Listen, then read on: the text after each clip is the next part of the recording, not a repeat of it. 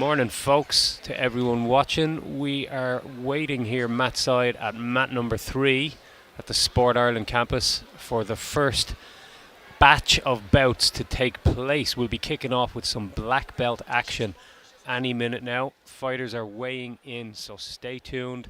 Get the coffee on. We're in for a busy morning. We got some really high level action on your way. We'll be back shortly.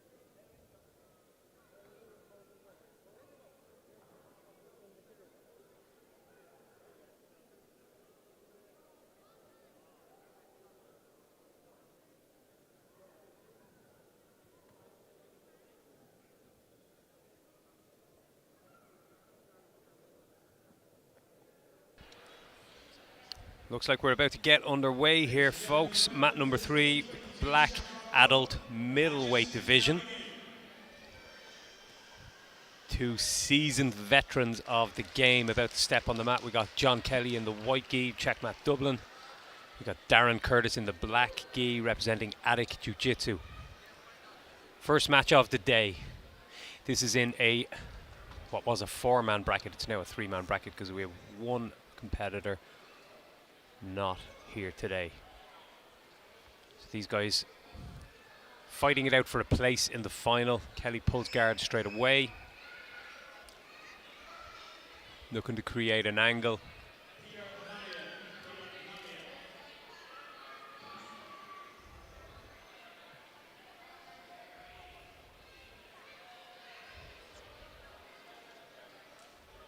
Darren Curtis hoisting Kelly up onto his lap and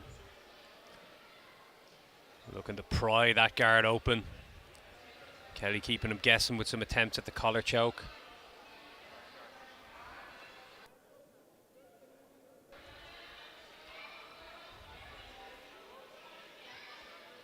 And there we go, passing into half for Darren Curtis, gets that shoulder pressure.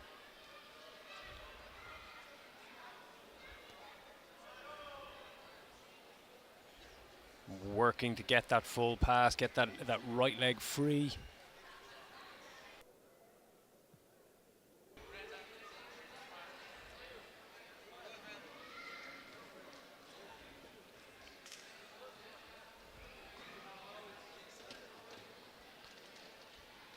He's looking to drive that knee across, looking for that knee cut pass, and Kelly trying to go underneath, possibly for deep half and turn, and yeah, he's got there. And he's got his opponent turn now. He's going to try to maybe roll back, get Darren onto his back, or create some momentum and bring him forward.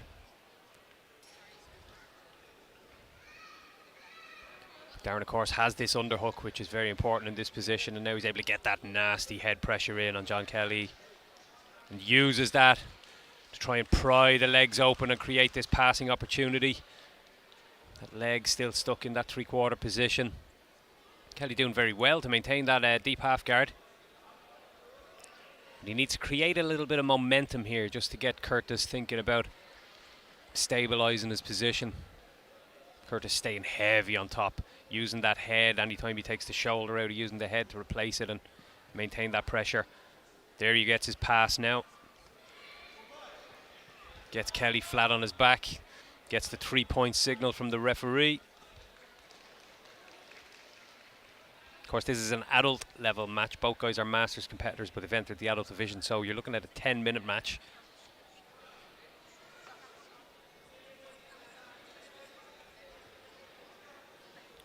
Heavy pressure on top from Darren Curtis. He's looking to create, look at the way he's dropping that left forearm in on Kelly's neck and gets the tap beautifully. If you've ever rolled with Darren Curtis, you'll know that pressure. Relentless and powerful. Use the left hand to just create that collar grip and drop that left elbow to the floor, and that forearm squeezed mercilessly across the neck of John Kelly, and that's all she wrote. Great win for Darren Curtis to get the day off to a flyer.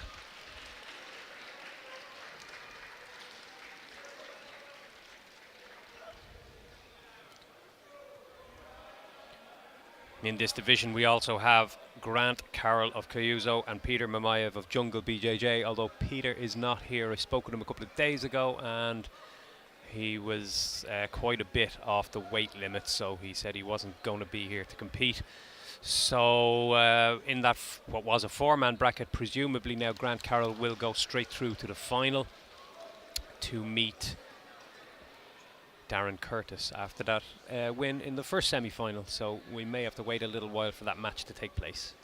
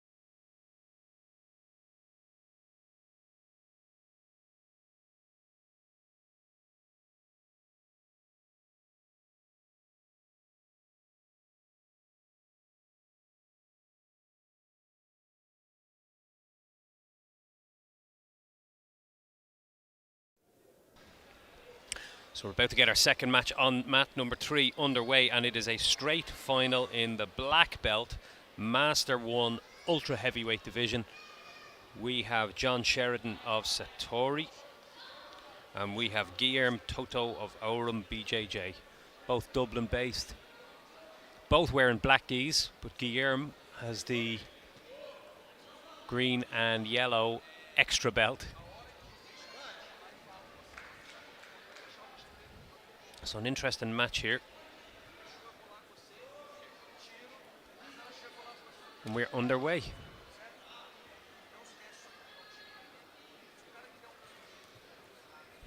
Sheridan coming out aggressively, trying to get that little foot sweep, and Guillermo elects to pull guard. And Sheridan straight away getting to work and trying to create some passing opportunities here. Getting to his feet. Guillermo underhooks that right leg beautifully, comes up almost into that hip bump, almost rolls for an armbar attempt. Sheridan had to be on the ball there. Reacted well to stuff that attempt and get his opponent on his back again.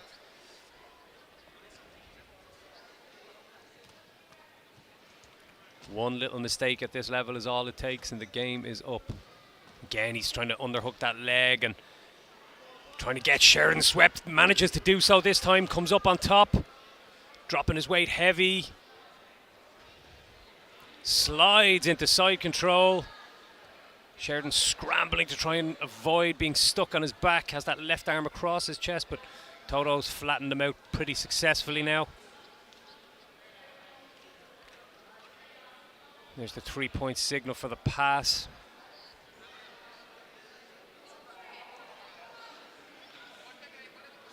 Up to the knee on belly.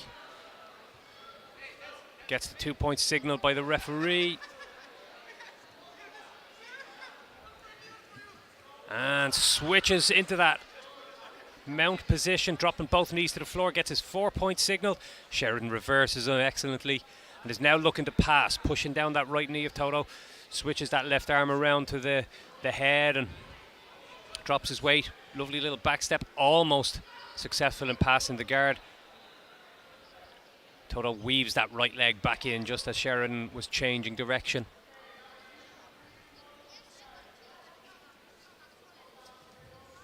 Oh, beautiful collar drag sweep by Toto, and is he in on an arm? Doesn't have a deep enough grip just yet. Looking at a crucifix position, scrambles to the top. Sheridan rolls to his side.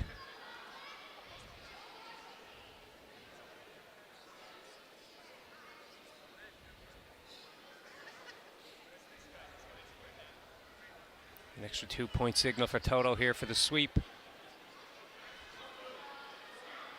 13-0 on the scorecards right now. Just over 3 minutes left to go to Master 1 match, so slightly shorter than the previous match we watched.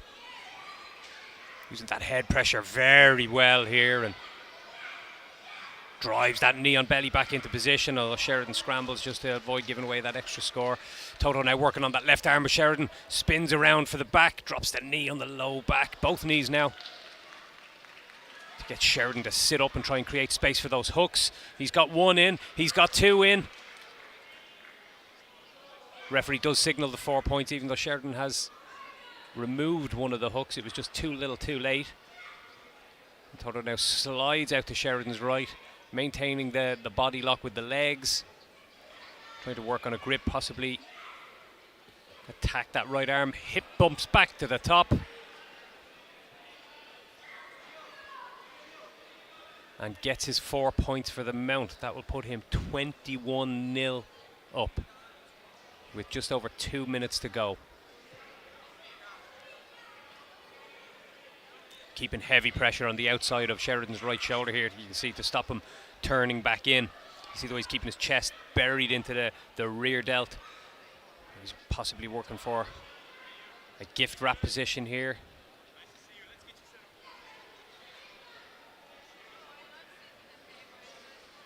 Dominant performance from Guillermo Toto so far. Uses that C grip to pin the left hand of Sheridan scrambling back in onto his side, looking to regain some sort of a foothold here. Recovers that half guard a little. Toto gets the advantage. Sheridan swimming for the underhook to try and get a bump, but Toto transitions into the mount beautifully. And makes it 25-0.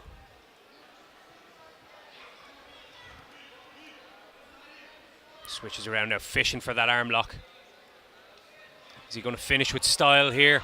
Gets the leg across the face of Sheridan, grabs his own lapel, grabs the pants with the left hand, and getting all the right pieces in the right places. 1 minute left on the clock. Sheridan's in deep water here.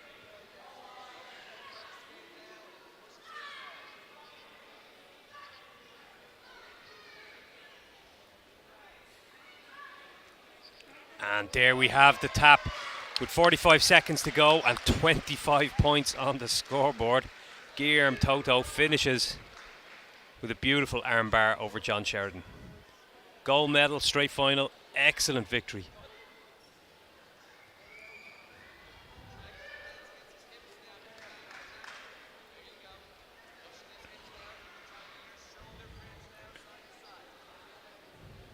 Truly outstanding performance from Toto today. He'll be delighted with that. He's not long back off a shoulder injury picked up at the Chaos Grappling event at the tail end of last year, possibly his first competition outing since. Absolutely looked on fire this morning. We may see him competing in the open weight categories later on.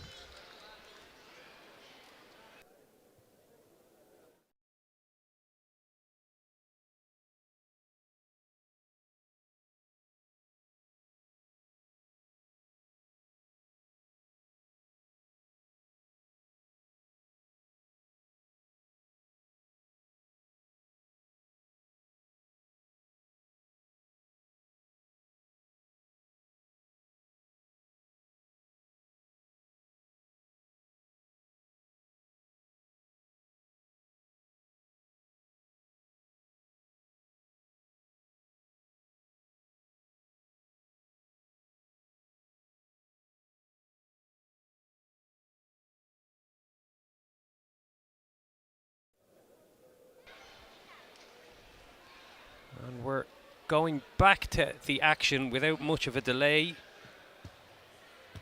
Featherweights, Master 2 black belts. Julien Pham, he said just use the Pham, not the Juan at the end. And Brian Connolly, who's in the blue gi. Both relatively new black belts, both within the last year, maybe year and a half tops. Julien representing BJJ Cork in the white gi. Pulls guard straight away, looks to get the turn on Connolly and almost use that momentum to sweep him. Connolly's based very well, he's pinched the knees together and he's into that three-quarter mount position.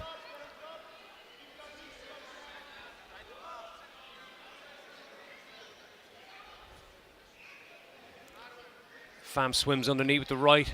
Is he looking to create some space to come under for the deep half guard, although Connolly is deceptively strong in these positions. Sprawls very well. And Pham elevates him beautifully with a butterfly hook and gets himself to the top and secures the position and gets his 2-point signal from the referee, taking the lead.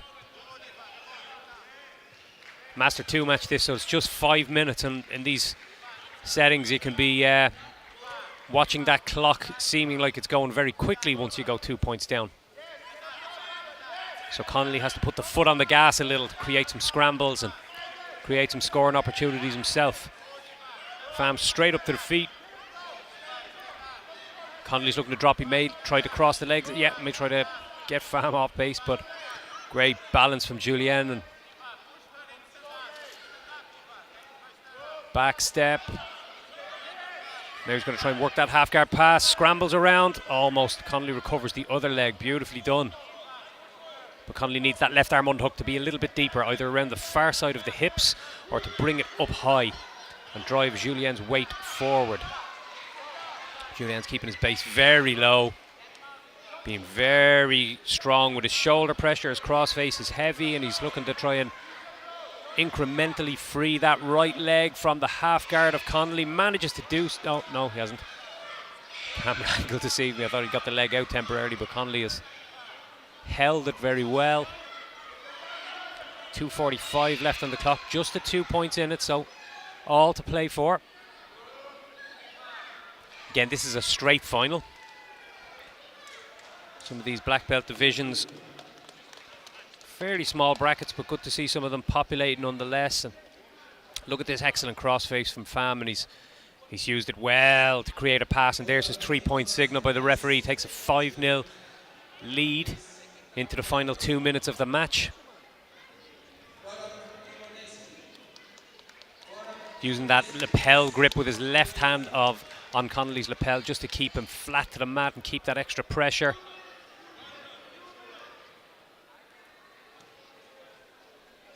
As I said, in these short Masters matches, particularly at the higher belts, you give away a score, it's very, very, very difficult to create scrambles and get those scores back. So that clock can seem like it's starting to go quicker and quicker. We're seeing great pressure applied here. Look at the way Pham has his right hand gripped on the pants of Connolly, not allowing him any hip movement. Can't move your hips, it's very difficult to create a scramble. Just shutting down the game of Brian Connolly very impressively so far.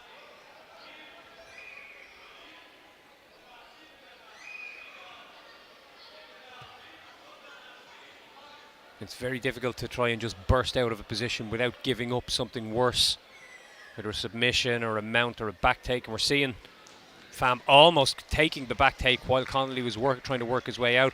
Looking for that bow and arrow. He's got the legs across, climbs that left leg over the shoulder, cranking on that neck, and there is the tap. Beautiful entry into the bow and arrow from Julien Pham, and just a dominant performance all round. Really, really good. Excellent pressure all the way through. Not even breathing heavy. Very, very efficient, controlling performance. Got some good positions, applied his pressure well, and forced Connolly into the mistakes, and managed to create the opportunity to sink in that bow and arrow choke, and gets the hand raised. Again, gold medal for Julien Pham.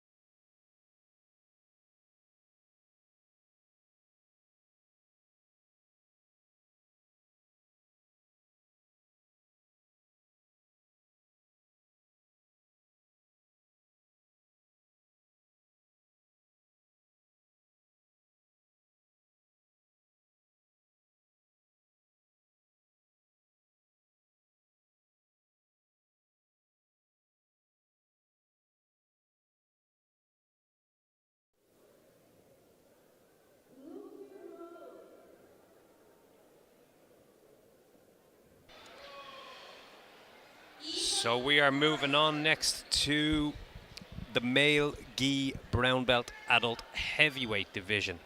Single elimination final. We have Cao Fonseca representing Checkmat Waterford. We have Konrad Iwanowski making his brown belt debut. Was competing here recently enough as a purple belt, representing Team KF. Iwanowski, of course, is around a long time, pro MMA fighter, but competes very regularly in jiu-jitsu, always has done, and interesting to see how he goes now that he's stepped up to the brown belt bracket.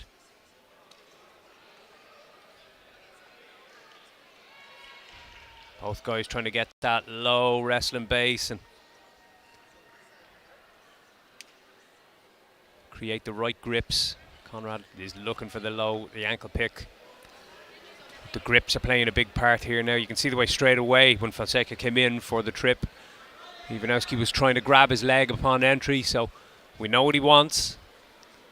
He wants to whip a leg out from underneath Fonseca. Fonseca possibly looking for trips, maybe a guard pull. This low base of Ivanowski could be vulnerable to a snap down. An 8-minute match, this one. Adult brown belt.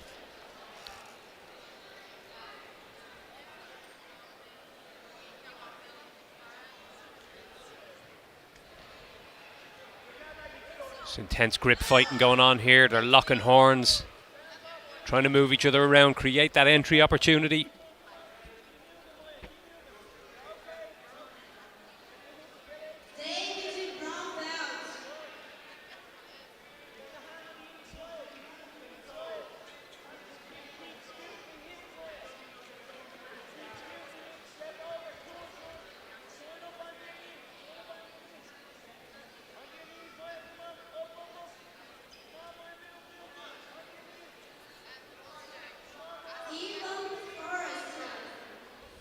This type of battle at the start of a jiu-jitsu match can be pretty exhausting. You're waiting for the other guy to make a mistake and trying not to overcommit, but the grip fighting can be tough going. We have Hassan shouting out on the YouTube comments, cheering on Conrad. Referee penalising. Is he going to penalise both guys for delaying? No, just Conrad Ivanowski. So penalty point against Ivanowski, and we're back in the action.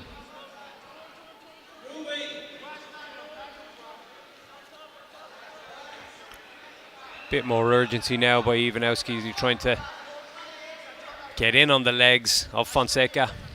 Fonseca just shutting them down, winning the grip fighting battles quite well so far.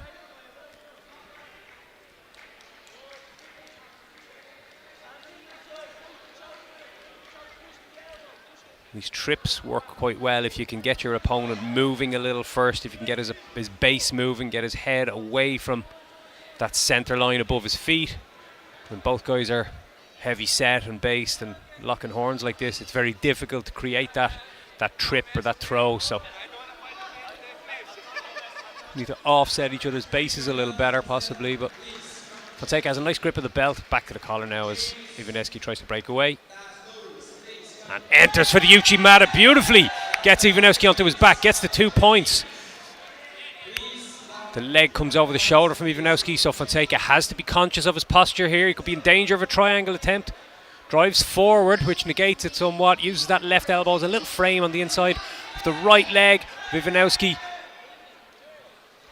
turning around so Ivanowski can't lock it up. He's defending that quite beautifully. Look at the way he's using the right hand grip, but alternating between the pulling on the collar and then dragging on the pants to take it away from the shoulder, and passes the guard.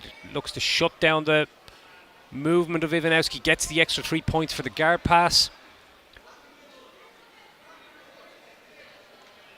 Very clever judo into jiu-jitsu displayed by Fonseca. Now he's using that left shin to pin the bicep of Ivanowski, which shuts down his movement chest to chest.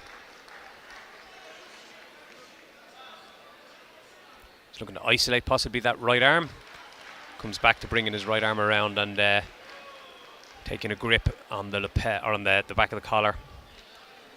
And now he's feeding Ivanowski's lapel through to his own right hand, which will be tight on the right armpit of Ivanowski, which again will limit his movement. And all of these little adjustments, they make life just a little more uncomfortable for Conrad on the bottom. Slides that knee across the belly, can't stabilise it long enough to get the score. But keeping heavy pressure here on the top. Ivanowski trying to just strong arm his way out of that position. Gets an advantage again for almost getting the knee on belly, so Fonseca building up a strong lead here.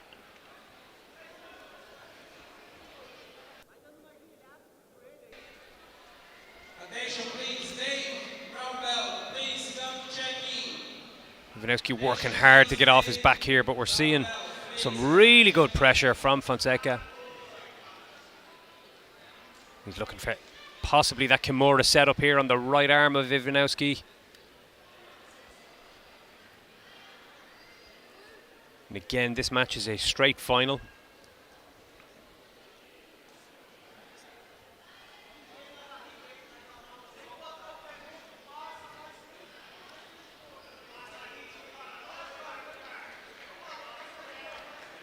Heavy top pressure so far. Very impressive work from Cal Fonseca.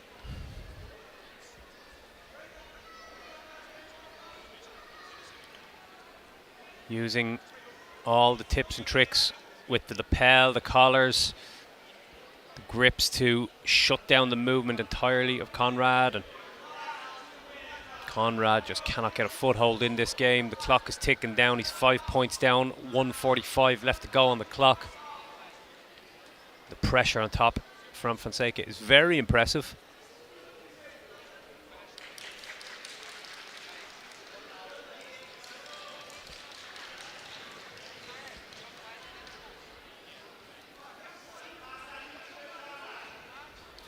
Smothering pressure, inching that left hand higher and higher. Fonseca looking to create a head and arm opportunity, possibly.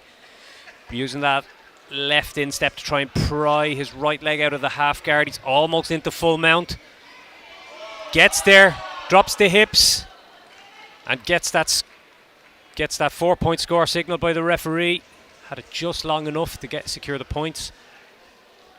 We're looking at 12-0 now on the scoreboard. 1 minute to go. Very impressive altogether and dominant performance. Really shutting down Konrad Ivanowski, and brown belt debut not going to plan, but he's come up against a formidable opponent.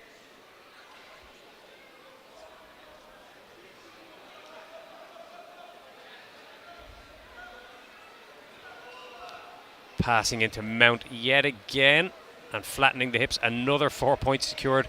It's 20 points to 0 on the scoreboard right now. 15 seconds to go. Cal Fonseca absolutely dominant in this performance today.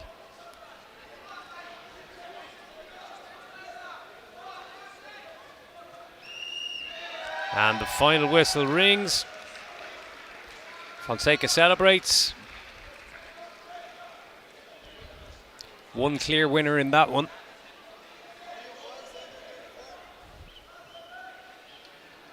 Again, straight final, so a gold medal for Cal Fonseca. And both guys eligible to go into the open weight categories, which I'm sure we'll see them in.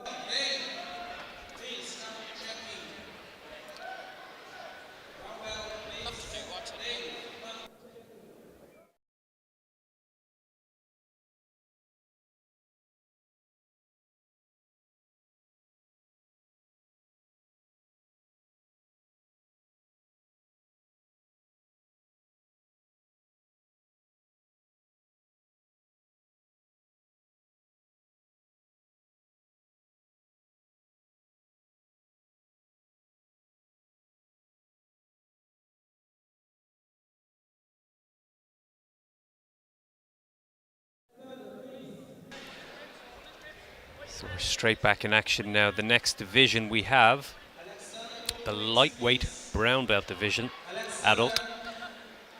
And we have a 3-man bracket. So this first match is semi-final number 1. We've got Thierry Fernando representing Carlson Gracie Ireland in the white gi. We have James Dasdoris representing Project James in the blue gi.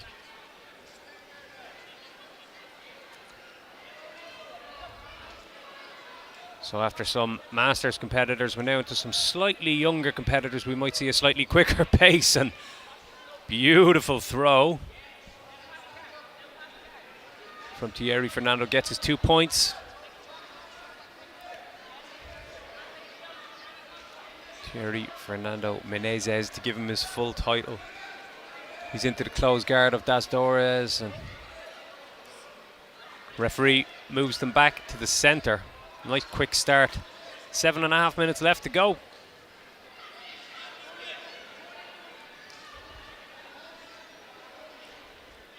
So we reset in the closed guard position, and we're back in action. So Das Dores looking to break down that posture of Menezes.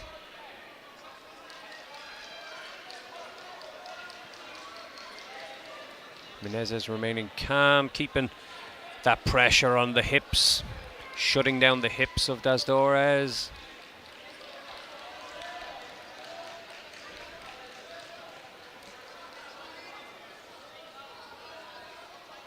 He's broken the posture down a little bit better now. That deep left hand grip on the collar is slowly dragging his opponent down, and now wraps one hand around the back just to entirely lock that down, and he's trying to create an angle to swim that right hand underneath, but you can see Menezes has used his own hand to block his own lapel, so the cross collar choke is a little harder to get. Das Dores putting the left foot on the hip to spin, create the angle now, which is better. Angle will give him a better opportunity to punch his right hand underneath and across to the far collar. It's a little more difficult to do when you're square on with your opponent, but see the way now he's turning beautifully. He's pushing off the hip with his left foot. And the danger of the right arm getting arm barred is always there too. We can see the right elbow of Menezes. If Das Dores can pull that across the midline a little, the arm bar opportunity will present itself.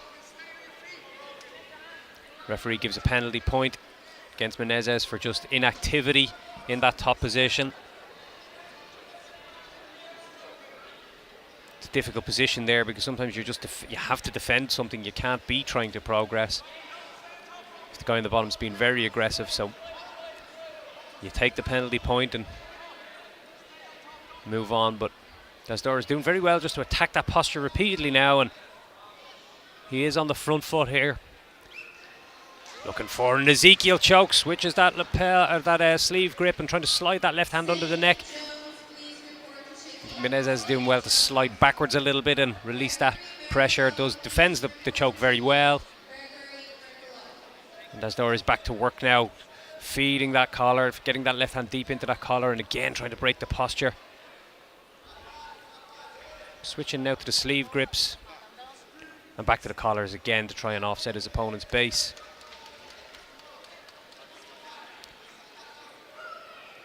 Working hard from the bottom here.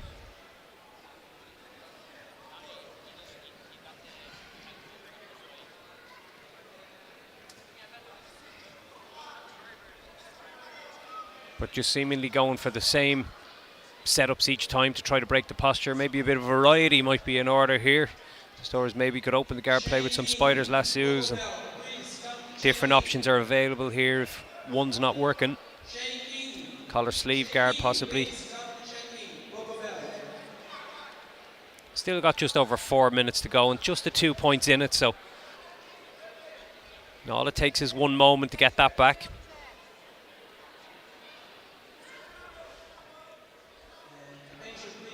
So far Menezes has looked comfortable defending these cross collar attempts, but again when fatigue sets in after a few minutes, mistakes can happen.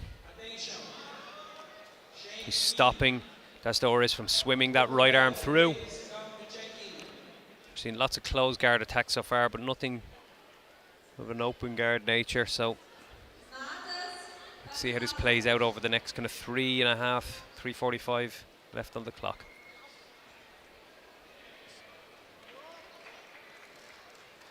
Referee is breaking them up, standing them up.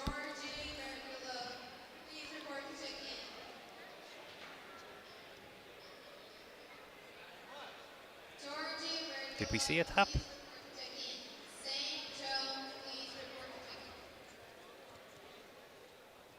No, we didn't. I thought the ref had stood them up and I'd missed the tap, and now he's given a penalty point against possibly both fighters. Yeah, one against both fighters for inactivity. Nothing was happening. It was just the same entries, the same attempts to break the posture. But he's given 2 points to Dastores now. I wonder what that's for. Is it... Did we have 3 penalty points against the fighter on top? And yeah, therefore 2 points to his opponent. Middleweight scores a level. We have just over 3 minutes to go. Dastores almost passing straight into the mount there as Menezes went to pull guard, but his left leg is across in an awkward position. Could be seen as an attempt to reap here.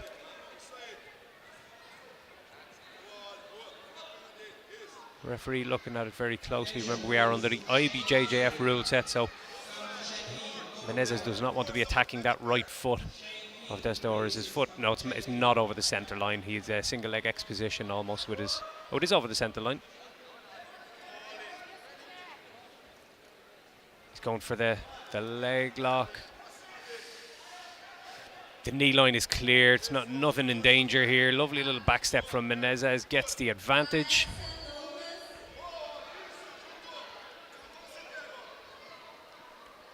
Which will therefore put him in front a little.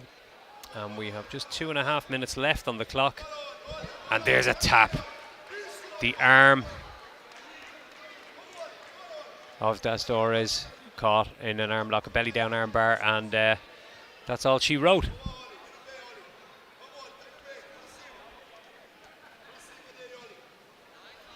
After the stand-up due to inactivity, the match seemed to ratchet up in pace, and an excellent finish for Thierry Fernando Menezes. He'll go straight through to the final. We will see Dastores now as the loser of semi-final number 1 in a 3-man bracket. He will compete in semi-final number 2 pretty shortly against Bruno Cruz. So he'll have another opportunity, possibly 2 more opportunities if he wins that second semi-final.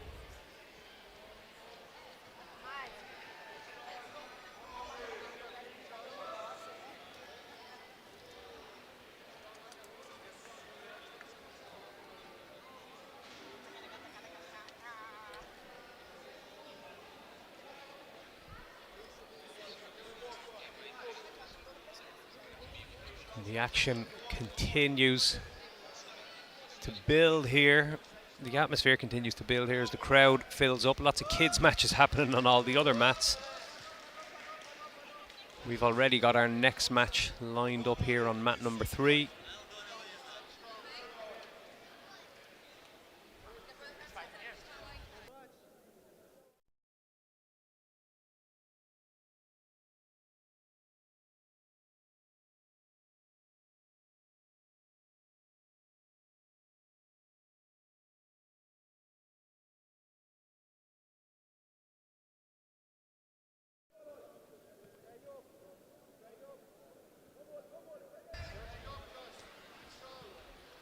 So we got David Akinyemi representing Cayuzo, and we have Dermot Corbett representing BJJ Cork. Adult brown belt, ultra heavy, so over 100.5 kilos. Big boys on the mat.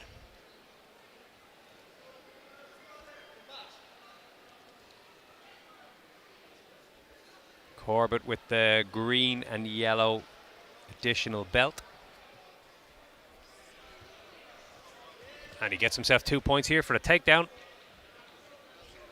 Looking to get straight into passing, gets an underhook, over under. Going to try and switch the hips, drop the hips to the mat, get that knee cut pass. Using the back of his head just to stretch out his opponent beautifully. Pulling on the tricep to get his opponent's elbow off the floor. And gets the pass excellently, uses the cross face to keep his opponent there and gets those extra 3 points for that pass. Brilliant work. 5 points to the good. Excellent start from Corbett so far. Looking impressive. Putting his opponent in a bad position to begin with. Again, it's an 8-minute match, so you do have time to turn things around when you go behind in these type of contests, but there's Corbett sliding that knee on belly. No, he got an advantage from the referee there for that attempt. Didn't secure the position long enough. Sprawls well, trying to stop his opponent scrambling to his feet. And they go out of bounds. Corbett looking strong here to begin with.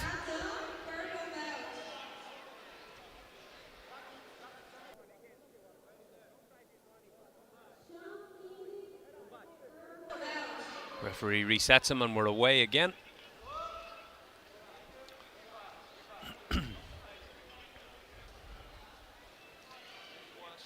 Akinyemi trying to get in on a single leg takedown of his own. Oh, look at that beautiful little trip sweep from Corbett. Gets another 2 points on the board. He's now 7-0 to the good, less than 2 minutes gone.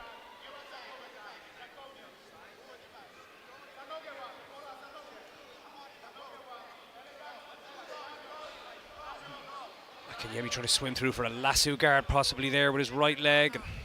Corbett just remaining calm, maintaining his posture, battling the grips.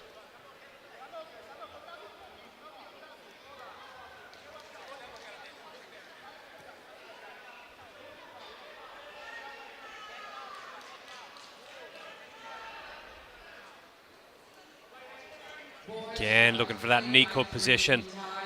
Gets that right knee almost all the way through. Needs to establish the right grips just to stop his opponent's movement, and then he can switch and cut that knee through properly and finish the pass. And there we go. Again, gets chest to chest to shut down Akinyemi. Akinyemi has a little less gas in the tank to try and scramble out of this one. Now 10-0 advantage to Corbett.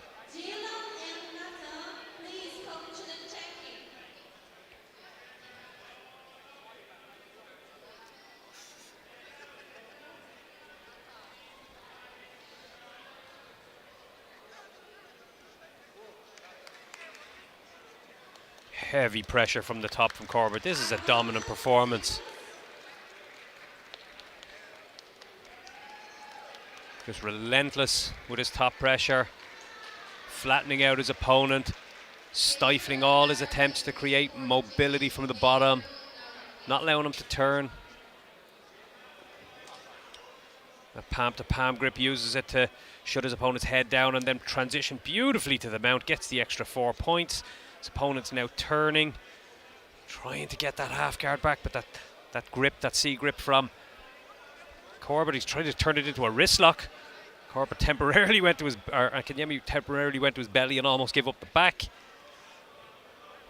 And look at that, very quick switch of the hips from Corbett just to stop himself getting caught in the half guard. Another 3 points for creating that pass. Just a dominant performance all round. They're out of bounds.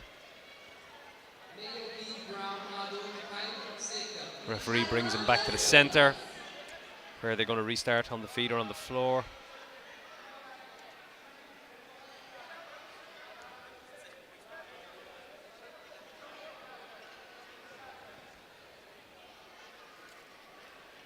And we're back in business.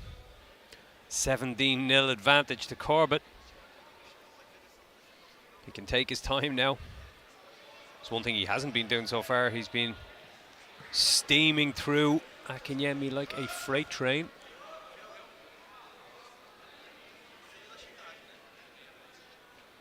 And Akinyemi breathing heavy now. Doesn't really seem to have any answers for Corbett's game so far. Shoots in on a single leg himself. Is he about to get himself on the scoreboard? Turns, gets Corbett to the floor and gets himself 2 points. What can he do with this top position now? This is the first time we've seen him on the top. Can he work a pass? Can he start to work towards some submission attempts? He's going to need something dramatic. 17 points is a big ladder to climb. Tries to roll to the top and allows Corbett to squeeze his way back out, and Corbett reverses him and gives him a little nudge, gets him to the floor, gets the advantage for the reversal, and he's trying to feed the right arm through for a dart. No, he's not. His arm is around the far side so far.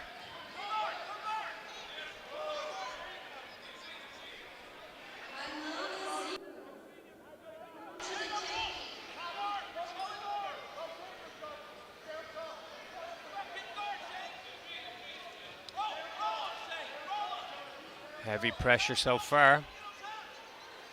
Referee resetting him back in the centre, this time on the floor. Akinyemi has 3 minutes to get himself back in this game. 17 points to 2.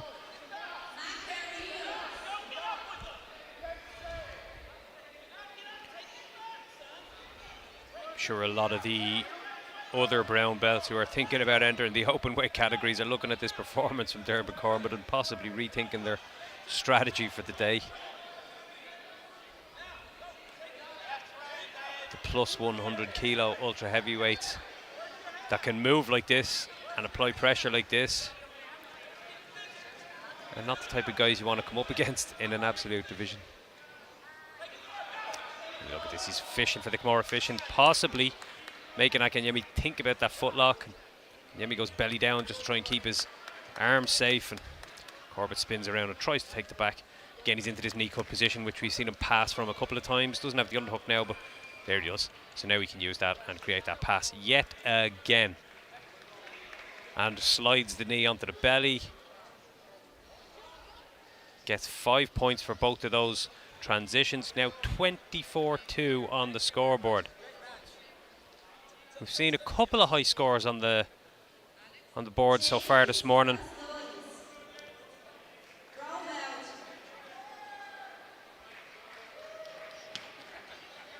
One minute left on the clock. We have a closed guard from Akinyemi, and will he try to just... No, he's not. No, he's not going to try and shut the game down from here. He's still working to try and get some sweeps back himself. And Corbett just looks fresh coming into the last minute of an 8-minute bout at this weight class.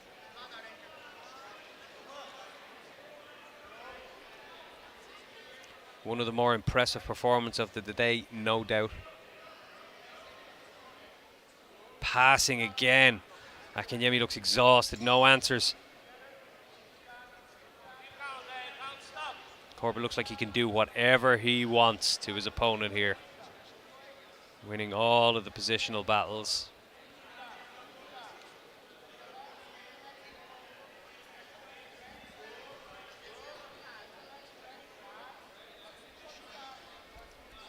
Another 3 points clocked up. Last 10 seconds. 31-2. Biggest score I think we've seen so far today. Absolutely dominant display from Dermot Corbett, BJJ Cork.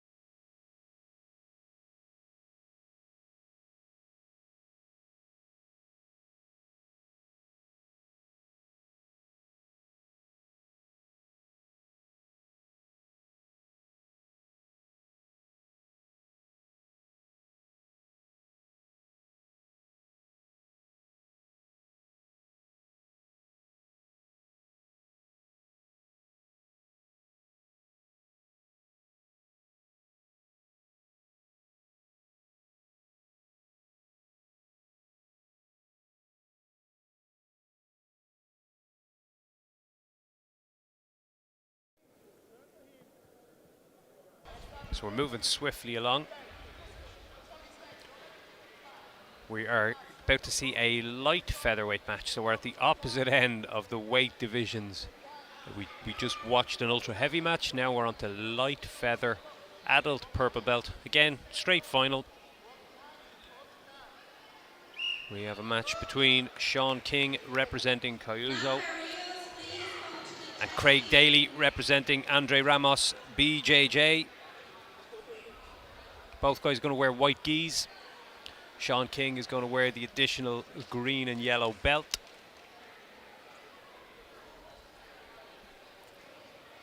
We're going to see a 7-minute bout here.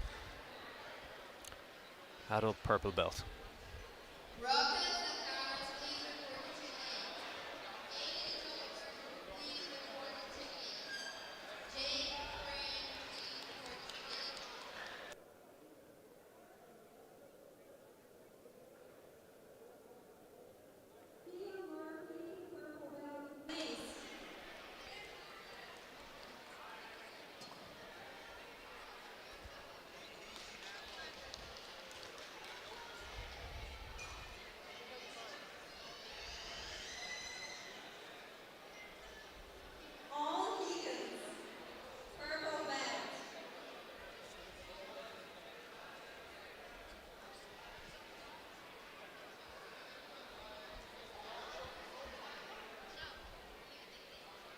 We have a slight delay, Matt side with looks like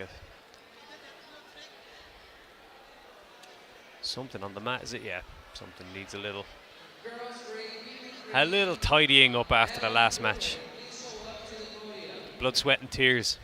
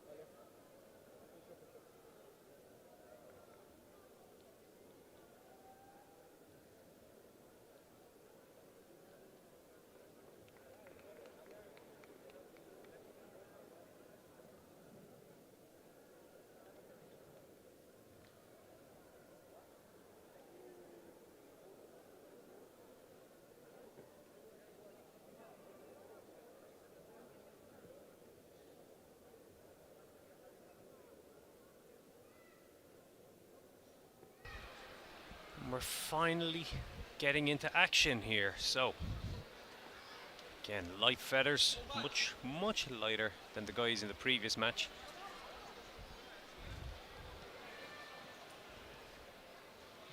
Nice aggressive start by King, looking to get in on the legs of Daly and getting that single leg entry, although Daly defends well, sprawling well yet again. And he has his opponent on the floor. Almost through with that knee slide pass. Reversed beautifully by Sean King. Lands himself in the closed guard position and gets himself 2 points. High pace pass, or high pace start to the match.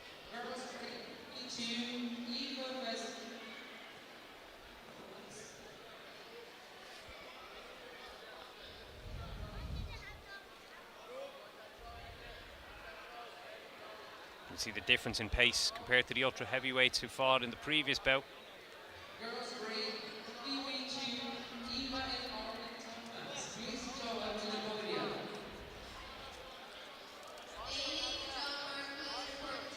So So Daly working on his grips from the bottom, trying to just upset the base and upset the posture of King. Trying to get that arm across, possibly set up that armbar attempt, spin and turn the hips and attack with some submission attempts, but King getting to his feet well. Look how Daly's underhooked the leg though. Can make King think twice about going all the way to the feet. And he sits back down, starts working on improving his posture again. Good aggression from Daly from the bottom. But King well in control here in the top position.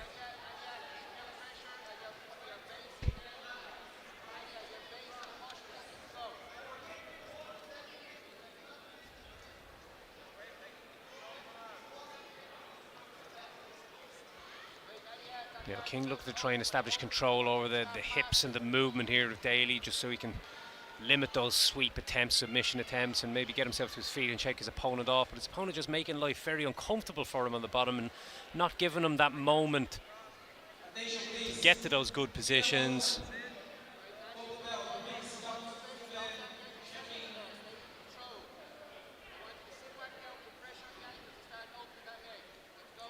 It's not very easy to stand and pass when your opponent is being like this from his back, if he's just being constantly aggressive, attacking your sleeves, attacking your posture. Referee gives that penalty point against Sean King for inactivity from the top. And again, even though you're defending, if you're not progressing, you risk getting that penalty point given against you. Look at this hip bump, sweep attempt from Craig Daly, almost completes. Put everything into that. Gets the advantage. We still have 4 minutes to run here. But a nice aggressive bottom position game from Daly. Now he's got that movement in his hips, looking for that scissor sweep. And now into the De La Eva. Again, scrambles. Gets the top position. Now just has to secure it and get his score, and does so beautifully there at 2 points on the board now for Craig Daly. And look at the speed of transition here, looking for the back of Sean King. King reacts well, but eventually Daly gets that second hook, and there are his 4 points signaled by the referee. That's the difference here at these lighter classes. The speed of transition can be something impressive, and he's got back control. He's now looking to work on grips, trying to keep his chest to the back of Sean King, but switches now into that top position. Leg is trapped in somewhat of a half guard. 6-2 on the scoreboard. A good lead building up now for Craig Daly. Not showing any signs of slowing down. Beautiful pass. Switches the hips, switches again, spinning for the back yet again. Making his opponent dizzy, I'd say, with all these spins, but securing nothing so far until... Is he about to get that left leg free? The left foot is still trapped. Sean King doing very well to remain calm, and then getting a sweep of his own. Beautiful work. Gets 2 points on the board. So we have 6 points to 4. Craig Daly in the lead. Quick transitions don't add up to much unless you can secure one of them. It's not what happens in the transition or in the takedown attempt, it's what happens in the couple of seconds afterwards that matters. You've got to secure those positions. Both guys jostling for top position.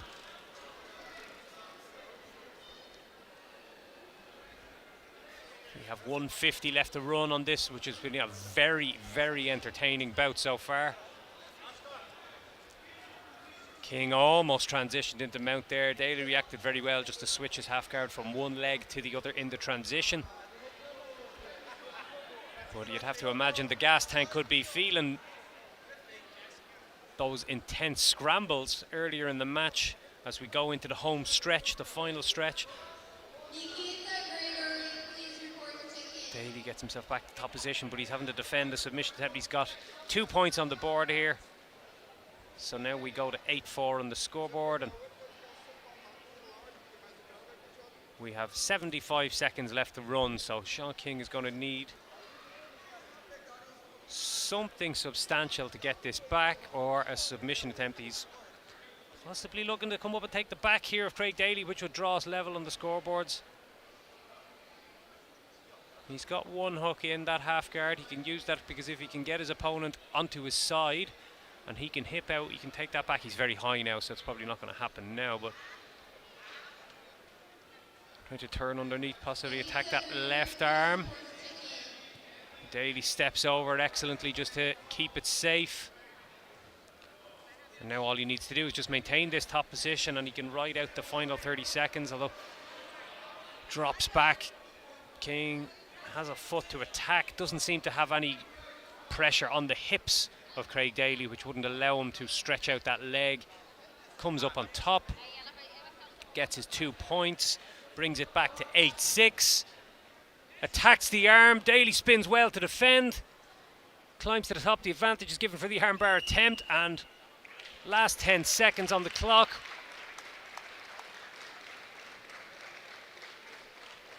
What an entertaining bout. 8-6 we finish. Craig Daly narrowly eking out the victory there. It was a real to and fro there. Both guys really going for it. High pace. Impressive performance from both guys.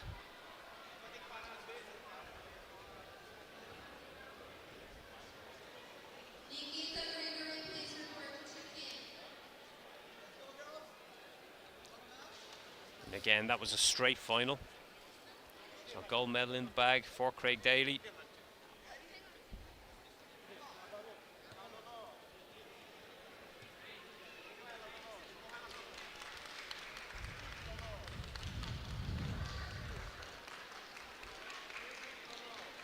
And more of that, please, as the day goes on. That was really, really entertaining to watch.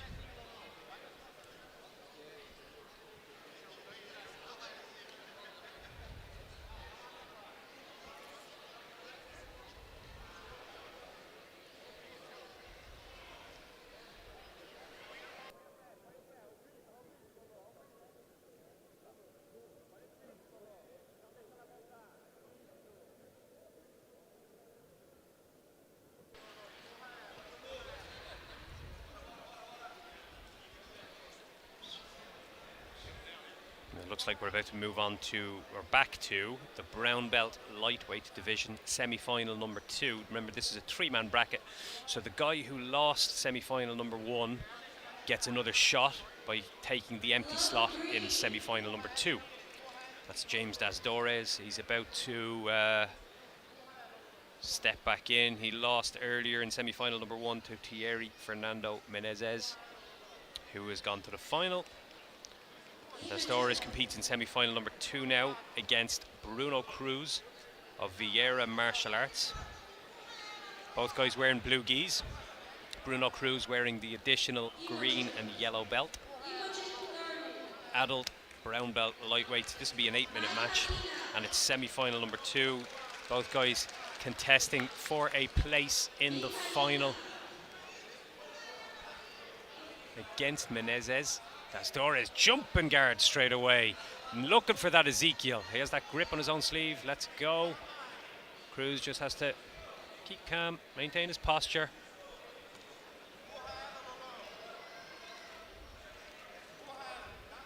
Trying to keep those legs locked. We can see Cruz is pushing down on that right knee of Dasdores and just prying the door open incrementally. Dasdores' right foot is under his left one, which means it'll be easier for Cruz to open that guard if he pushes on the right knee.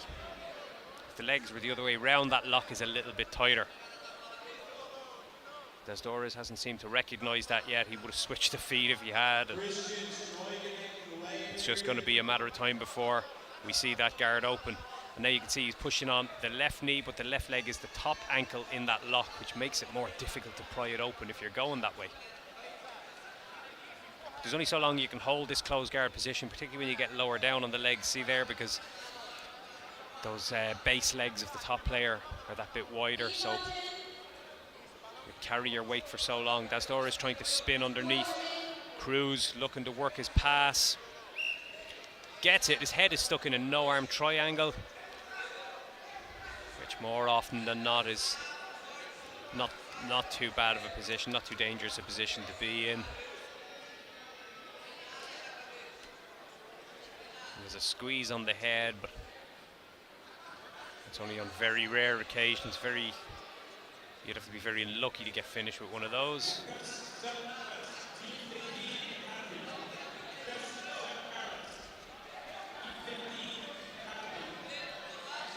There's the 3 points for the pass for Cruz. He's got a good grip on the pants of Das Dores here, just to limit his ability to move his hips. He's keeping chest to chest. He has that left knee wedged in behind the head of Das Dores, so he's shutting him down beautifully from this top position. 3-0 lead, 5 minutes and 45 left to go. Doesn't need to be in a hurry here. The referee is checking his timepiece. We could see a penalty point about to be dished out. We've seen a few of those for inactivity in some matches already today.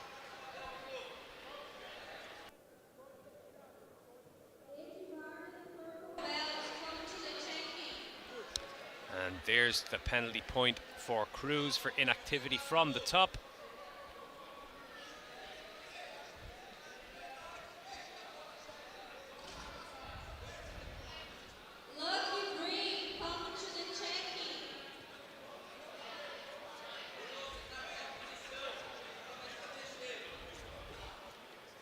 Patient work from the top from Cruz. He's looking to slide a knee on belly to get an extra score. Just high pressure jiu-jitsu. Drops and switches into that mount excellently. He can't quite see. Yes, he has the 4 points. Knees pinched.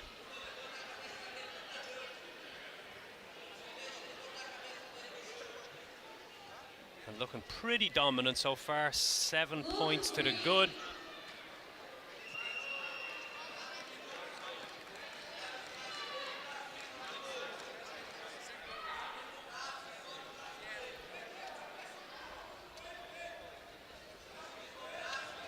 Das Dores is just trying to swim his way out of this relentless pressure from Cruz. He's trying to fish for some form of chokes.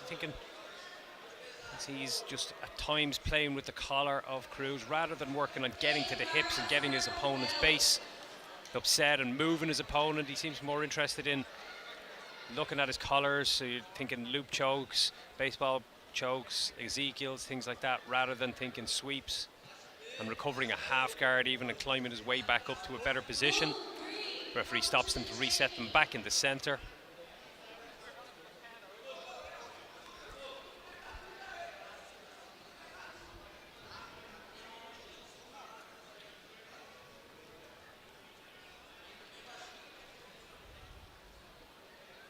We'll be resetting in the mount with 3:38 left on the clock. And look at Das Dores then go straight back to that Ezekiel. Looks to have Cruz scrambling a little. Cruz gets his head free. So again, Das Dores is just into sort of desperation mode here. He seems to just be thinking only about these kind of lower percentage submissions.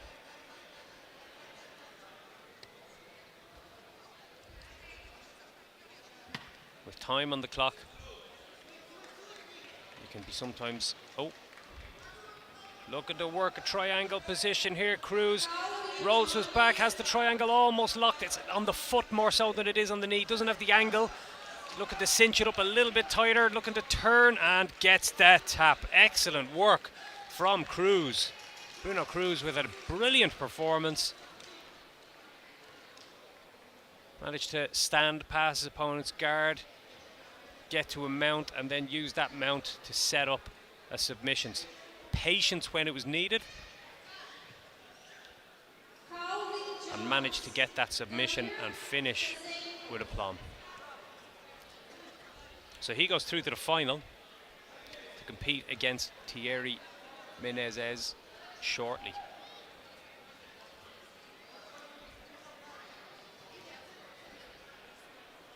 In what's been a very entertaining brown belt lightweight division.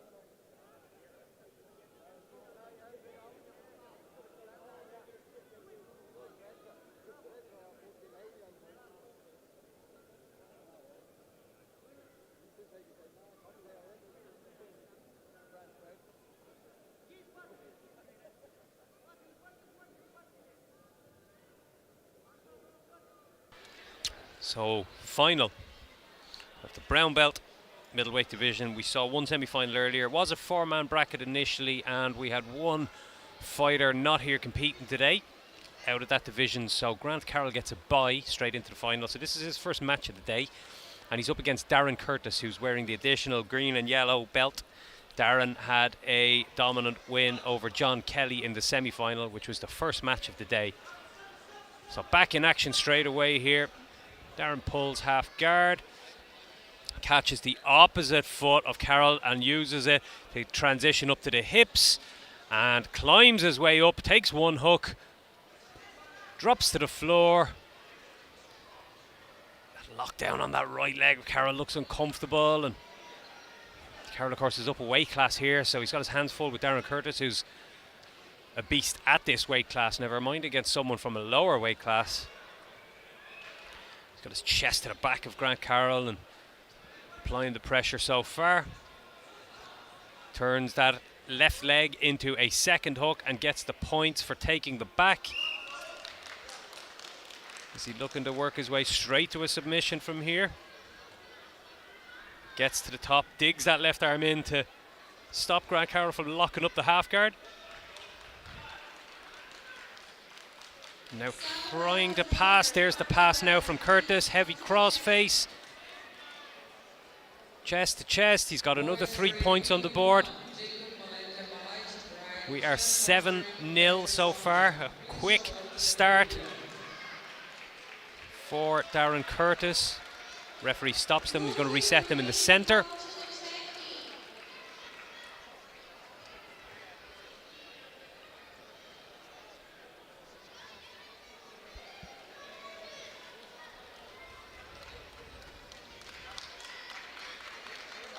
There we go, we're back in the action.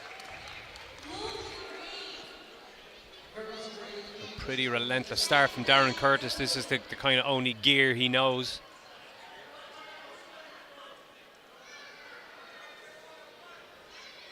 One of those guys you roll with, and it's full on aggression. That's what you get with Darren Curtis. He has that. He just naturally has that style. Look at the transition now again into a mount position. Gets the advantage for almost completing it. Uses the head excellently. Look at that head pressure, the way he's driving into the jaw and the chin. Making life very miserable indeed on the bottom for Grant Carroll. Using it to stretch his opponent and then create that passing opportunity. Gets the extra 3-point signal from the referee. Just textbook top pressure. And transitions into the mount, drops the hips. Carroll does well just to hook the ankle of Curtis in that transition so that he didn't get to actually secure the top position and get the 4 points. But see the way Curtis is turning the hips now to change it into a knee slide pass, passes back again and gets his points for the pass. So another 3 points on the board. We're now up to 13.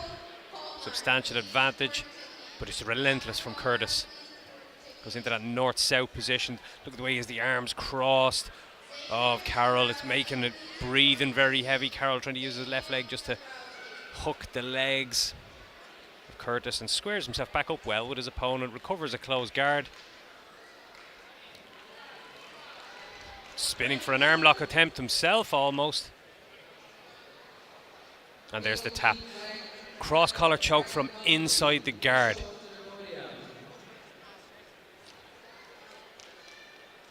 Just the physicality of Darren Curtis playing such a big part in that match. Carroll recovered from a couple of bad positions quite well, but Curtis had cross collar and just had such downward pressure on that neck that Carroll just couldn't hold out any longer. And there's gold medal for Darren Curtis to top off a great middleweight division.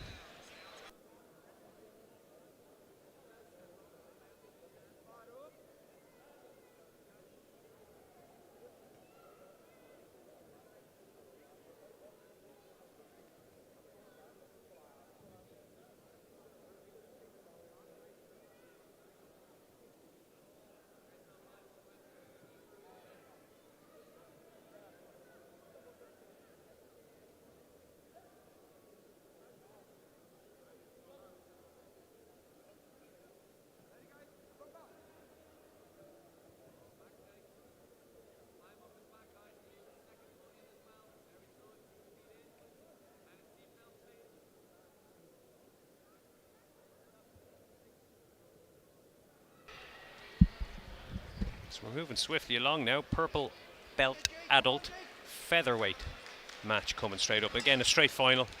We've got Dylan O'Donovan from Aintach Jiu-Jitsu in Cork against Nathan O'Callaghan of Checkmate Dublin.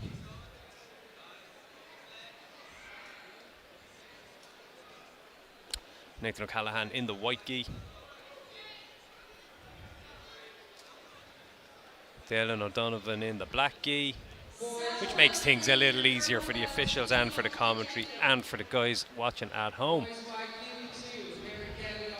Seen O'Callaghan compete before, Chaos Grappling I think, and he's very good, and he's finds himself on his back here, gives away the 2 points, but look the way he's got the leg up over the shoulder here, could be fishing for an arm lock. Again, there's the risk of a triangle here. If he goes back to his back, he can possibly get that right leg free, although O'Donovan has a good grip on that right leg, so he's not allowing him to. Donovan just needs to watch his P's and Q's here in this position. A couple of things in danger here. Arm bars, triangles, shoulder locks on that left side, all possibilities.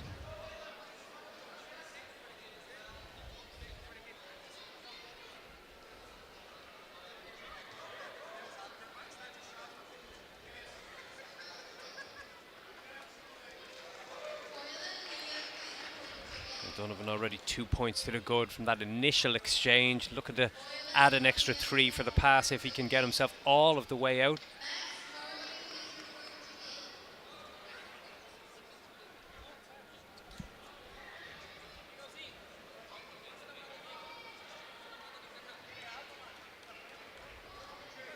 Donovan just working hard to free that leg, although O'Callaghan has swum underneath for deep half guard and tries to roll O'Donovan onto his back, but O'Donovan comes up beautifully and again starting to work on that pass, trying to switch the hips.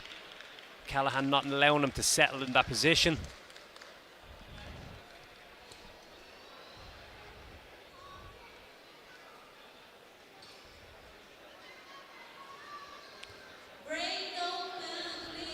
You can see every time O'Donovan comes up to try and get that knee slide pass, it creates space for O'Callaghan to try and swim underneath for that deep half guard. It's an intense little battle just for that one position, and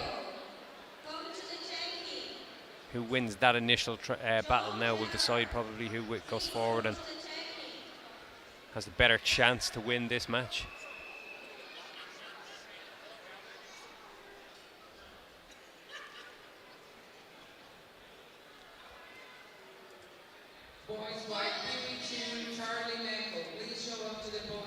Nathan O'Callaghan just holding on to that right ankle of Dylan O'Donovan very well so far, and there it's free.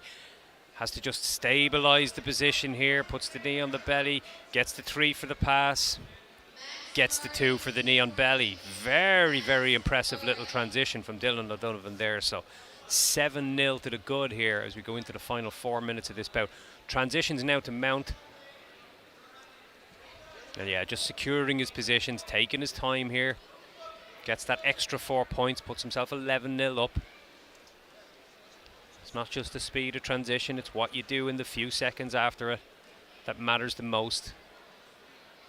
We've seen in an earlier purple belt match lots of speedy transitions, but not much being secured. Can be costly if you miss out on points in a closely contested match, but Dylan O'Donovan not really being too wasteful with his movement here. Again, Nathan O'Callaghan just trying to swim into that sort of deep half position. He's using the left hand on the belt, trying to get himself underneath his opponent and either send him back or, yeah, there you go, trying to roll him back the opposite direction. So face first, spins for the back, climbs up to that right leg. Single leg attempt is there. Is he going to use it to get a trip, or is he going to just try and run the pipe? Might have been as well off stepping across and just tripping his opponent's standing leg. Dylan O'Donovan bases well on that one leg and secures, just maintains his top position. He's still 11-0 to the good.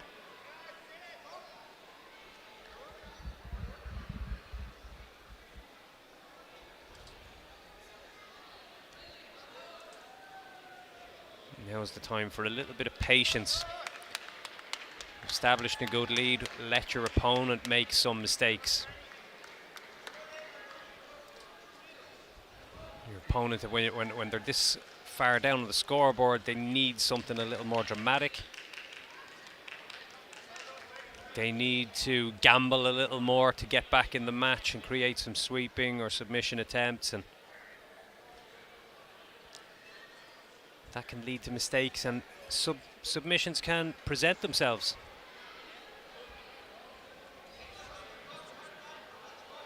But Callahan has that underhook, he has that grip of the belt, and he's trying to come up on that single leg.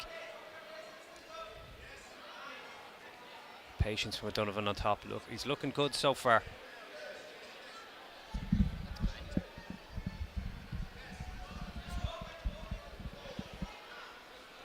.140 left to go on the clock here. Callahan diving on a leg lock attempt. Donovan scrambles back to the top, uses the head position very well. Coming from BJJ Cork, all guys very well schooled, very well geared for competition.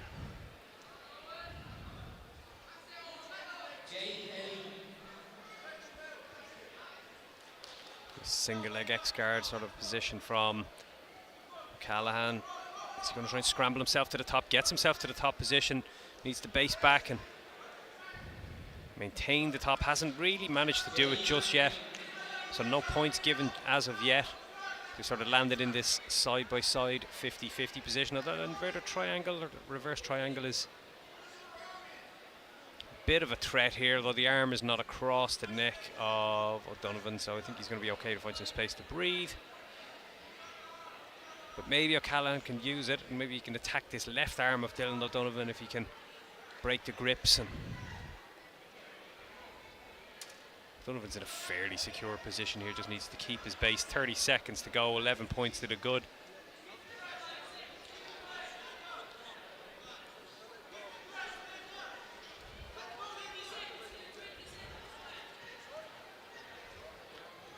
You can see the right shoulder, the right arm of Dylan O'Donovan. The position it's in, the triangle is not really going to be anywhere near tight.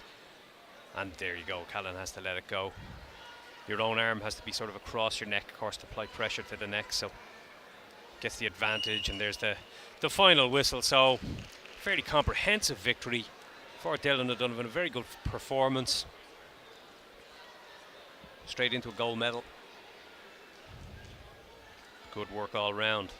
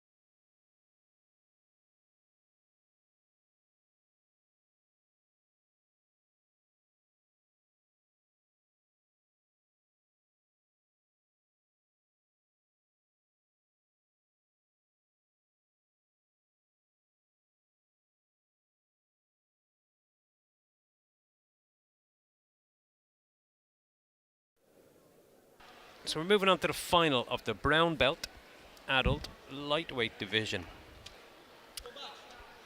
We got Bruno Cruz, who just won his semi-final there recently. Both guys beat the same guy in a three-man bracket. So Bruno Cruz in the blue gi against Thierry Fernando Menezes of the white gi. Cruz displayed excellent top game in his semi-final win.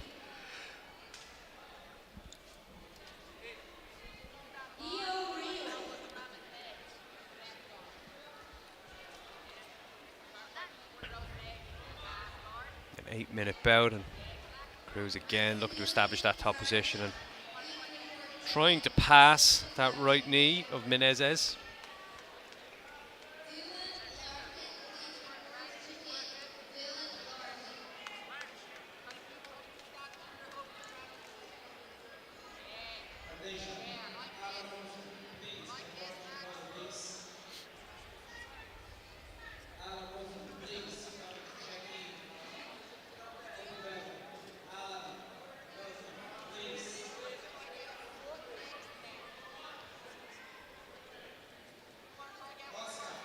can see that leg of Menezes over the top. The danger of that triangle attempt, if he can get his right leg free.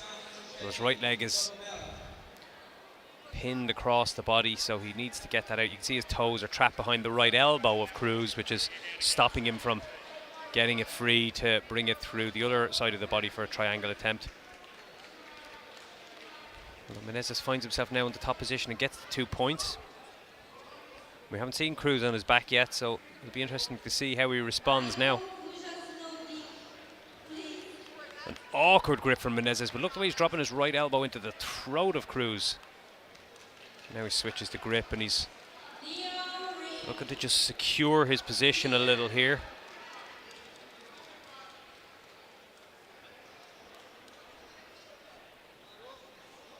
Referee stops them to move them back into the center.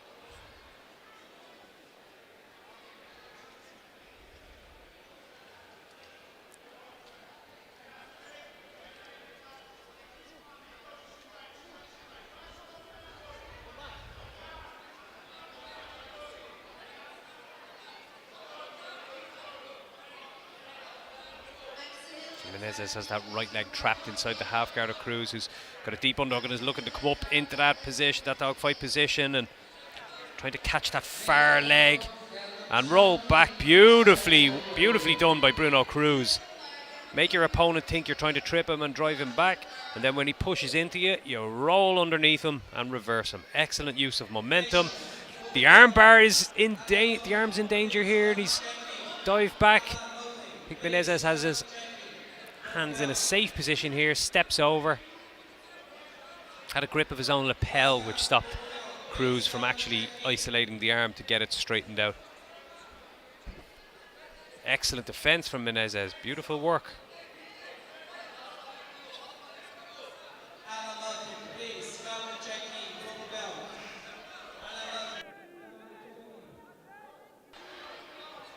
Chest flattened out on top of Bruno Cruz now, and 2 points each.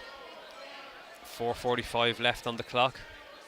This match finally poised.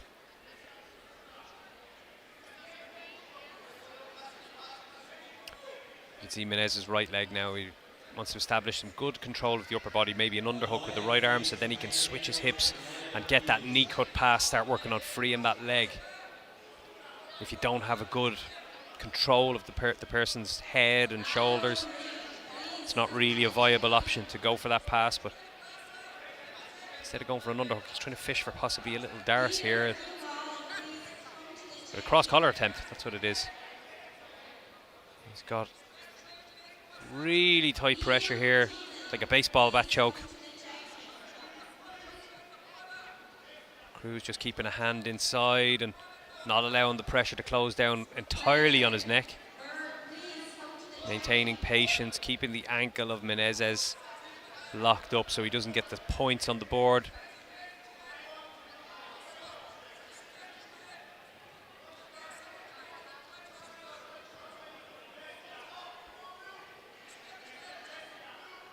It's a precarious position. All it takes is that elbow, that left elbow of Menezes to drop right underneath the jawline, and that squeeze can be unbearable. Cut off the air supply, so referee watching things closely. Look, it's like a worm guard attempt now from Cruz from the bottom. He's using the jacket of Menezes to wrap through underneath the leg, grab it behind the leg, and that'll break down the posture of his opponent and maybe upset his balance and create a sweeping opportunity. 3 minutes to go. But yeah, Menezes looks pretty comfortable up here. That worm guard doesn't seem to be causing him too many problems. You'd wonder though, if Cruz gets the opportunity, will he be able to sweep him backwards, roll him backwards?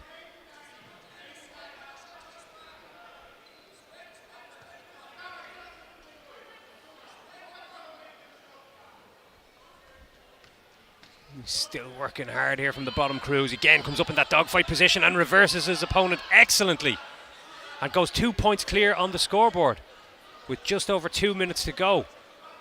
Excellent display of patience. Gets another 3 points for the pass.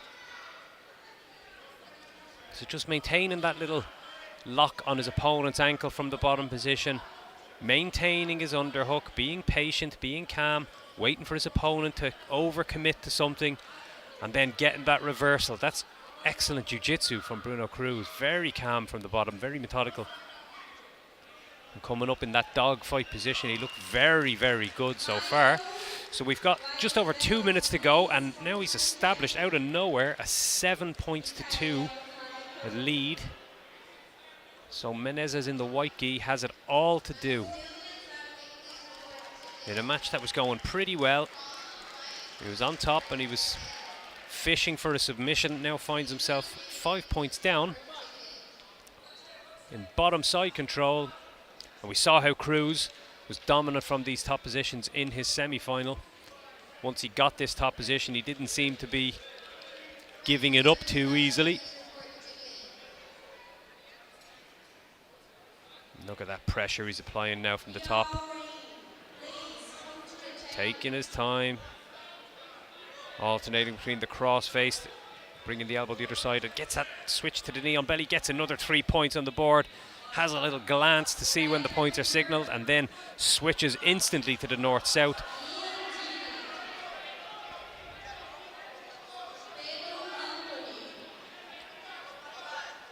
Now he's working hard. Is he going to try and get that back position? Difficult to see the grip he has if it's a gift wrap or if he has a collar tied up.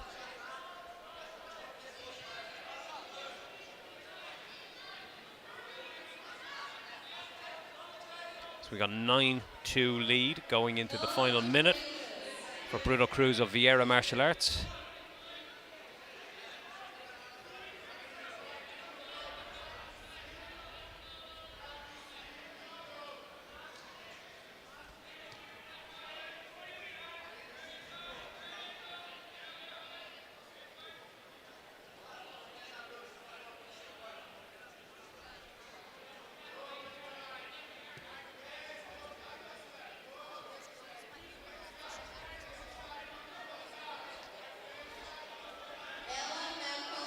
Not resting on his laurels here. He's fishing for that left arm.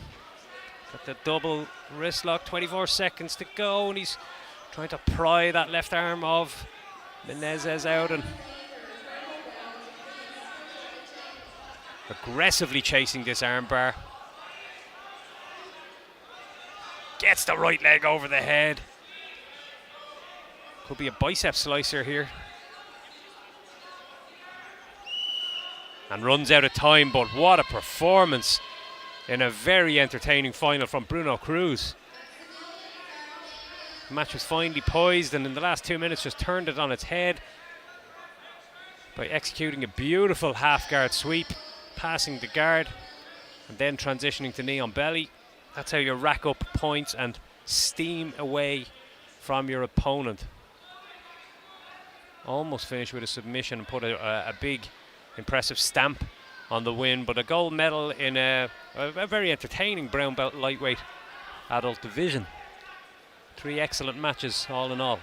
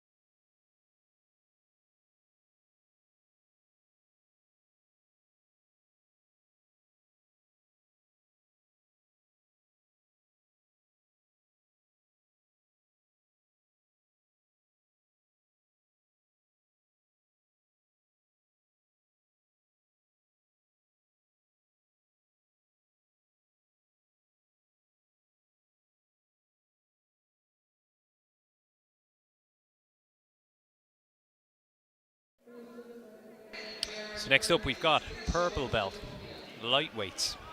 Again, straight final. We've got Cian Murphy representing Aintuch Jiu-Jitsu down in Cork. We've got Owen Higgins representing Cayuzo Jiu-Jitsu here in Dublin. Cayuzo Martial Arts, excuse me.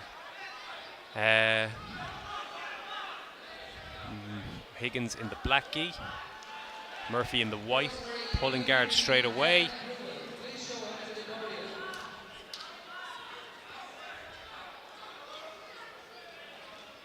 Got that collar sleeve guard.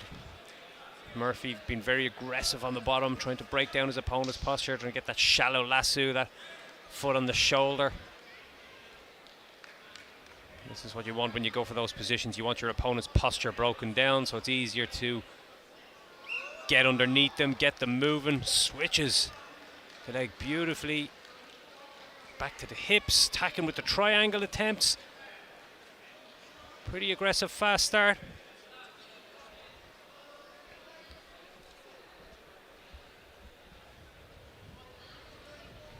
Cian Murphy using those long legs to good effect.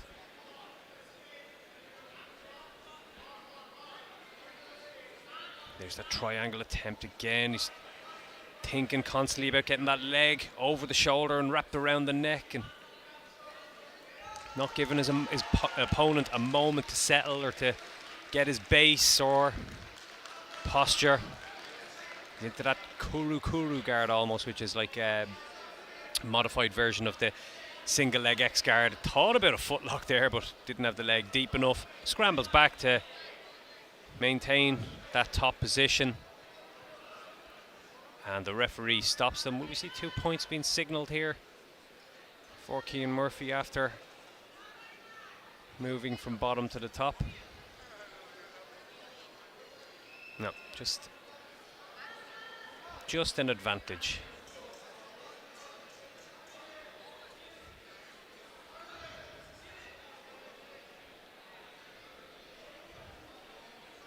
So we're seeing Murphy up on his feet now, trying to work his passing game. Gets that combat base, slides that knee inside, uses it to drop to the floor. He's trying to slide that right knee through. What control does he have on the head and the upper body of Higgins? Almost into a full mount. Was temporarily there, but Higgins did very well to recover one of the ankles. Switches now, he's onto that right side, or that left side of Murphy, and he's got that half guard back.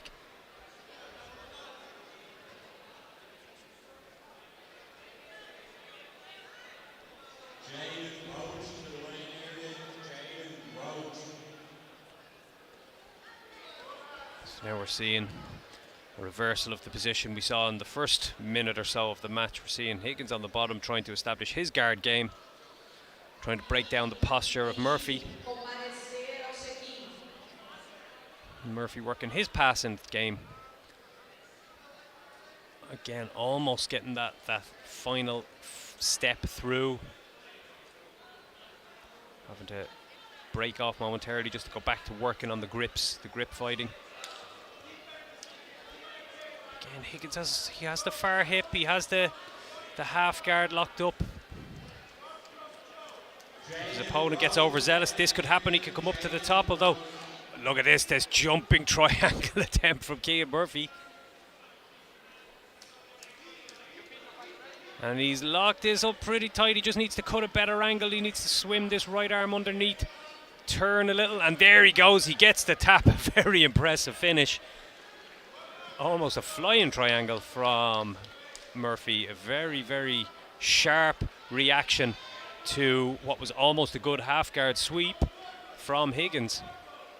Murphy reacted brilliantly in the transition, turned through a leg over the shoulder, and then made the right adjustments, got the adequate squeeze on the neck, and a beautiful triangle finish.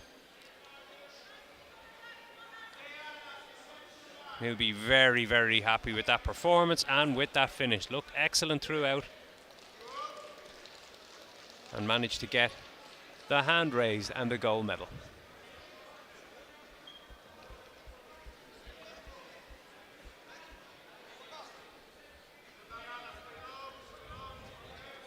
Match is coming thick and fast as we go through mat 3.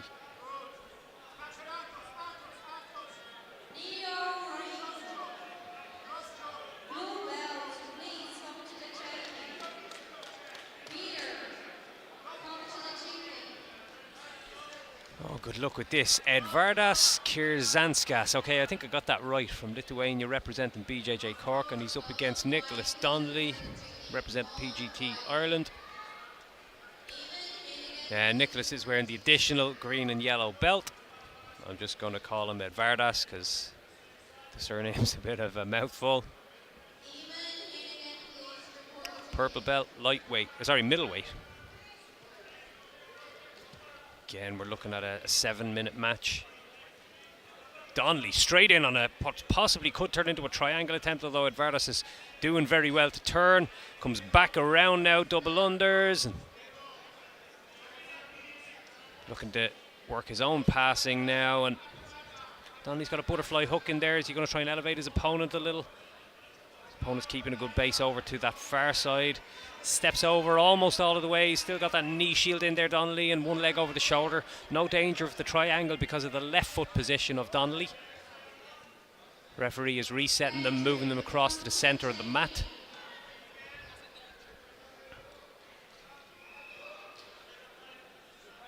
He's going to try and establish that same position again. So Donnelly has that knee shield, which just sort of has stopped the pass of Edvardas. Edvardas is going to try and maybe use an armpit to smash that left knee of Donnelly back inside so he can work his way around into side control. Donnelly trying to roll over and attack that right arm possibly of Edvardas.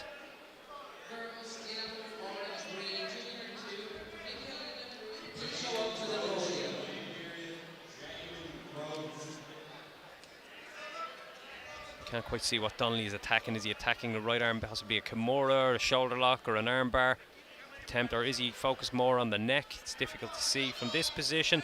Could use this to sweep his opponent, does so beautifully. Is he going to come up on top, or is he going to keep chasing that submission attempt?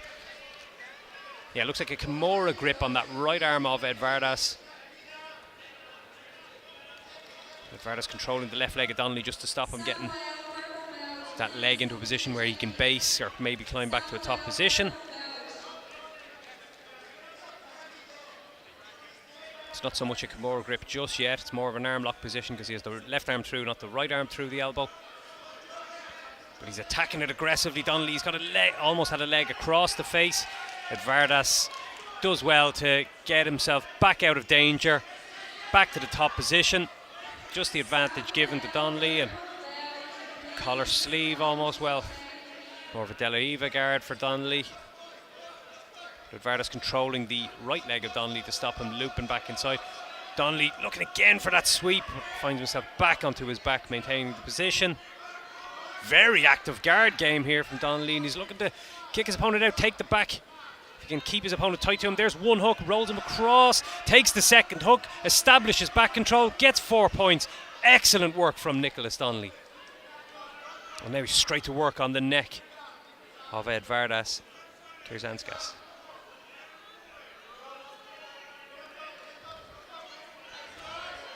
There's goes the bow and arrow attempt. He's got his opponent deeply stretched and gets the tap. What a performance from Nicholas Donnelly. A beautiful transition to take the back and finishes with an excellent submission. He will be over the moon with that performance and that result. Nicholas Donnelly getting the hand raised in the purple belt middleweight division.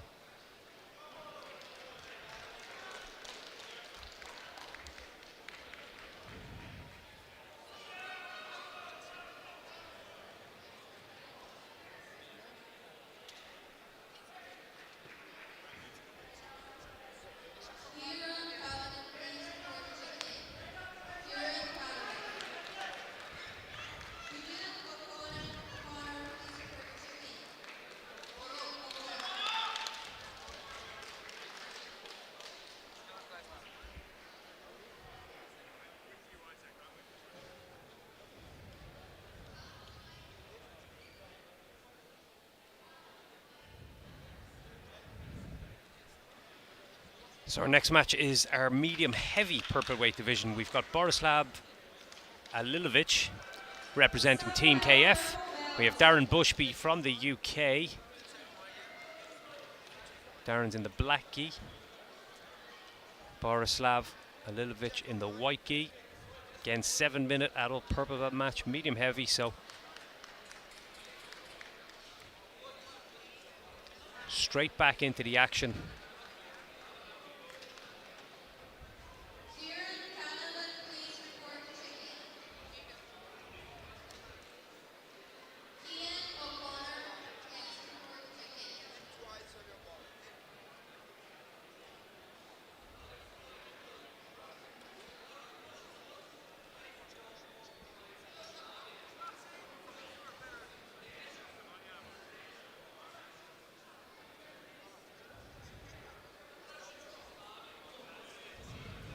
So Lilovic trying to flatten out his opponent. I can't quite see with his left arm. I think he has a half decent cross face. Wants to maybe get that a little deeper around the shoulder, stretch out his opponent, and has this kind of over-under grip. But he wants to get that right leg free from this half guard. Climb his way up toward the head a little. Walk the toes up towards the hips.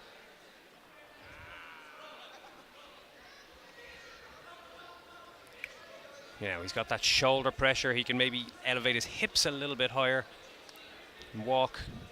Again, as I said, the toes up towards the hips of Bushby, which will incrementally climb his knee, or edge his knee slightly free of that half guard. It's kind of Bushby turning it into a little bit of a lockdown, or trying to anyway, trying to squirm his toes under the extended leg of Lilovic.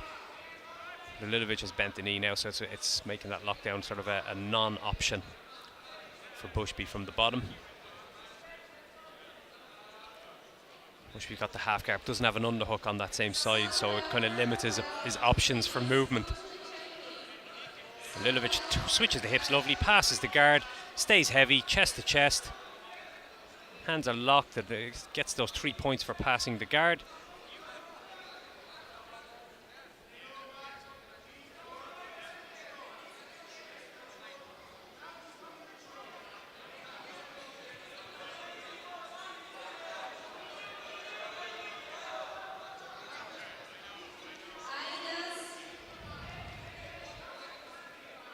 Smothering pressure from Lilovic here on top. 4 minutes to go. He's 3 points up and looking to just shut down the movements of Bushby. Bushby scrambling to try and get out of there, try and create some movement, improve his positioning.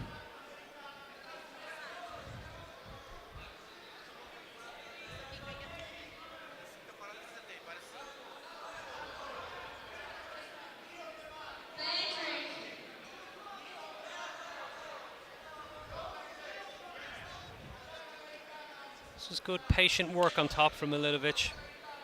3 points up. Penalty point now given against Bushby, I think. Yeah, the referee signal, so.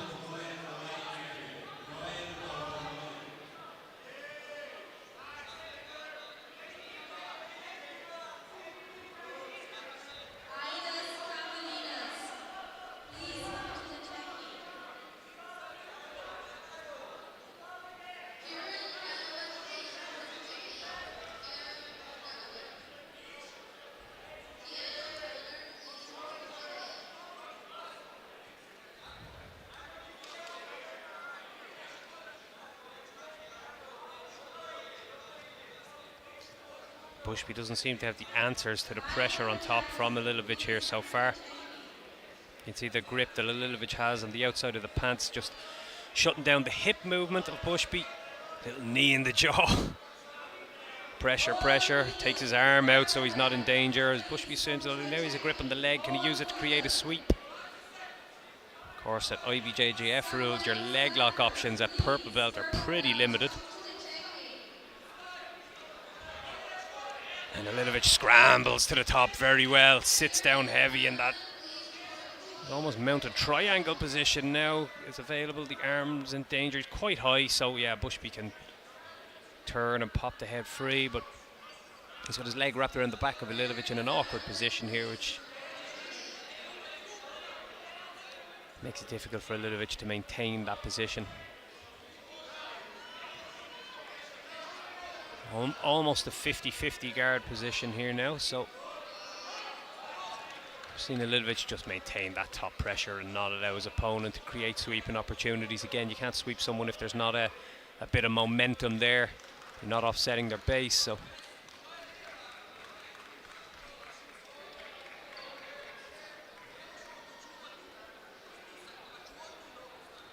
First 3 points he got for the pass earlier are acting as a nice safety net here. It means he doesn't have to hurry with his movements. He doesn't have to scramble. He doesn't have to turn on the pace to try and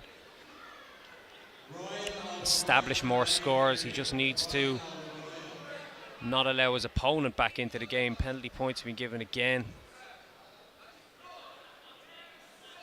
against Bushby. Again, he's just holding his opponent with that 50-50 position from the bottom.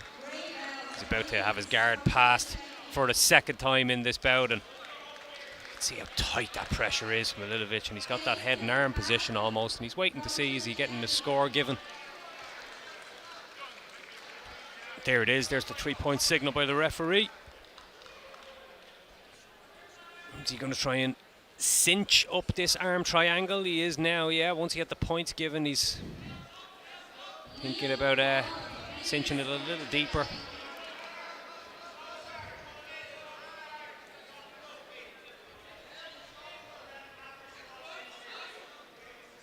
You can see he grabs the bicep, and he's a little high. Possibly needs to sink his chest close to the floor. Oh, turning into a sort of an Ezekiel attempt almost. It's a lovely little switch into the Ezekiel, and there is the tap. Excellent work from Borislav Alilovic. Gets the finish with just 9 seconds left on the clock after a very dominant, controlling performance.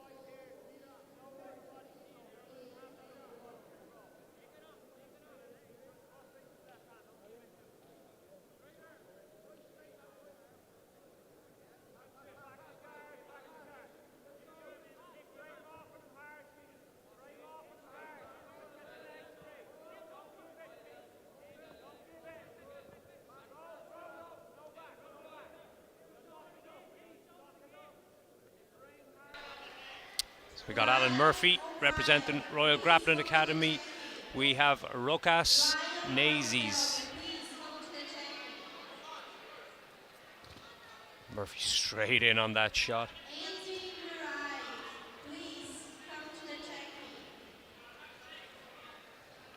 Working hard to get this single leg. And eventually gets his opponent to the floor, gets his 2 points.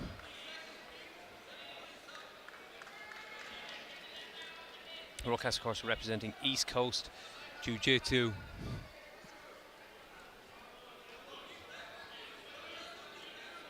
And Murphy representing Royal Grappling Academy. 2 points to the good after an excellent takedown. It's the heavyweight bracket, the purple belt. So again, 7-minute match.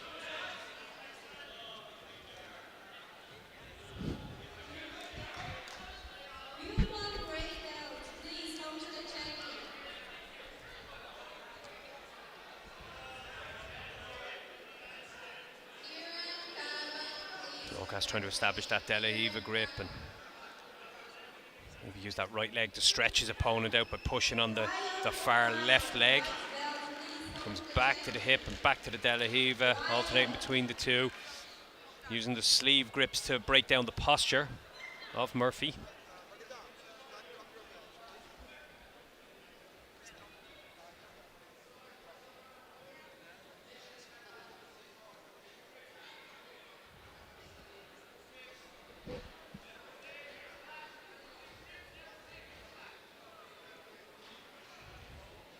Now crossing the ankles behind the knees of Murphy. He can sweep his opponent here. He does so beautifully by using those sleeves and pulling his opponent forward, breaking the posture, and then just that little tilt is enough to get Murphy to the floor. So now we have 2-2 with 5 minutes to go.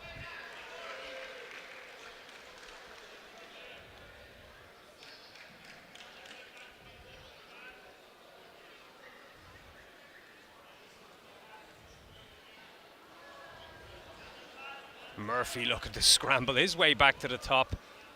Rokas doesn't accept it. They both find themselves back on their feet. Rokas pulls guard.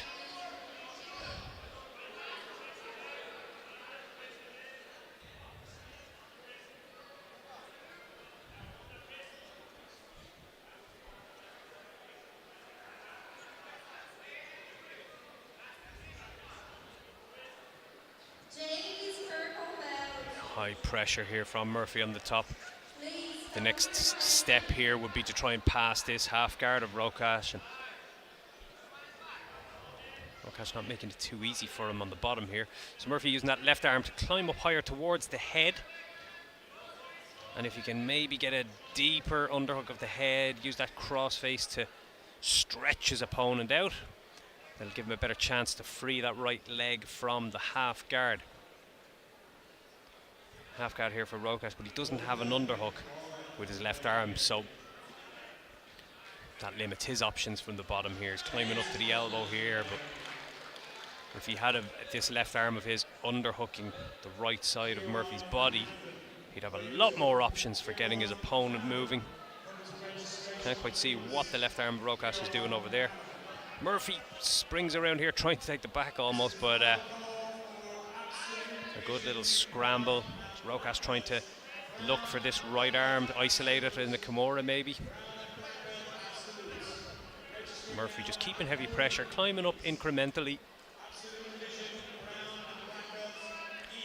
Heavy top pressure, heavy crossface, that shoulder pressure raining down on the jaw of Rokas and stretching him out. So you can see the foot of Murphy now. He's using the left foot to sort of pry that little space open if he can try and create an opening to free the right foot, which will allow him to pass to mount. All of it being done while applying heavy pressure on the jaw of Rokas and stretching him out, opening or lengthening out that spine. So a lot going on in that one position.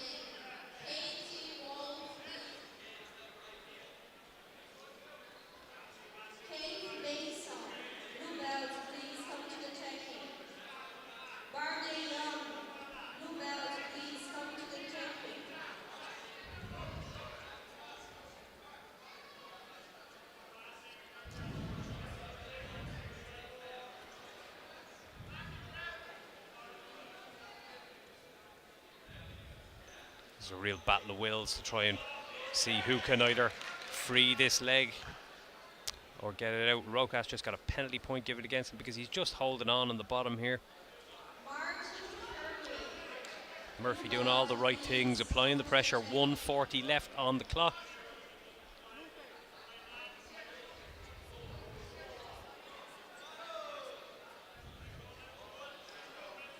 There's actually been a penalty point given against both guys.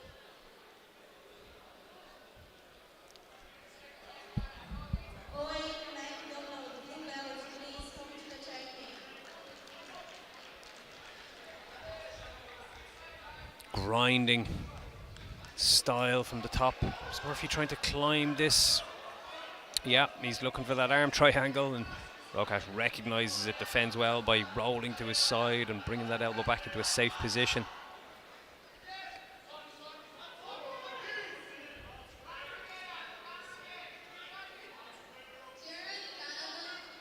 This grip that Rokas, well, he had temporarily, has it again on the sleeve, trying to figure out exactly what he's trying to do with it here. Is he trying to use it to offset the base of Murphy, but no dice.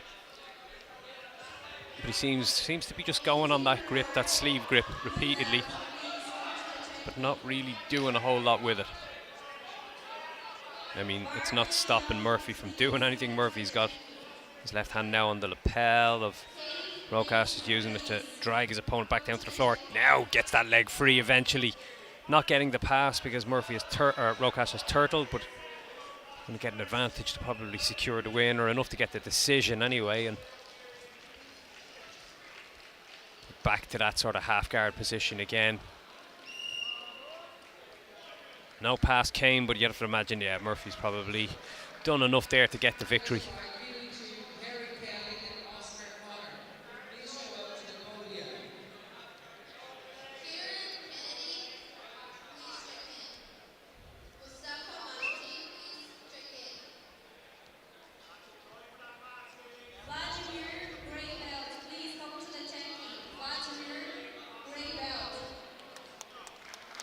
Good win for Alan Murphy of Royal Grappling Academy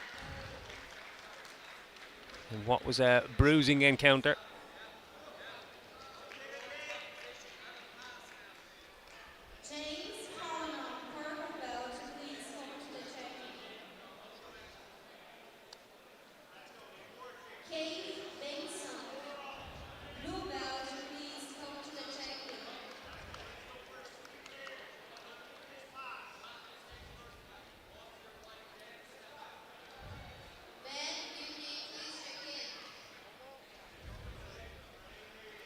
So next up, well,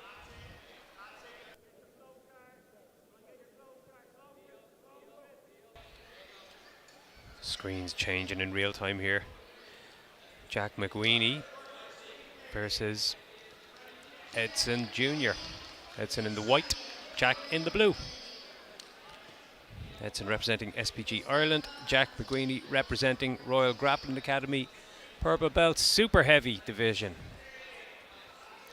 Jack straight in underneath, looking for that deep half position. Doesn't quite make it all the way there, but as he changed that to a single leg X, a modified single, it's gone anyway, but Edson scrambling around to try and establish a good strong top position.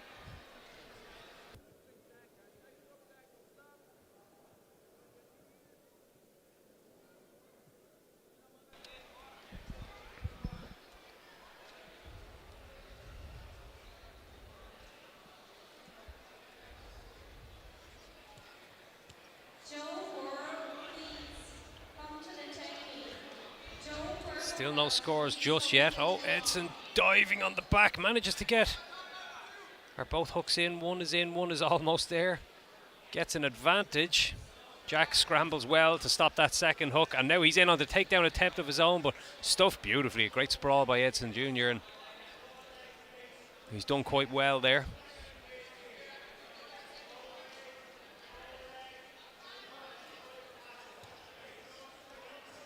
Jack again trying to maybe swim underneath and think about that deep half guard entry, but Edson stifling all his attempts so far.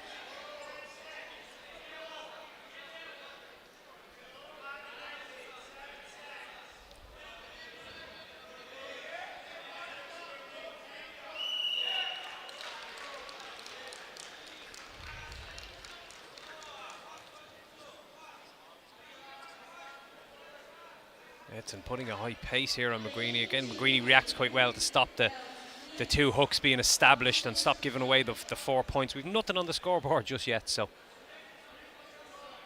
as I said, it's not about what you do, it's about what you do in the couple of seconds after those scrambles that matters. Securing them,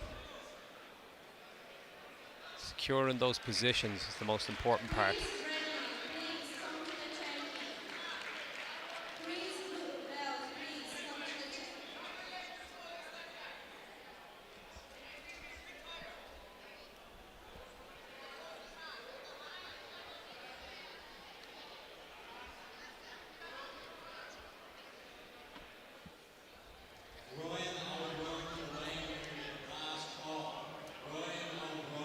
Jack McGueeney trying to get in on a single leg or trying to come up on something to wrestle up, but Edson Jr. stifling everything so far.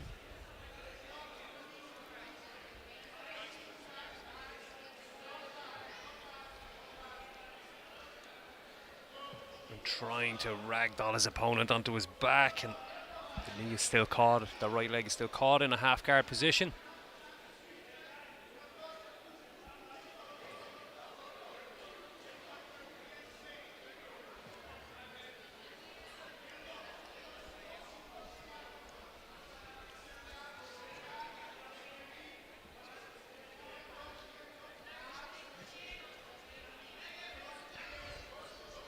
Nothing on the scoreboard as of yet. 3.5 minutes to go. We move into the second half of this match. Decent amount of action, but nothing established. Is McGueeney trying to establish a single leg X on that right leg of Edson Jr.? I think he is, but I don't think he has good control over the ankle. Single leg X, of course, you need those 3 points of contact. You need two on the hips and one on the foot, and just allows Edson to get his foot back and scramble out of there. Some really good defensive work so far from Edson. Now in this position, what he needs to do is get good control over the upper body of McGueeney. He needs to get maybe an underhook, lapel grip, maybe something on the right elbow to stop his opponent's movement, and then he can start to work that pass, that knee slide pass. Big back step, change in direction here, trying to work maybe his pass off the opposite side.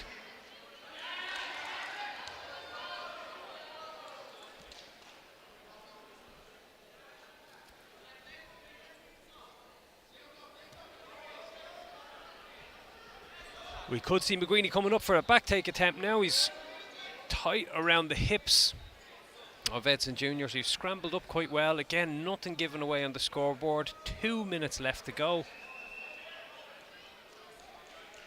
Some good patient jiu-jitsu here by these two guys. No one giving anything away.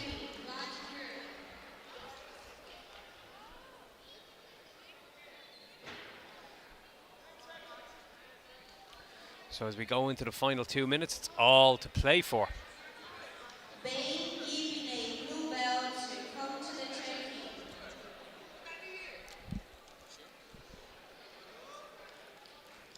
McGueeney again trying to spin in underneath and get maybe into that deep half position.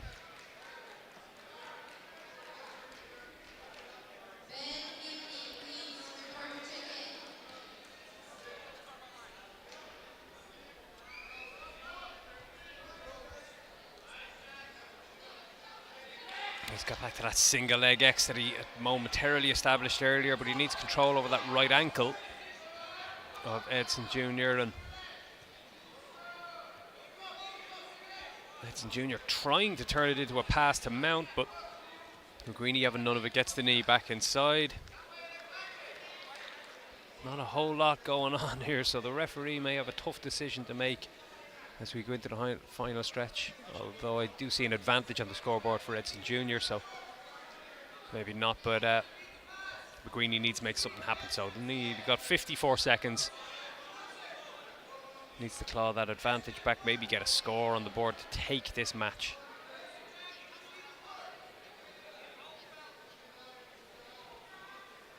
Junior playing some very good defensive jiu-jitsu, being patient.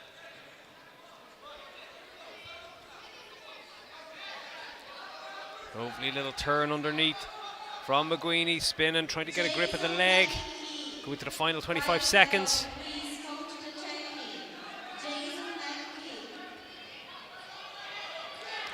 And there's that back take attempt from Edson Jr. He has the one hook, gets chest to the back.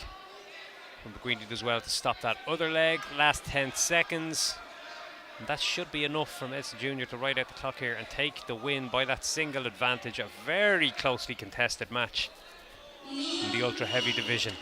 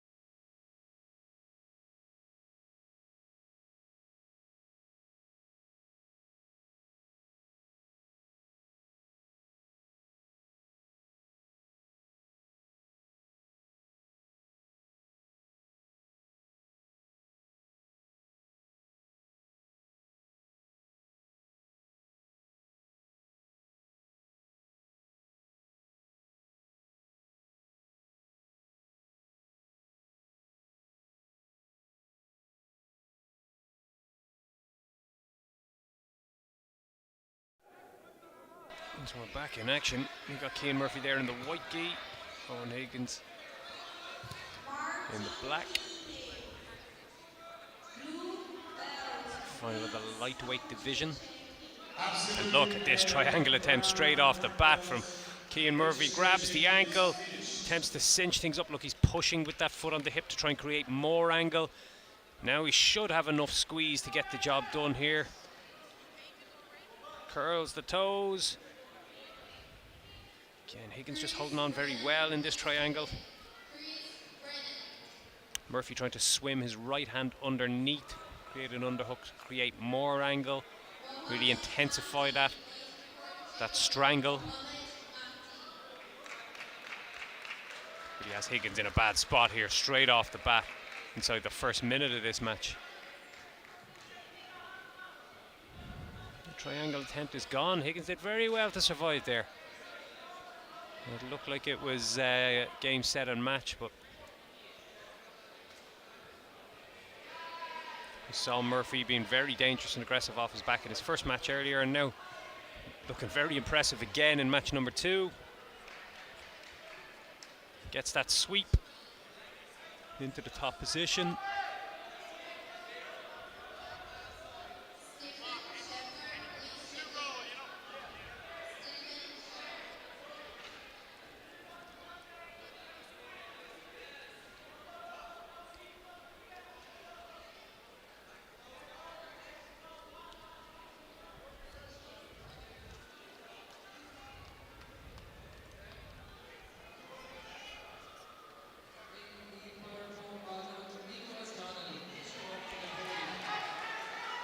Cian Murphy working very hard here now to get this pass completed. 6 points up already. Nice strong underhook on that right side of Higgins.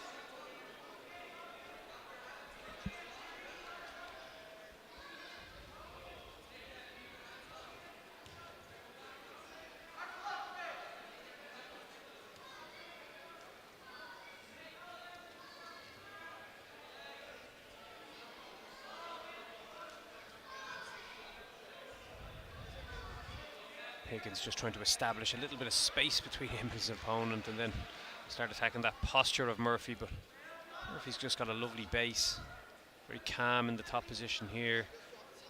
Drops his weight down like this when it's appropriate to do so. Movement's very efficient.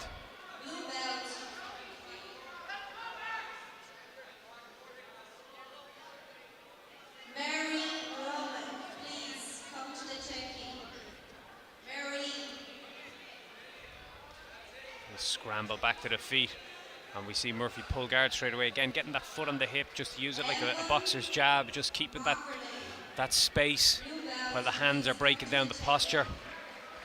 And that just allows you to presents you so many opportunities.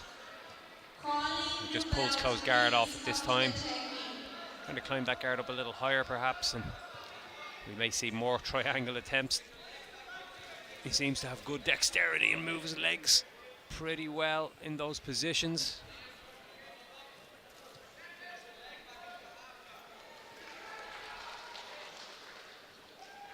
Again, feet on the hips, using those long legs to good advantage. Because when you push on the hips and pull on the front, the upper body, whether that's the sleeves or the lapels, this can happen. Your opponent can fall into precarious positions.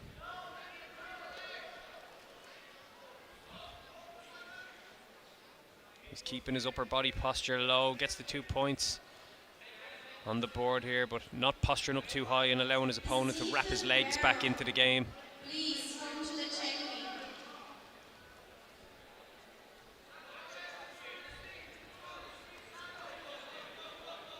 Scrambles back to the top.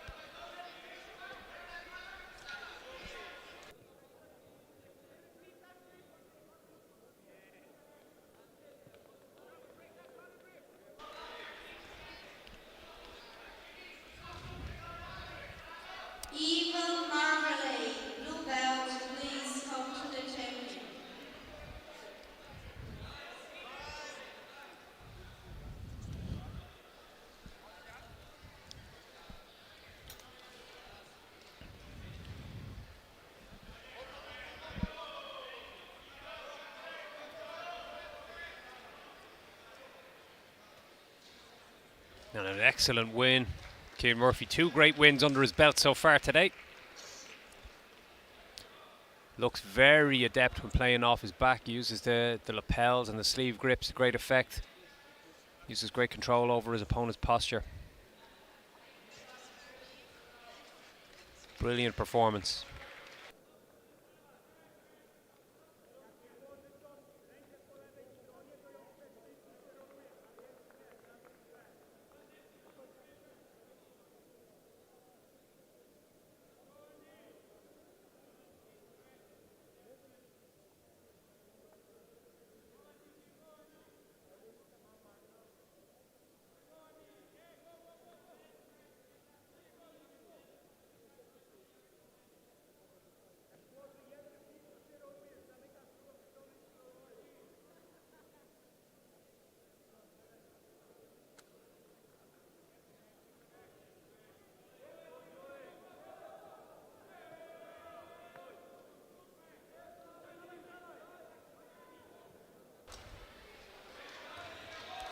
We got Michael Vilk in the white gi. We got, he's representing Dragon Jiu-Jitsu, and we got Joe Moore in the black gi representing Carlson Gracie Ireland.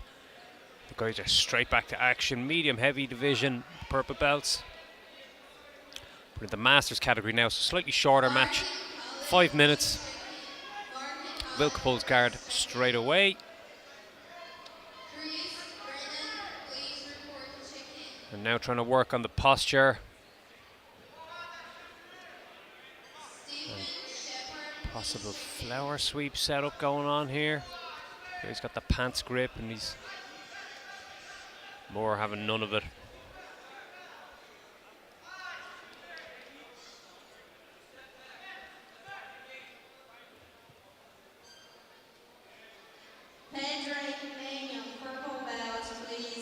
So this closed guard position now from Wilk, he's looking to, well, he's already broken down his opponent's posture and he's looking to create some opportunities to start working sweeps, but Moore doing very well just to get his posture back. And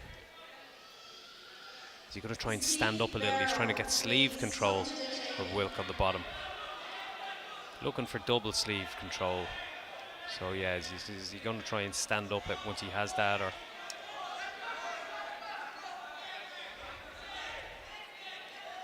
Wilk just trying to shut him down again? Is this going to be one of those matches we see where it plays out entirely in closed guard and it's fought out over the course of 5 minutes with just lots and lots of this grip fighting?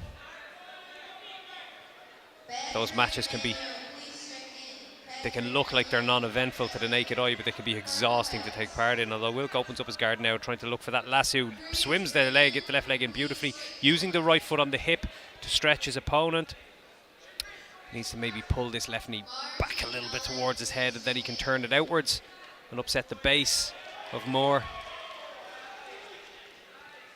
Yeah, there we go, lasso sweep attempt, and he's let go of the sleeve, he's let go of the lasso, so Moore is able to scramble back and recover top position without ever really being in danger of being swept.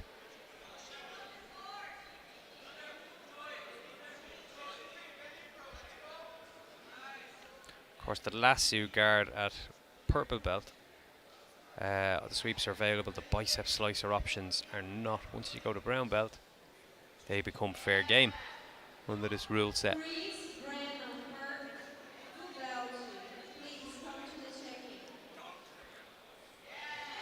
So we're seeing the knee shield position now here from Wilk, and is he going to set up possibly a loop choke with these grips, or he's thinking about it? I was wondering where Moore's right hand was. It's weaved inside and it was holding the pants, and that was of course shutting down Wilk's movement in that position. So referee stops him, he's moving him back to the centre. 2 more minutes to go, nothing on the scoreboard as of yet. Moore is on his knees and he's pretty much the same height as the referee. That shows you how tall he is.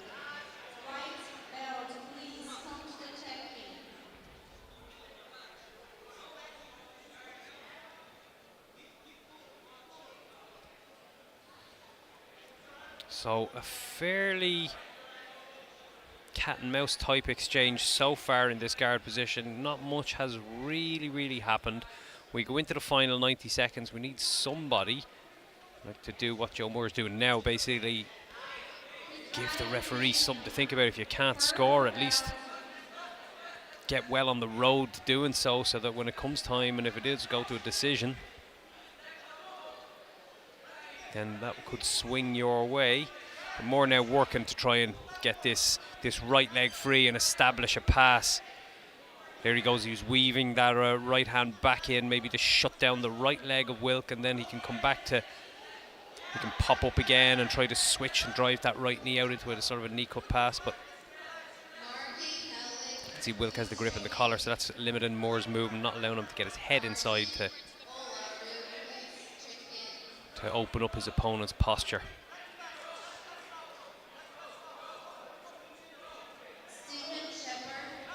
Again, these moves by Wilk are not threatening Moore, but they're just sort of inhibiting a little bit of his movement, so it's like he's buying himself time here without really being overly effective with any of them.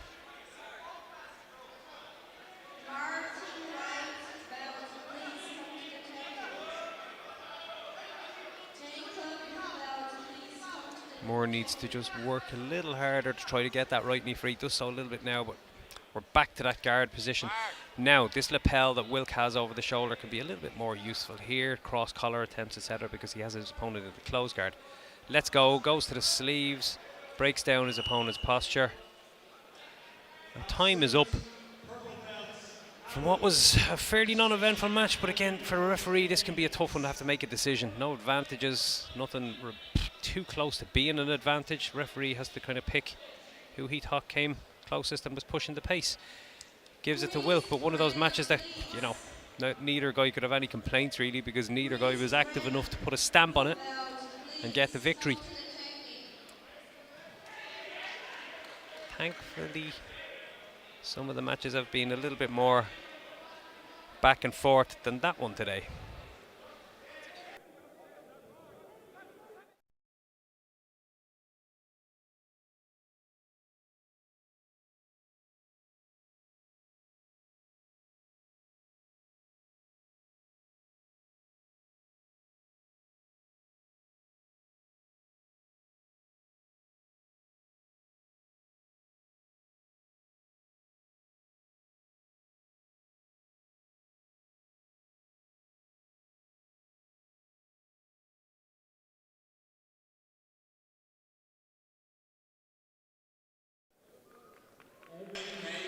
So under the purple belt, lightweights, 5-minute masters match. We got Donica Makara representing Royal Grappling Academy. We have James Callanan representing Team KF. James Callanan is wearing the additional green and yellow belt.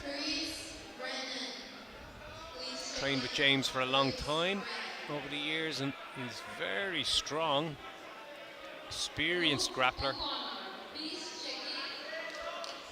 Nice circle back to the middle, and we're seeing a little battle now for this initial position. No one's content to pull guard just yet, and of course, just as I say it, Callanan goes to pull sort of a butterfly or a half guard, and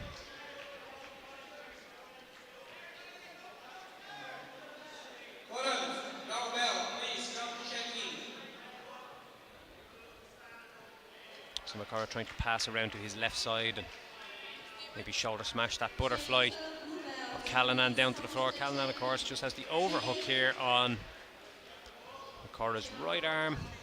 Makara, see the way he's feeding that arm through. He's trying to feed his right arm through to grab the right arm of Callanan in a sort of a Dagestani handcuff, or a modified variation, maybe using the sleeve, which would really pin his opponent to the floor, but no such luck so far.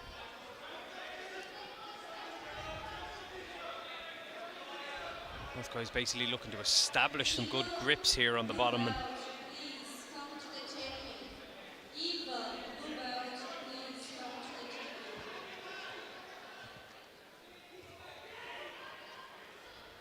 Cora working hard to pass. There's the arm lock, is it, from James Callanan? Looked fairly quick, a little shotgun armbar from that position. Yeah, it was very, very quick indeed, just in that little jostle for position. An excellent finish. Macora's shoulder just inwardly rotated, and Callanan cranked down hard on the outside of that elbow. Of course, McCorra's hand was trapped on the outside of the hip of Callanan, so they can be sharp. It can be like a wrist lock, just a very, very sharp armbar. Callanan just capitalised very, very well. When your opponent postures up and they have that arm extended, there's just that split second where it's in a little bit of danger, and if your shoulder is internally rotated like that, just cranking on the elbow can be painful. So beautiful armbar finish from James Callanan of Team KF.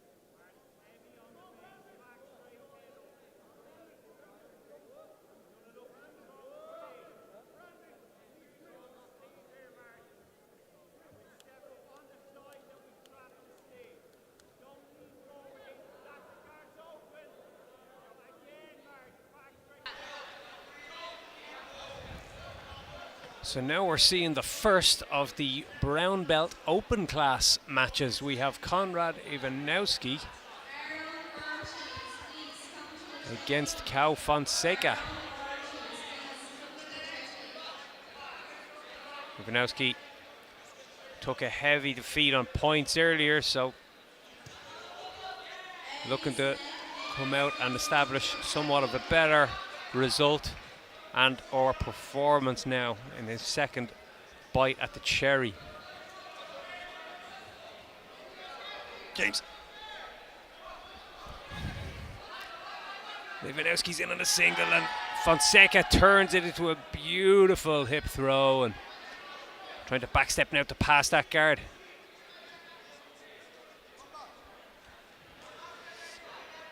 Is he thinking of an Ezekiel choke here? He's got a grip of his own sleeve, and you see the right hand of Fonseca just taking the pressure off that, and good smart defensive jiu-jitsu so far.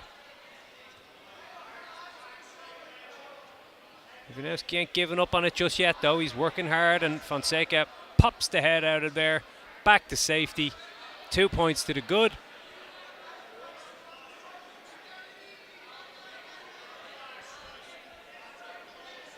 Referee moves him back to the center.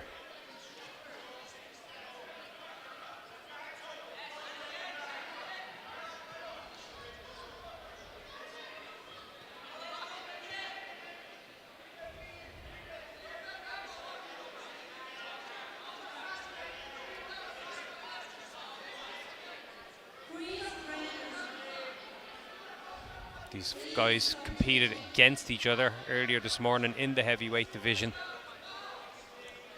There's Fonseca with another 3 points. Fonseca racked up a pretty substantial scoreline after getting a nice trip throw on Iwanowski and dominant on points. And Iwanowski again finds himself on his back, being controlled by the relentless top pressure of Fonseca. Fonseca has that, you can see that lapel, he's fed it through, using it to shut down his opponent's movements.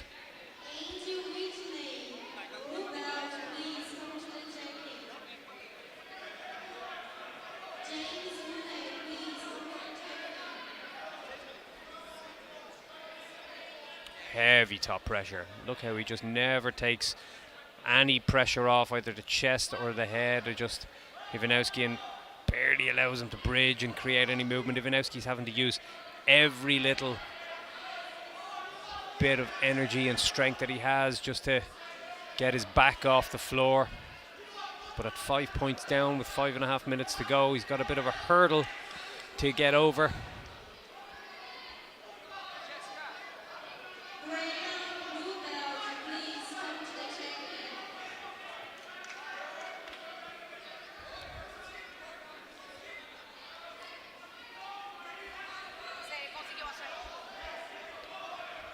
Fonseca, of course, representing Checkmat Waterford.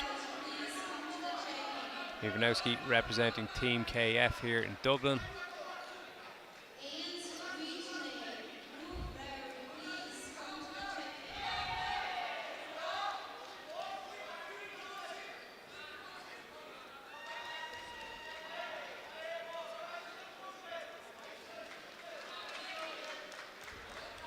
Almost into the mount for Fonseca. Konrad Iwanowski scrambles well at the very last second. He's up on a single leg, wrestles and gets his opponent down to the floor with that single leg takedown. But look at this, is there an a loop choke happening here for Fonseca?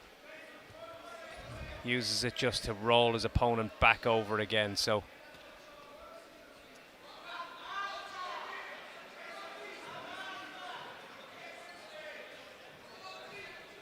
Fonseca back to that top position. The gap's a little closer now at 5-2. Still 4 minutes left on the clock, so not as wide a gap as the first match between these two guys earlier today, when we had 20 plus points on the scoreboard. We have something that could be turned around with one or two transitions right now. So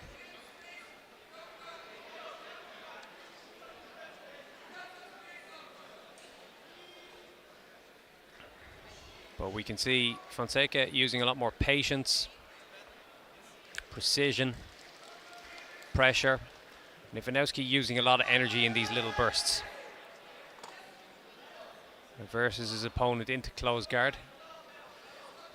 Adds another 2 points to the board.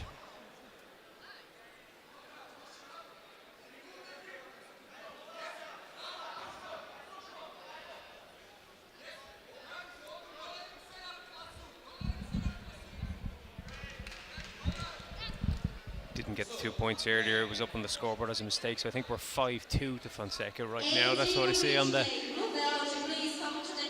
main scoreboard mat side. He had a wrong score up there temporarily. But with a bit of time left to play, Iwanowski still has this within his grasp. 2 minutes and 15 left on that clock.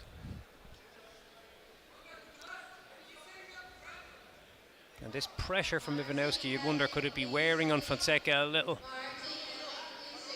We haven't seen much of him off his back yet today, so he had it all his own way in the first encounter. Not so much this time.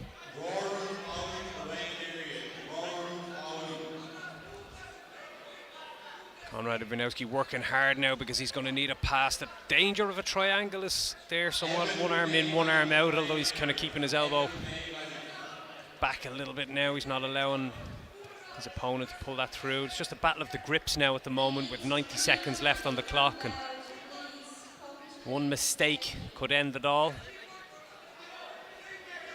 That sort of shallow spider guard that Fonseca had. He had the foot on the bicep. He shrugs it off, but in doing so aggressively gives up that top position. Fonseca bursts out of there very impressively, reverses his opponent flat to his back on the floor, chest to chest. And now at 7 points to 2 with just over a minute to go, Konrad Iwanowski has a bit more of a mountain to climb.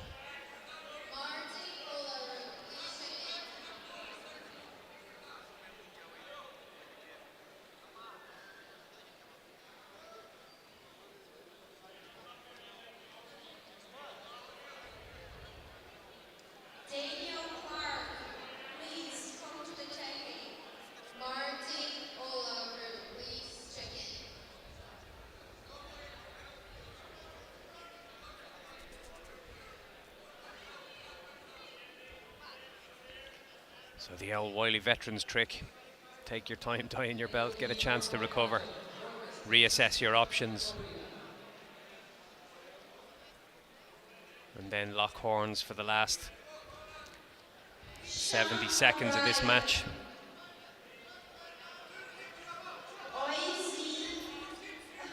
It's going to require something pretty special from Konrad Iwanowski now to turn this around from this position. With so little time left on the clock as we enter the final minute. We saw earlier Fonseca is very adept in this top position. Was able to rack up a massive scoreline. And he can apply this pressure very well when he needs to and capitalise on mistakes when they present themselves. But not allowing Iwanowski back out of this bad position now. Please come to the technique.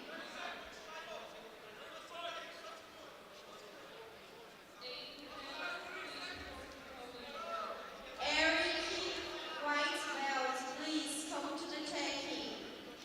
Aaron Ortiz, please come to the technique. Lovely transition to mount from Fonseca. Has looked so impressive today. Moves the scoreboard to 11-2, switches to that S mount. Looking for that arm and it's just not there. He's looking to put a cherry on top of what was an excellent performance against a game opponent. Faced a little bit of adversity there when Iwanowski reversed him and was working hard for that pass, but dug deep and came up trumps. Great victory here in the brown belt open class for Cao Fonseca.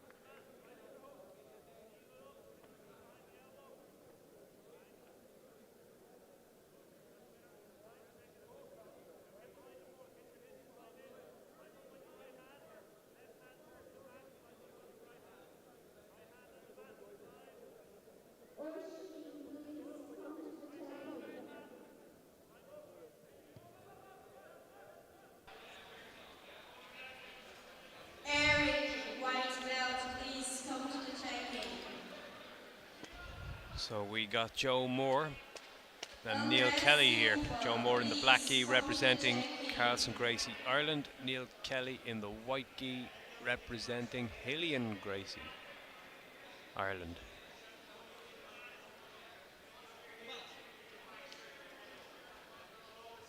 Purple belt, Master 2, medium heavy. So a 5-minute match.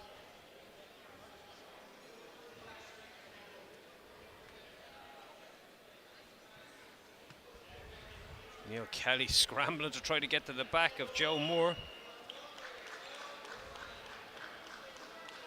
Finds himself on his back with Moore in close guard, but gets an advantage for his troubles.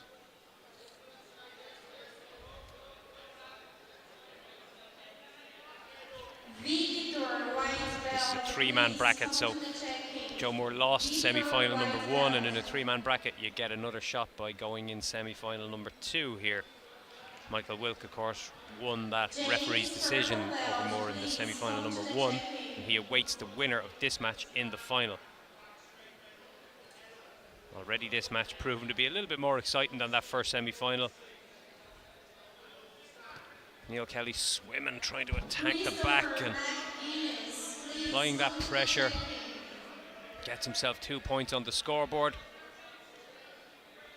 Drops back down to his hip to defend this footlock attempt.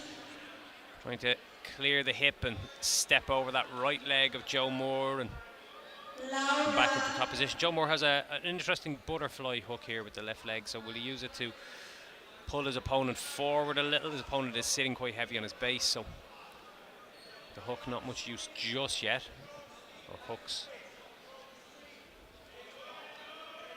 Kelly keeping a very effective base so far. There's a bit of a height difference between these guys. Moore is quite tall, really long limbs, so that can increase your attacking options if you've got good flexibility, good movement.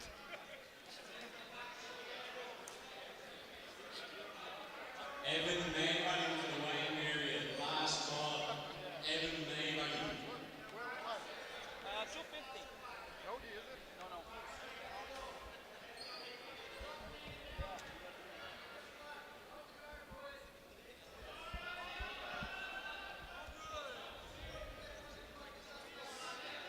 Emma Smith, please check in. Ona Farrow, please check in. Laura Hayes, You're please applying the check pressure in. here, Kelly, trying to get this Laura pass and Hayes. trying to get by the legs of Moore. Ocean Moore has that sort of O'Halloran, please lasso check with in. his left leg. Ocean He's got the O'Halloran, sleeve grip and please. he's weaved that left leg inside into that space and could be attacking a lasso guard here, maybe looking to maybe change into an armbar, but is he going to try and sweep Kelly to his right side?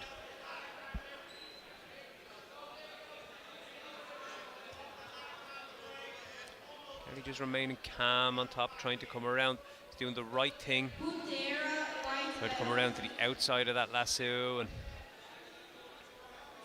maybe free his hand, pull it back out of there.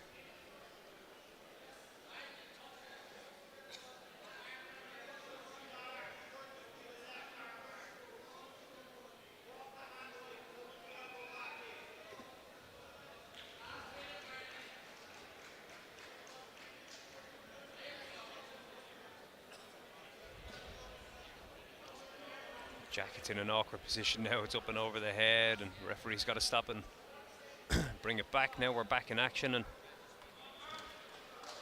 just had those 2 points so far on the scoreboard for Kelly.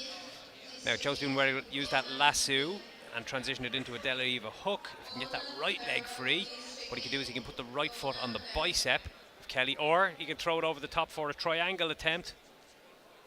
Needs to kick that left leg right through now. It's interesting because that lasso De La Riva hook, when they're kneeling in that combat-based position, you could use the other leg to go into a spider guard and just drop your opponent over quite easy.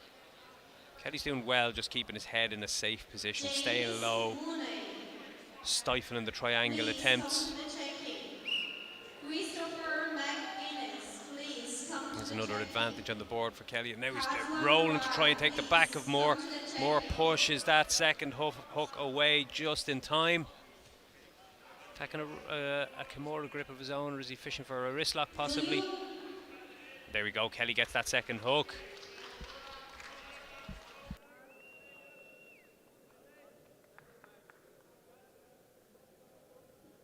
Laura Hayes, please check in. Laura Hayes. And an excellent match. Neil Kelly coming away with the spoils and moving on to the final, 6 points to nil. Very, very impressive performance. Goes into that final against Michael Wilk now shortly.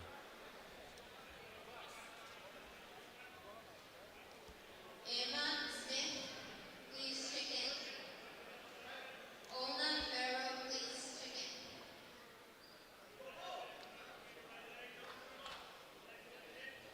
Christopher McGuinness, come to the check-in.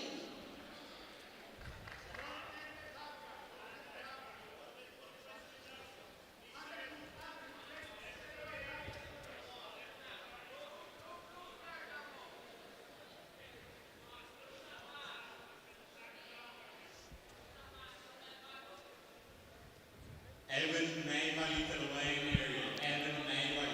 Final call.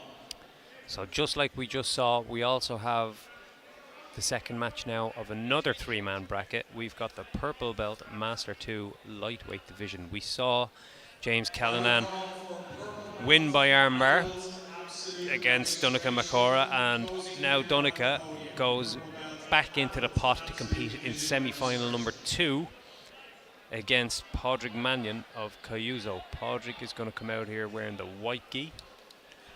Donica is going to come out representing Royal Grappling Academy wearing the black gi. These guys are fighting it out over 5 minutes for the last remaining place in the final of this division. James Callanan awaits the winner.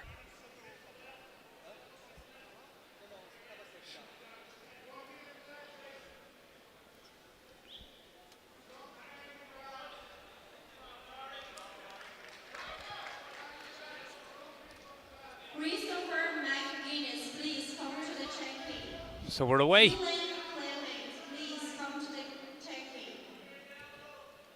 Guard pulled straight away from Mannion, climbs up high for that triangle.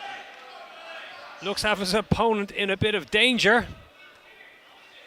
Is he fully across the back of the neck, or is he a little bit straight on down the back of Makora? It looks like it's a tight squeeze. He could be too square, too straight on. Might need to swim underneath here with his left arm under the leg. And I think Makora is stopping him, taking that option away just by gripping his sleeve. And he's trying to remain square, remain straight up with him, and not allow him to turn. See the way he's up on his foot here. If Mannion can swim a hand underneath there and use it to pull himself around the corner and look into the ear of his opponent, that'll apply an even tighter squeeze. But this is fairly tight already. Makora is in deep water right now.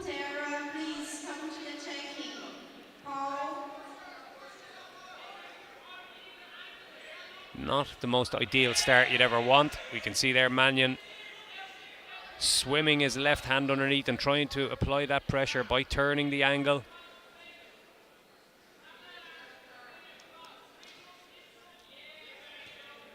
When he turns like this, it does apply the squeeze. His calf is not directly across the back of the neck. It could be a little tighter now, although he's gone ankle to ankle now, so the pressure of the triangle is going to be a little bit alleviated. Whether he can cinch it back up or not now is a big challenge from here. As he's switching sides with the triangle, he is, and then he gets the tap. Excellent work from Mannion to get a very, very impressive victory. So both semi-final winners in this division with quick-fire submission victories, and they'll meet in the final, and that's going to be one to watch. James Callanan against Padraig Mannion. That will be coming up very soon, and definitely one to keep an eye out for.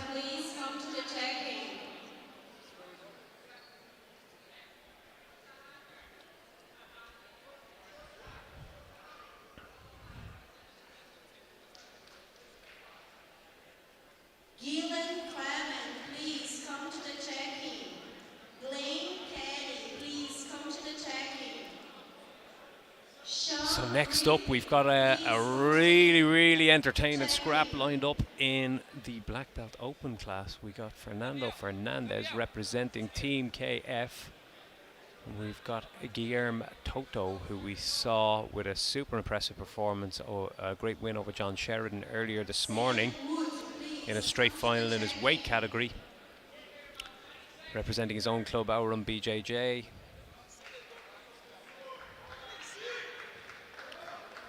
Brazil against Brazil.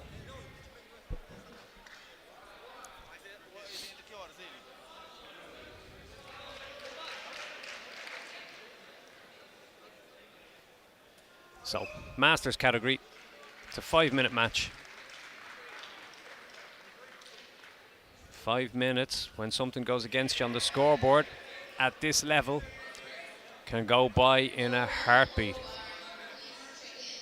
Toto pulling into that half guard position, feeding the lapel through. Fernandez with that heavy shoulder pressure, that cross face.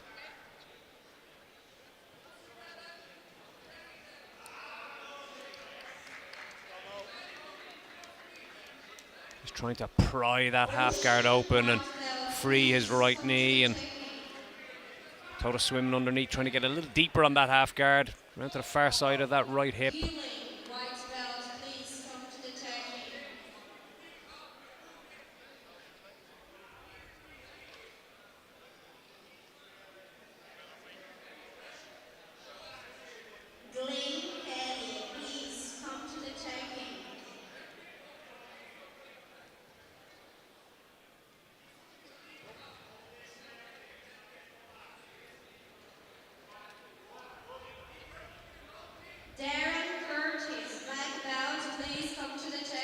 Seeing heavy pressure on the upper end of the upper body of Toto here. So Fernandez really, really tight around that head and that shoulder. Trying to really stretch his opponent out and climb his way up. And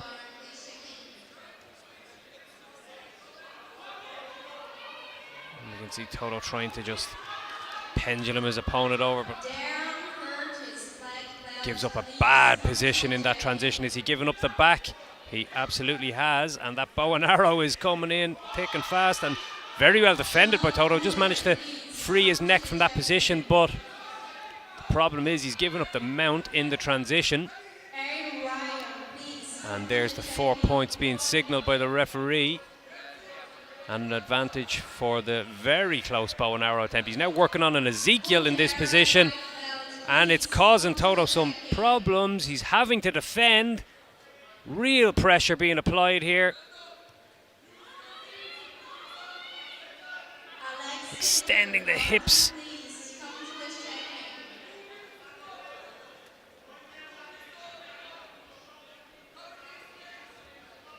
You can see by the frantic movement of Toto that he's really, really struggling under that submission attempt. He's managed to hook an ankle, but he's got the tap. Excellent work from Fernandez. That Ezekiel was it was on from the get-go, and Toto battled bravely, but could not get out of there. Really good, entertaining scrap between two very, very good black belts.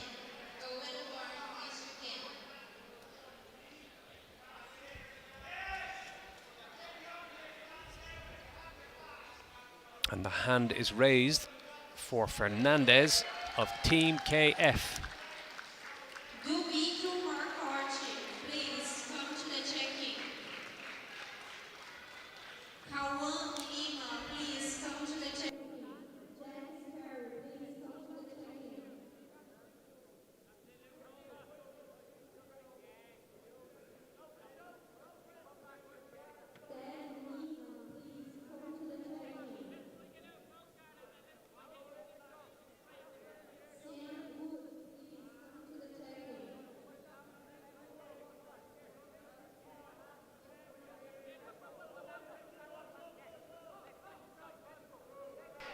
So that match we just watched, Fernando Fernandez advances to the final of a 4-man black belt open class category. The other semi-final will be on shortly. We'll have Darren Curtis taking on Wagner Luvezuti. So look forward to that one.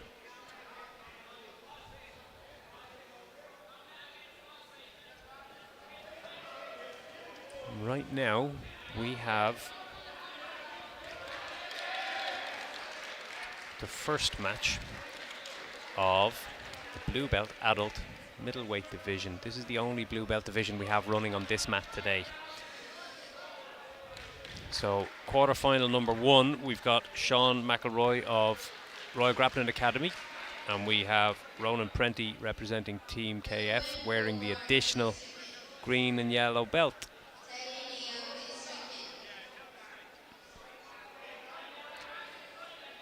So the winner here will go into a semi-final against Ethan Kendrick, who has a bye into the semi-final. It's a 6-man division. So there's only 2 quarterfinals. 2 guys already have byes to the semi-finals.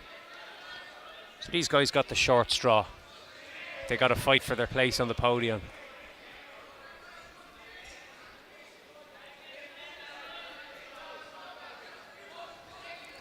McElroy in that top position, trying to work a pass.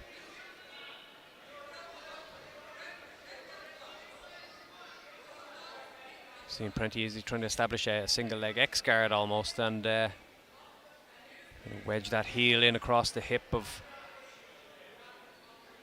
McElroy, and trying to extend his opponent, create a little bit of space. McElroy drops back down again to stifle that attempt.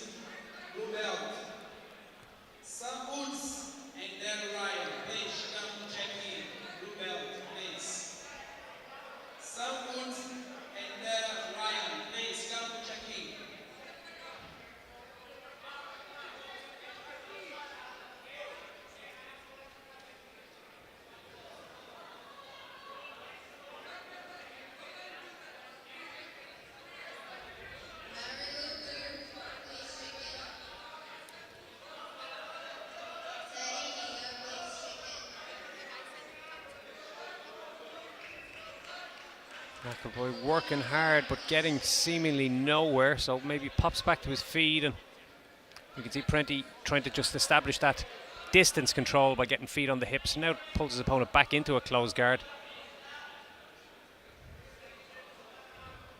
A little bit of a change from that single leg X kind of knee shield positions he was alternating between, and we'll see what he can do here from this closed guard. Can he establish some cross collar attempts?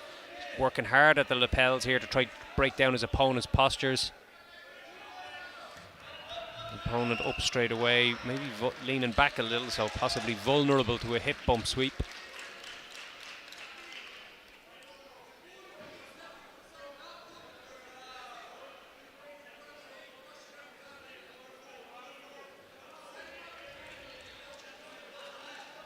And with two hands on one on the lapel and trying to cut an angle to get that hand a little bit deeper and maybe swim for a cross collar choke, but shut down a little bit.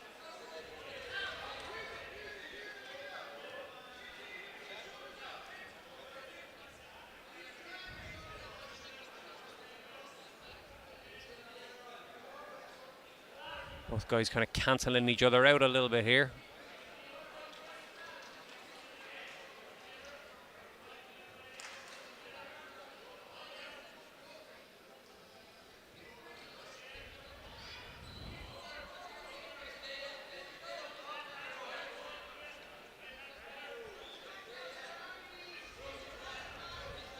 We can see Prenti again just trying to fish for a better, more controlling grip on these lapels, these collars of McElroy, but establishing nothing effective just yet.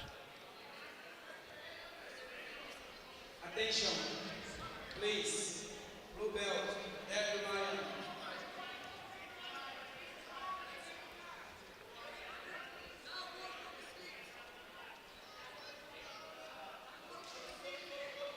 It's one of those matches where it's a bit cat and mouse and there's not a whole lot of consequence happening just yet, but that can all change in an instance. We've got 140 left on the timer. McElroy, the double grip on the right wrist of Prenti. Can he use it to get to his feet and start to open that guard? Both guys being moved back to the centre.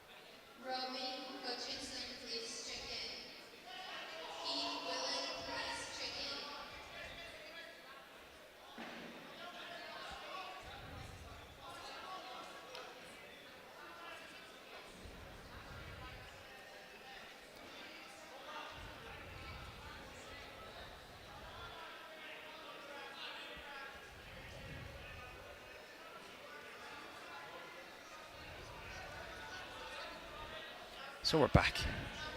So in this closed guard position, let's see if we can make something happen. A little bit more urgency needed as we go into the final 80 seconds or so.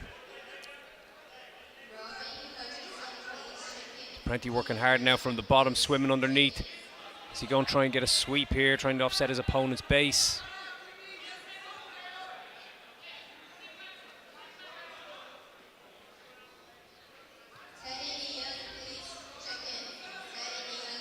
McElroy trying to just muscle his way out of there. Posture back up, trying to pry open the legs. Getting nowhere fast. A lot of effort, but not a lot of finesse on display here. Both guys working pretty hard, but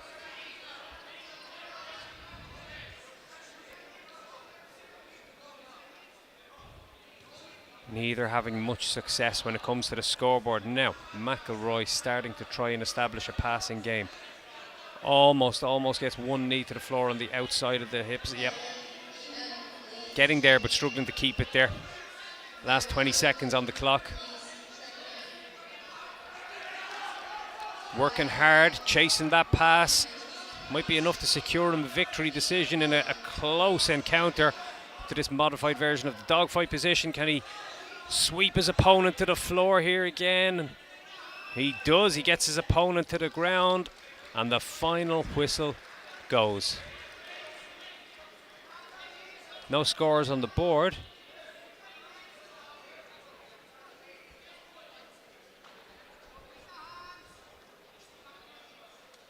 We're going to see Sean McElroy getting the hand raised just after maybe doing enough in that final transition. Yeah, he gets the 4 points for that dominant position he established just at the very end. Played to the whistle, got there in the end. Good victory, goes straight through to the final, semi-finals.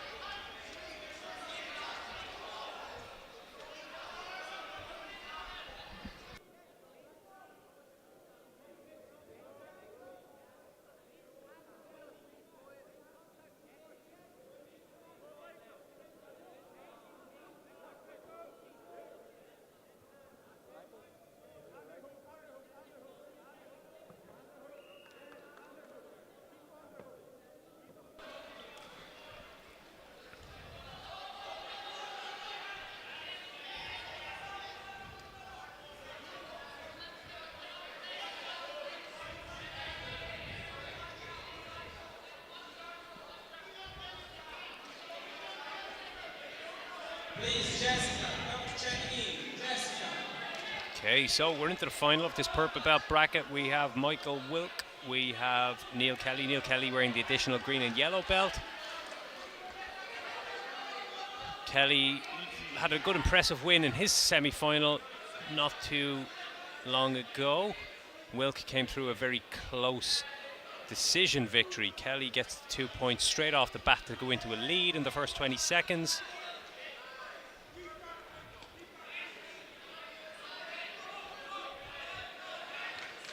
And now Wilk is going to have to be a bit more proactive from his back in this guard than we saw in the first match. We sort of saw the match being a little bit of a stalemate, and he eked out a decision which could have gone either way. He's going to need to put something on the scoreboard this time. Referee just resetting them in the center.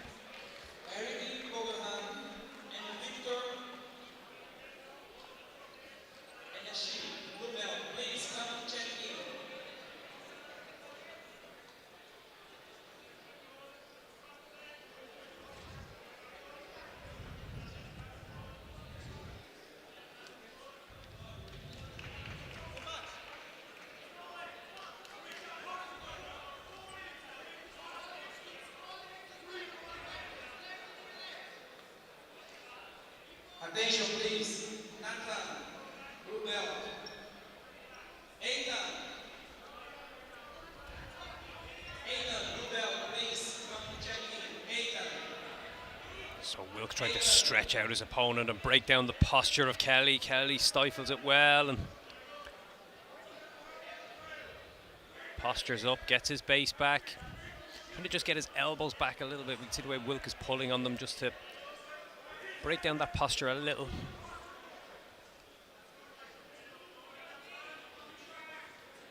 Penalty point given against Kelly now in that top position for inactivity.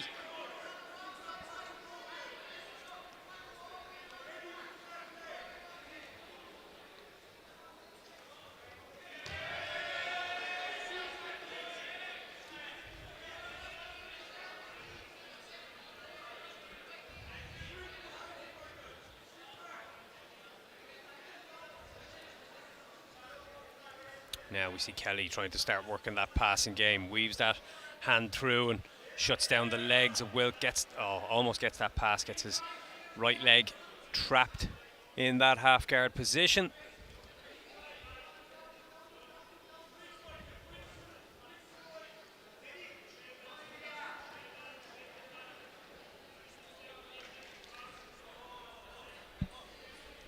And a beautiful step over from Kelly. Gets that pass, secures the 3 points, advances to 5-0.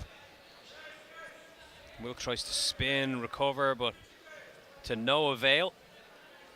Kelly now just inside control on the opposite side. Wants to establish now a nice strong crossface.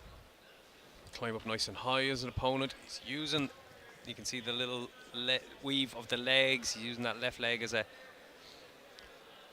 little trap for the left bicep of Wilk. And is he going to try to move into a north-south from here or step over the head? Yeah, attack, possibly a straight arm lock here on the right arm of Wilk. Wilk does well to hide his hand in behind his knee. Kimura grip now attempt could be there from Kelly. Switches through, steps across over the back, has that Kimura grip. Is he going to use it to get an arm lock here in this position? Can straighten out the arm. And gets the tap. Excellent finish from Neil Kelly. Beautiful work. That switch into the Kimura grip and the way he transitioned into that arm bar. Pretty magnificent stuff. 2 good wins and a gold medal. Excellent finish.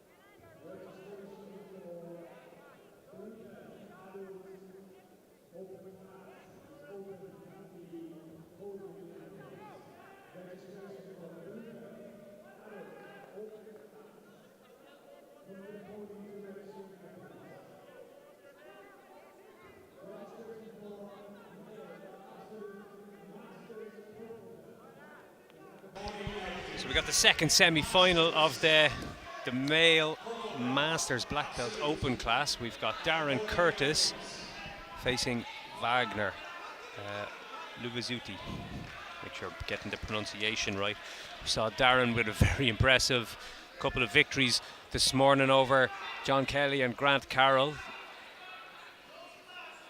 And he's pulled a sort of a half guard here to try and get underneath Wagner.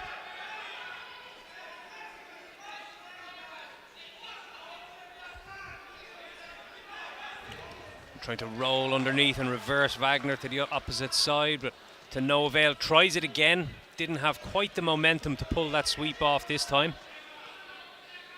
But he's got a nice deep underhook. Change that into a good deep half guard.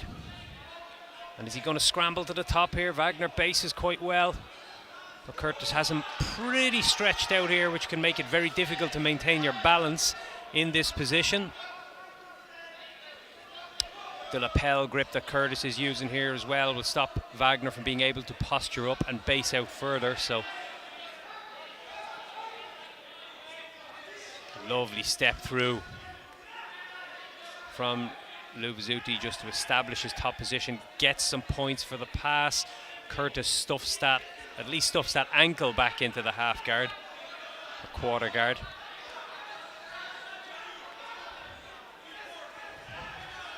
So with 3:30 left on the clock, those 3 points are the only thing separating both guys.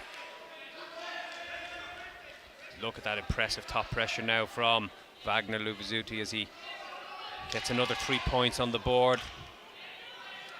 And now looking to take the back of Darren Curtis. No success there, but that 2-on-1 grip that Darren Curtis has on the arm, or had on the arm, saved his bacon a little there. He's got a nice strong underhook, good head position here. He could come up and start to try and wrestle. Seems to want to stay on his knees a little bit here, and no, we're back to the feet now.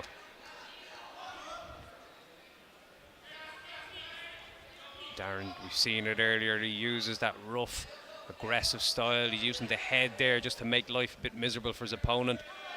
Zuti didn't want to have anything to do with it and just elected to jump guard instead. Curtis dropping some heavy pressure now. He's got 2.5 minutes to make something happen. He's 6 points down.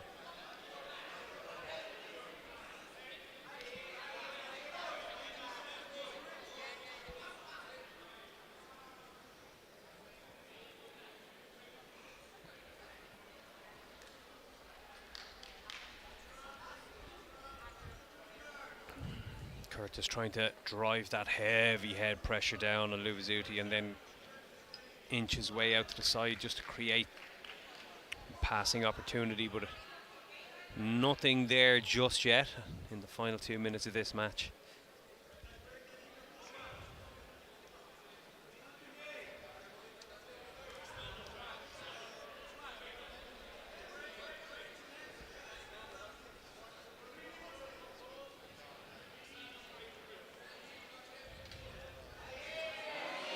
Zuti modified bump to get Darren over, and Curtis recovers well.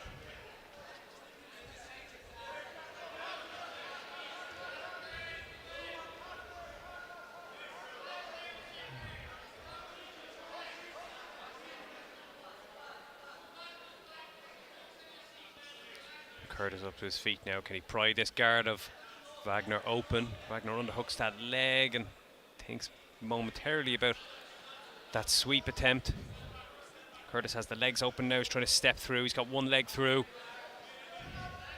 Just wily performance so far from Wagner, doing all the right things at the right time. Covers his guard when the threat of the pass was there.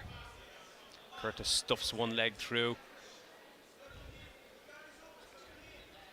Only the 40 seconds left to go, 6 points down. Wagner working hard on his back just to maintain this position, doesn't need to gamble on anything. Placing the final weights if he can eke out this win. Last 20.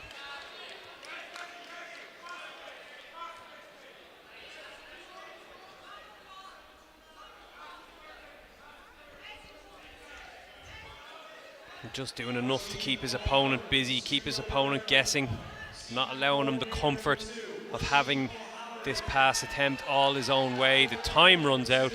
Wagner Luvazuti wins the semi-final, advances to the final.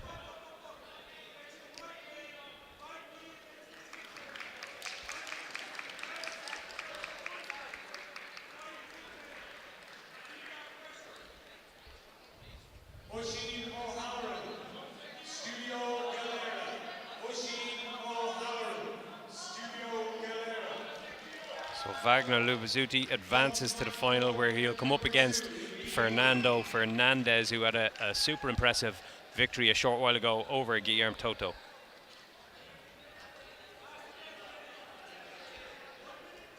And from here we go back to the blue belt middleweight division, where we'll look at our second quarter final.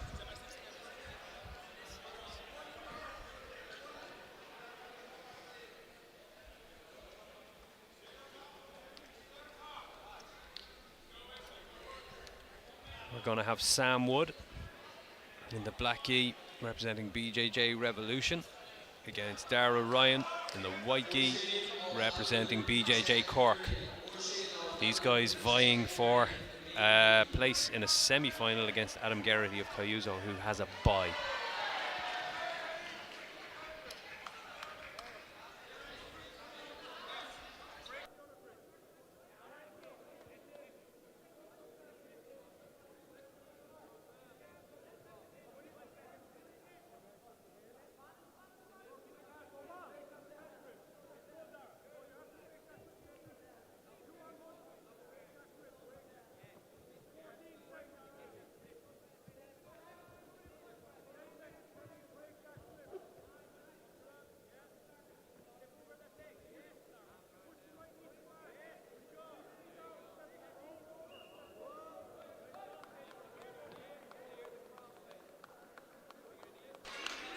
So Ryan finds himself on top here. Sam Wood on his back.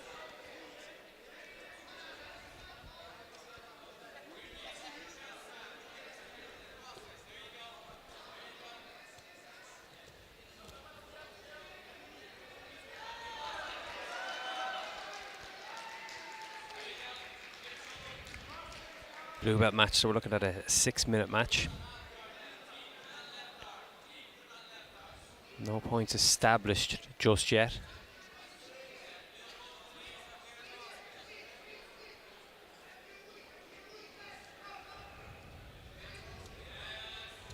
Wood gets a grip of the pants and looks to come up on top. Loses the leg in the transition, so the single leg attempt he looked like he was going to complete just gets away a little. Ryan pulls guard.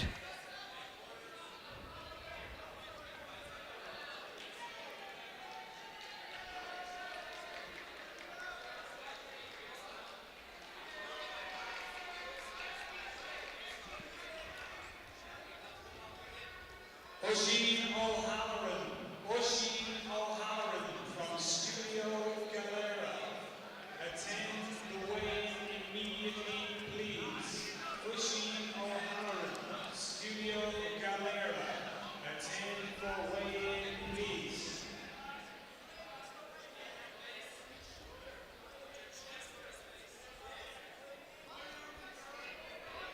So no points established just yet. Sam Wood finding himself in a good position here. If he can pry that leg out, he's using the right foot to try to pry the left leg out. And Brian has sort of a lockdown on that leg, so that helps him sort of stretch that leg out a little and takes that forward pressure away.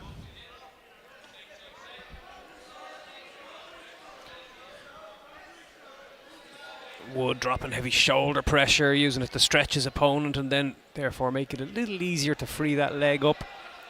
No dice so far. Switching now to reverse half guard position from here.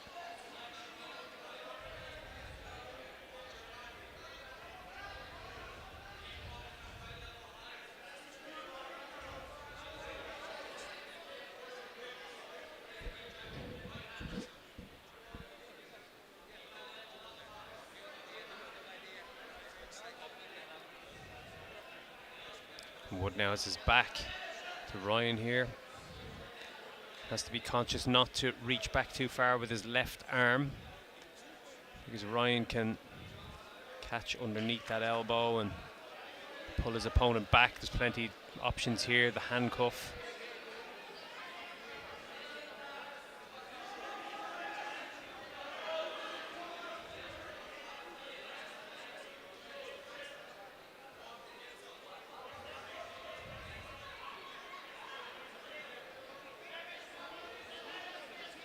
Penalty points given against both guys for inactivity so far. They've kind of locked themselves in a 50-50 here and not really creating much momentum, much movement.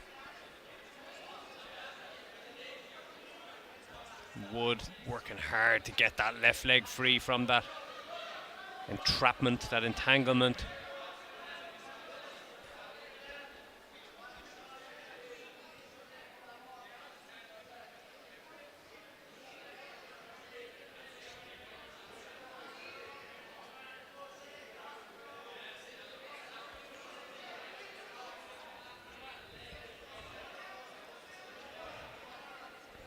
Both guys negating each other here a little, and nothing happening, nothing doing on the scoreboard.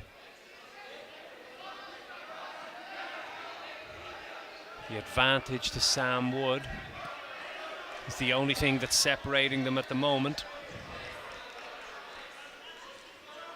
Penalty point against each of them, but Sam Wood has the advantage, so if the clock rides out like this, Wood will be getting his hand raised, referee just standing them up, nothing going on. We go into the final minute of the match.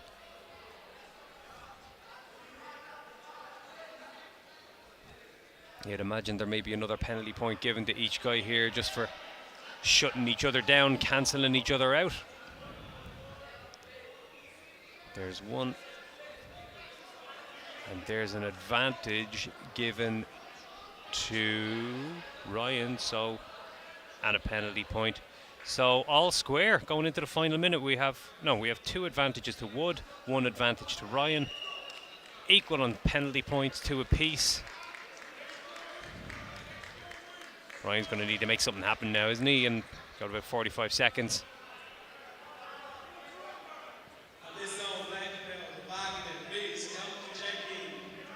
Is he going to find himself back in this reverse half guard position that we just got taken out of? 30 seconds on the clock. Bit of urgency needed perhaps on the bottom here from Ryan. Wood's going to eke this by way of an advantage if it stays like this. So Ryan needs to get some momentum, get his opponent moving, gamble on something, take a risk. Final 10 seconds.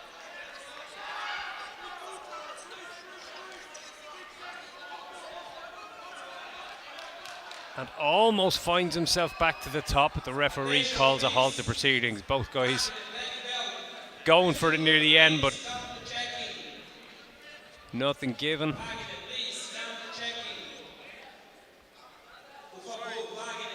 And Sam Wood gets the hand raised.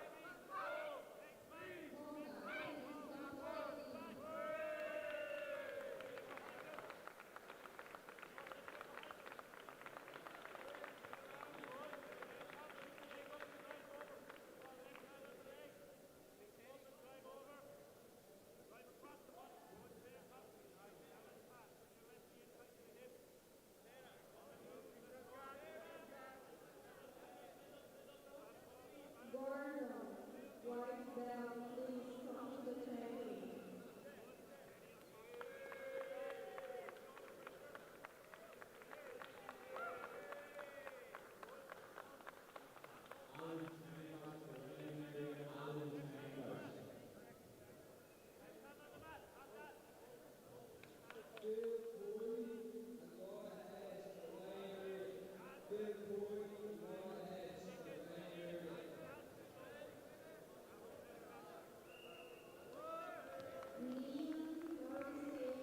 blue belt, please come to the checking. Leon, blue belt, please come to the checking.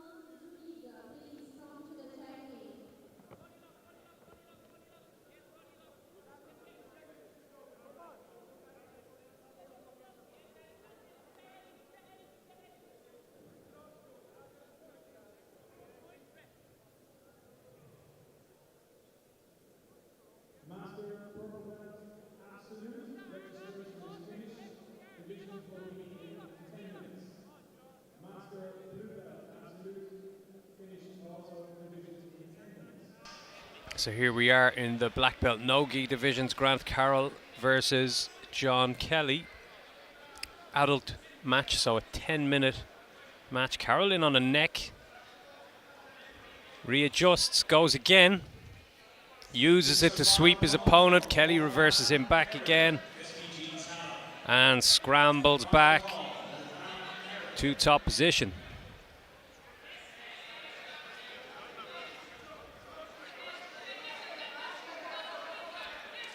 Carroll trying to use that shoulder crush to break down the posture of Kelly.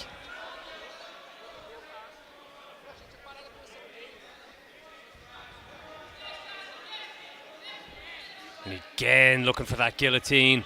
High elbow. No avail.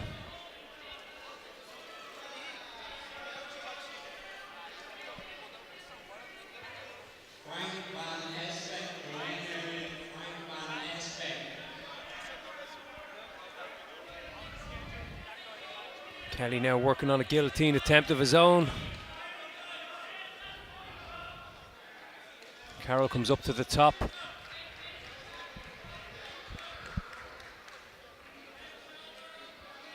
Now Kelly still holding the neck here, so if Carroll can get his left arm back around here, he can start working toward a Von Flew. Now he needs to connect his hands, bring the right hand not through the legs but over the belly and connect his right to his left hand. Then he can tripod up. No, tries to switch and possibly round up a Kimura grip on Kelly. Kelly scrambles into turtle position. Referee calls a halt as they've gone out of bounds.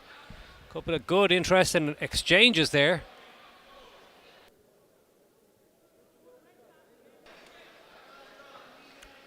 So we're resetting here with Kelly in the turtle position.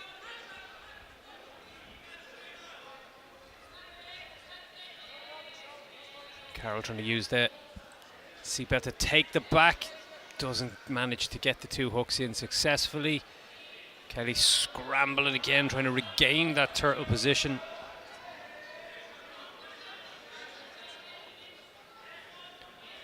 Only the 3 points on the scoreboard so far for John Kelly. 7+ minutes left to go.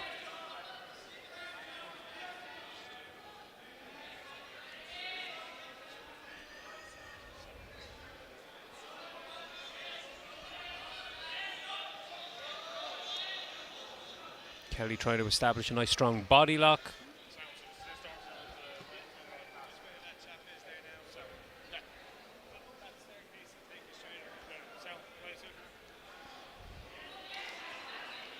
Kelly thinking of a Kimura here.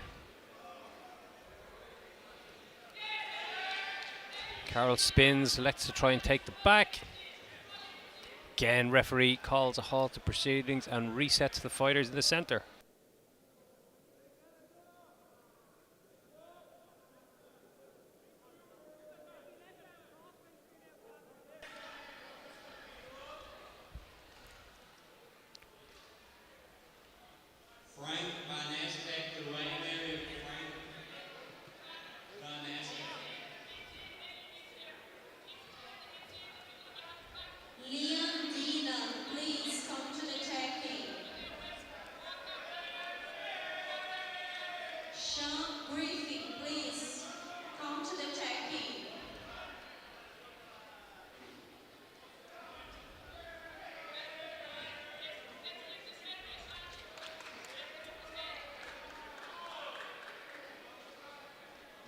Of course, it's a straight final in the middleweight division.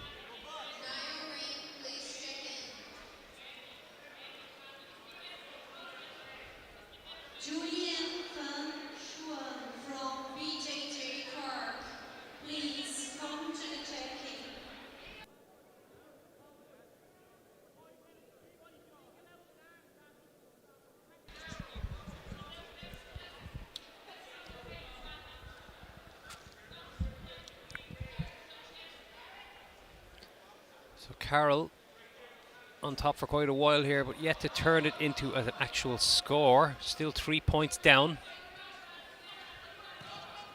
Kelly's just got that grip on the leg, not letting Carroll come through. He's kind of got a modified deep half guard and Not allowing Carroll to get the leg to safety and establish a more dominant position. About to get that penalty point from the referee. There it is. Now another one given to Carroll in return as well.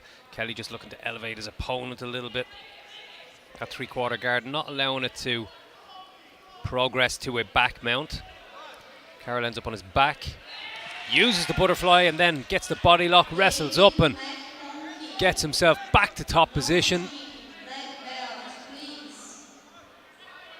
Wagner, black belt, please. Come to the check-in. Frustration for Carroll as he checks the scoreboard and does not see 2 points signalled. Still 3-0 down. 4 minutes 20 left to go. He's got that shoulder pressure now on Kelly, who has got a half guard but doesn't have an underhook really, trying to bring his left arm around now to establish an underhook.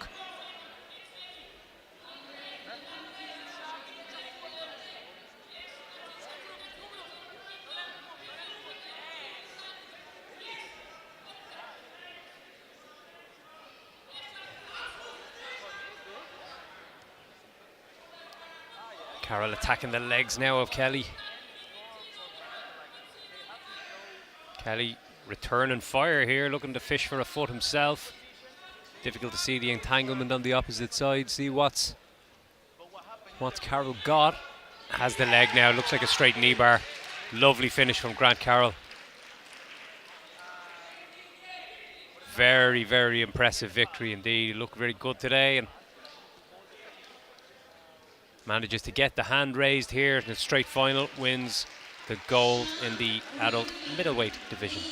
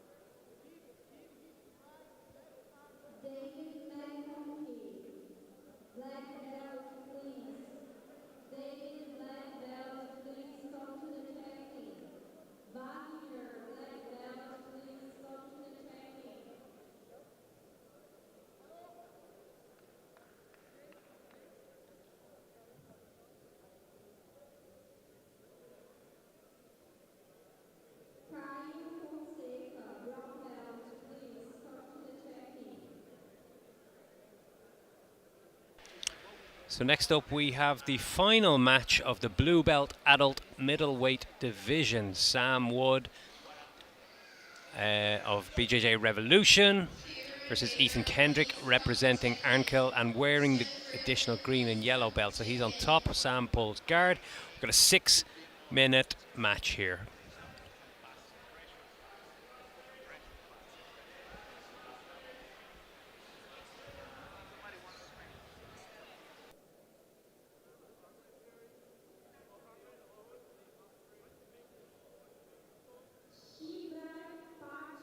from CBG Ireland.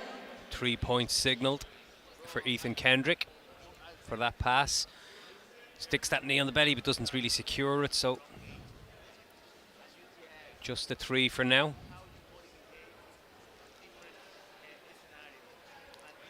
Romana from Tala, please come to the check-in.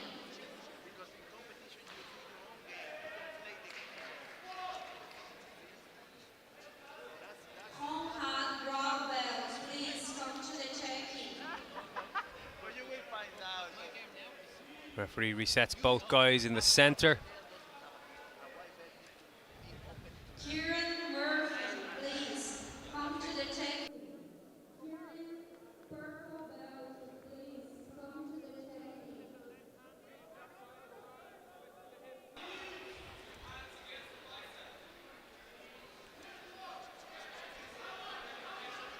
Kendrick's coach, Dean Barry, head coach of Arnkill Jiu-Jitsu, leaning over the barrier here, shouting instructions. Oisin McCabe, Sam Wood's coach, Compound Martial Arts, doing the same. Wood finds himself 7-0 down now after this transition to the mount, and he's on his back. 4 minutes to go, and a bit of a mountain to climb.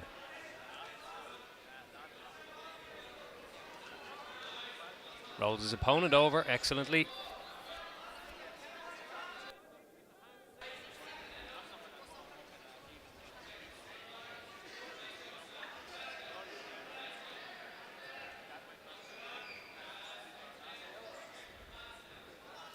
Wood gets to his feet. Can he shake off Kendrick? And gives up his base in that attempt and finds himself on his back again and getting his guard passed again. Kendrick starting to rack up the scores a little here. 2 points for that reversal. So 9 points to 0.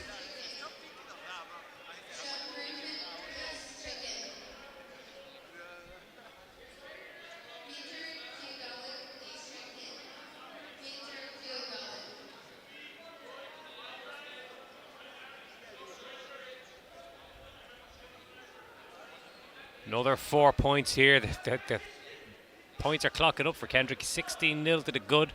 3 minutes to go. Errol Cassidy.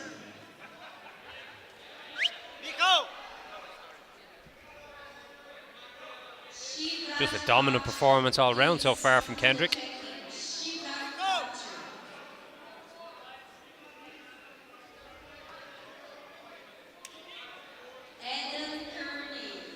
White belt, nogi, please come to the check-in.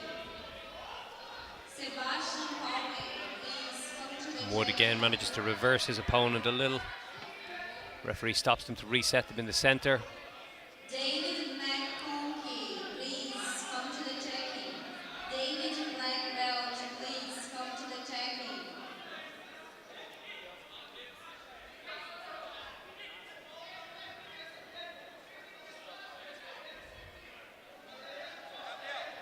Mary from André Ramos, please come to the check-in.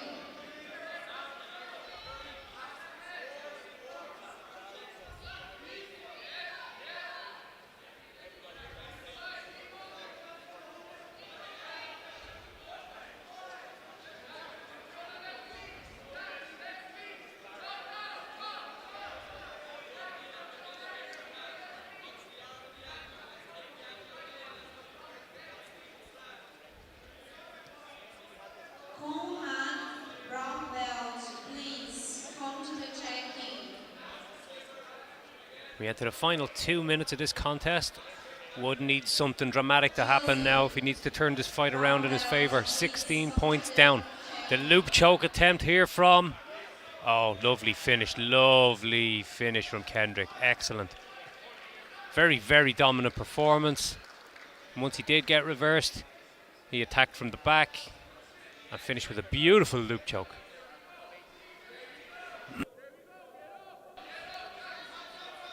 So an excellent performance, an excellent win, takes gold in a very competitive division. That middleweight division provided some good matches, but out of the 6 guys in the bracket, Kendrick ends up on top. A well-earned gold medal.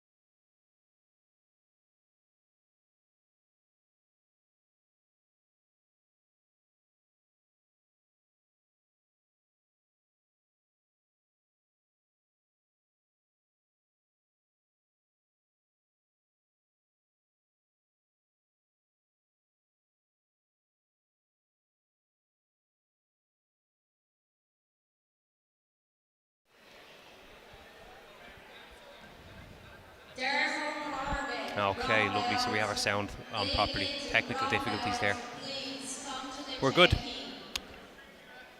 Yeah, so no scores on the board here. 2:45 left to go. But Lou Vizzuti. Please come to It's great to see the basics still on display, isn't it? Mm. Sometimes when you're flicking through your Instagram, Jiu-Jitsu looks like it's changed. Yeah, some of the brown and black belt matches today, we're seeing lots of just really solid top pressure, great cross faces, that kind of thing, you know. It's we're seeing what works, you know. Not giving an inch here. The dash choke, I think. Yeah, he's thinking about it, isn't he? Trying Trying to feed the right arm through to cinch up. But McConkey, oh yeah, he's definitely feeding it through now, yeah, and he's going to try and cinch up to that bicep. McConkey spotted it. Very hard to get while somebody still has the underhook there. You got the birdie in it again. Yeah, you won't get the full reach unless you got super long limbs.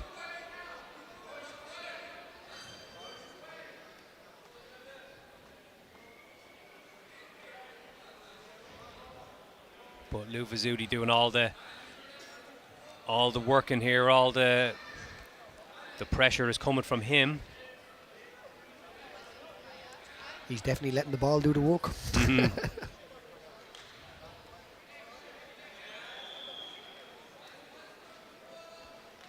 Yeah, McConkey just hasn't been able to get a foothold in this match at all. It's been relentless pressure. Still only an advantage in it. Yeah. Yeah, all it takes then is one mistake, you get swept and you're going home with some regrets. One advantage means the whole world when that pressure's on your head though, doesn't it? Yeah. Yeah, and at Masters level, when the matches are only 5 minutes and you just give anything away, even an advantage, it can be a bit, it can be enough to set a bit of panic in and make you feel like that clock is going quicker. At least when you've got maybe the 10 minutes of an adult black belt match, you can just be patient and try to wait for your chance, but and that clock is ticking down. You may be trying to set up the deep half guard sweep here. 20 seconds to go. Yeah. Would be a hard one to get. He's got one hand in, he's got a round. Now if you can try and stretch his opponent. Bit of extension needed. That His top underhook's gonna pressure make it is hard. good. Yeah.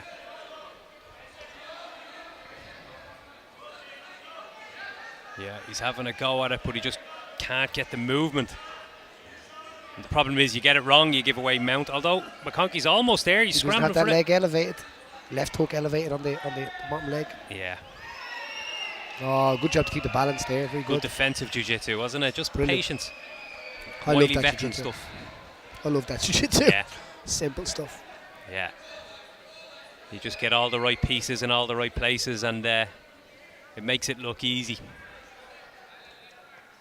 But there's a lot of little details at play there. Absolutely. Years and years of balance and little twists and subconscious movements. Yeah, honing it. If only people starting jiu-jitsu could see that stuff as exciting, you know, that would, I think, they would excel a lot faster. Yeah, but even to the uninformed eye, like that's not even remotely obvious what we're seeing there. It's the tiny details, and only after you've learned all the other parts will that little detail there at the end just make sense, you know. A few of my own guys here today, like some of the stuff you do go through in the gym, it's like it's not as exciting, but then when they're seeing it on the mat, they're more excited for it now. They're kind of like, oh, that's that mount. Oh, maybe that person should do this now. And it's like, even from the sidelines, I think if you're matching the positions in your head, it starts coming together. Absolutely, yeah. Stupid simple gets it done. That's it. And even just watching matches like this, like you're saying, it's just, the more you learn, and then you come down and you watch some matches at a level that we're looking at today, some of the brown and black belt ones. It's interesting to just see, so like you said, some of those little details on display, you know.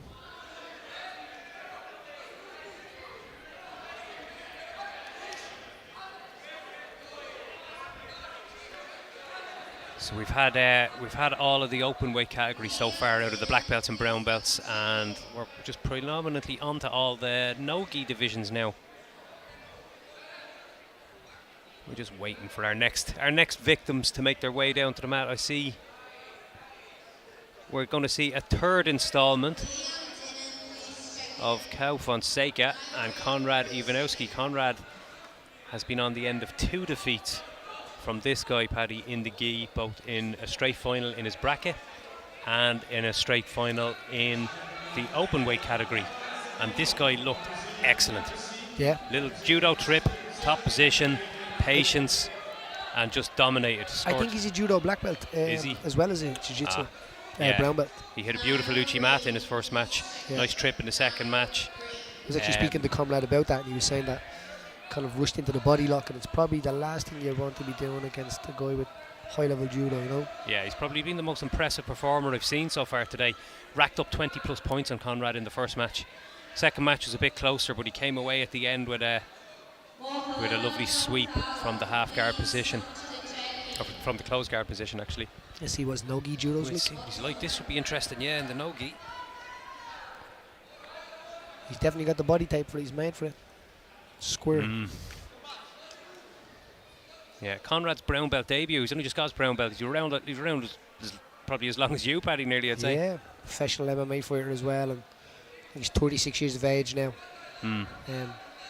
Still scratching that itch. Yeah, he just got the brown belt after competing here recently enough, so breaking it in today. Trains out with Tom King and Team KF and Chris Fields. Yeah, and he's always competed a lot in grappling over the years. Jiu-jitsu tournaments, you'll always see him here.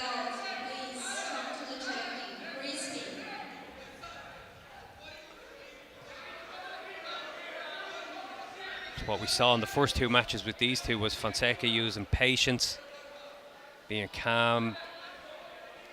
Iwanowski was using a lot of physicality and using a lot of energy to try and sweep his opponent. Did manage to sweep him in the second match, and was trying to pass and was going to almost take the lead if he did pass, but Fonseca just turned it back in his favour in the last minute or so.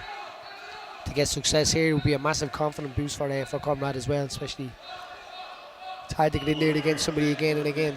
Yeah, if someone beats you a couple of times as well, psychologically, trying to get up for that match the third time around, especially when those matches are a bit spread out and you have a bit of time to think about it, that could be a bit of a hurdle for some people. If I'm not mistaken, I think the large one in the gi was a large points. Yeah, the first one, I think it was like 24, 25-0.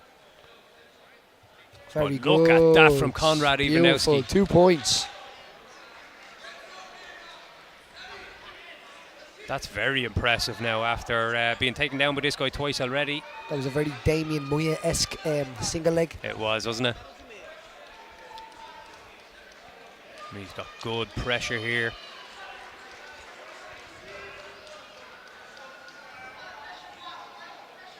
And the regard. Again, brown belt match now. This is an 8-minute match, so yeah, you've that bit longer to work your way out of bad spots. Harder for guys to start just shutting you down after scoring once, like you see in some of those shorter matches.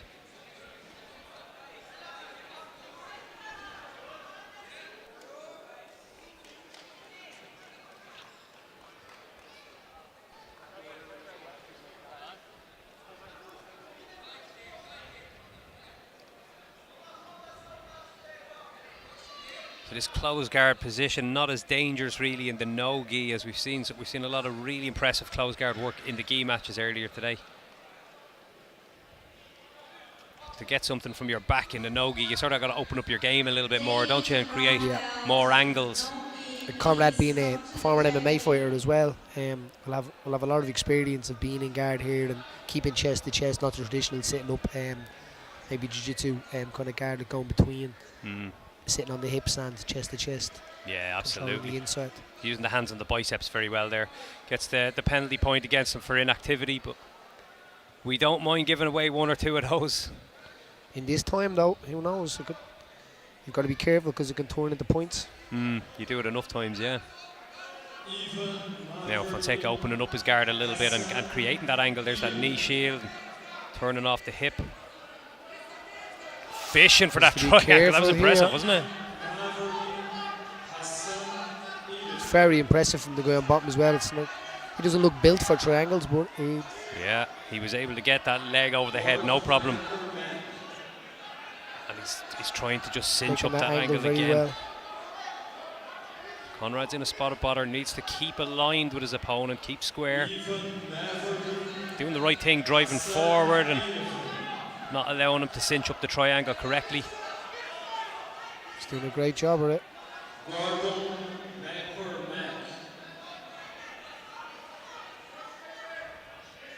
Oh, Excellent good job, defense. Conrad. Good job from Conrad there. Timed it well, didn't he? Very good. Fonseca spinning for the leg. This is an entertaining match so Very far. good. And he wants to win now. Yeah. Conrad up by 2. Back on their feet.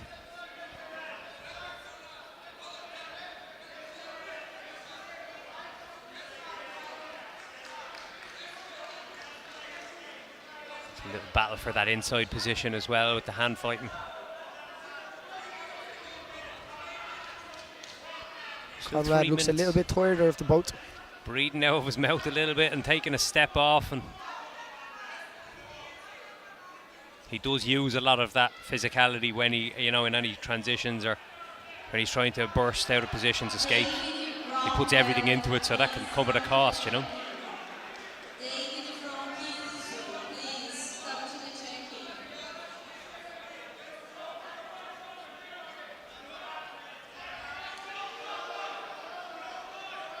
Yeah, there's another penalty point. So this needs to be. Am I right in saying this turns into 2 points in 2 more? Next one will, yeah. I've had it happen to me before. It's a right kick in the teeth.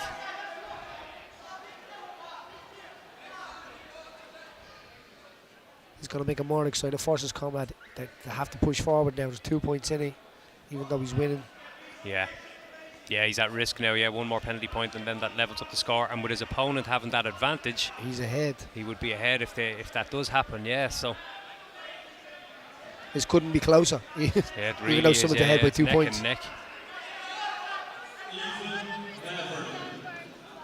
Oh, he's having the inside trip there. 2 minutes to go. Yeah, and Conrad backing away again and again like that and checking the scoreboard. You don't want to be giving this referee the opportunity to step in and give that third penalty point. Constant disengagement is risky in this position.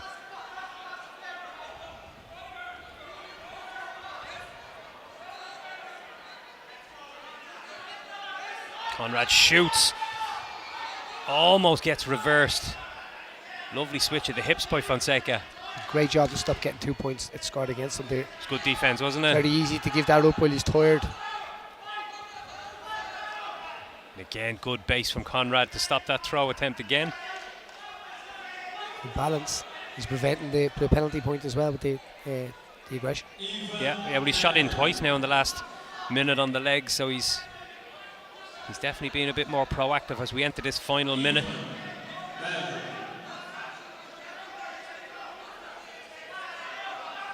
See Tom King up on the fence. Yeah, full voice. It's not Chris Fields today. You'd hear it if it was Chris Fields. Hear him from your house. Yeah.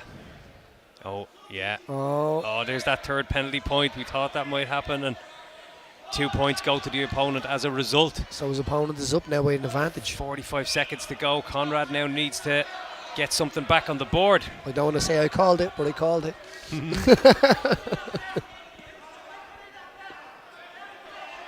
Desperation mode.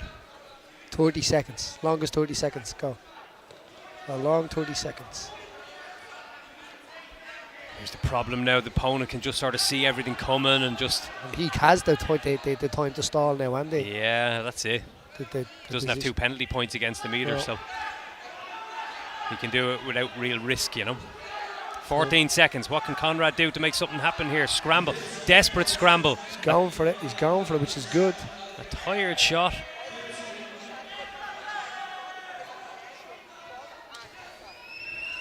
And the clock runs out. Entertaining What a scrap. great match. Yeah.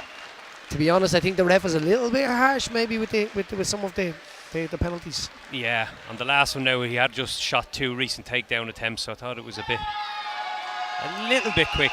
A little bit quick. Maybe he had it in his head that I will have to give the 2 points at this, and it's Yeah. he was stuck in between his own thoughts. But Yeah. to be honest, I've seen some great refereeing here today, and that's probably the one that I would have a debate on. Yeah, absolutely. But a good match nonetheless. So Oh, Conrad very good match. took Really a good 25-0 match. hiding the first time Yeah. around against this guy, and right there it could have gone either way. So Great job to bring that back to that narrow gap, especially after the first matches yesterday. absolutely. Please come to the checking.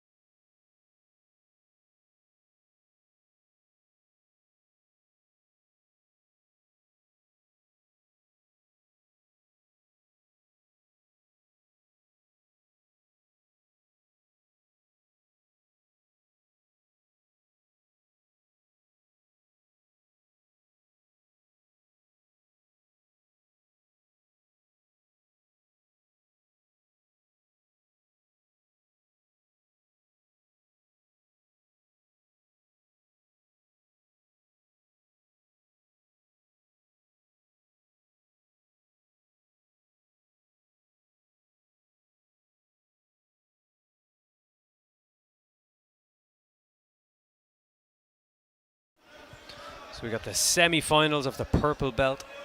Absolute. Edson Jr. wearing the green and yellow belt. Alan Murphy.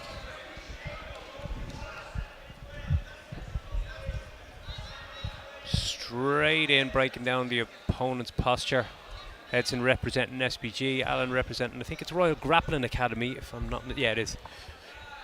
Saw both guys in action in their divisions earlier.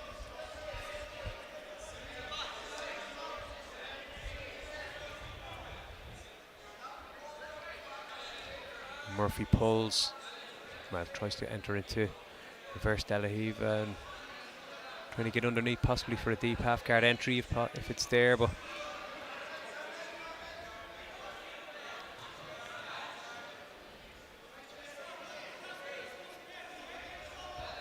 some of the last remaining gi matches of the day. It's going to be mostly no gi stuff going forward.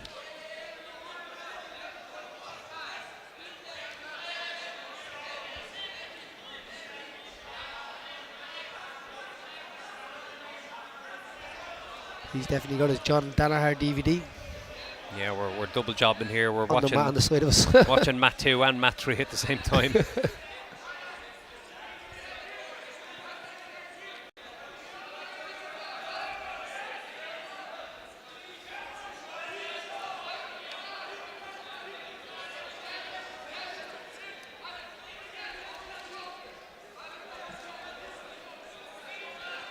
Edson Jr. looking for the back of Murphy here. A quick transition, gets one hook. The other leg is still trapped underneath the hips of Murphy.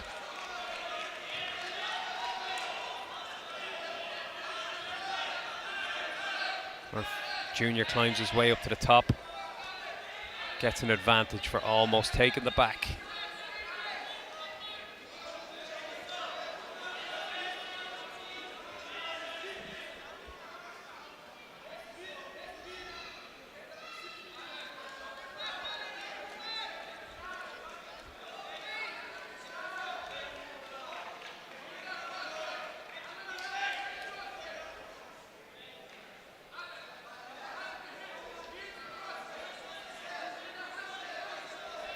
Really good attachment on top. It's going to be hard to move this. Yeah.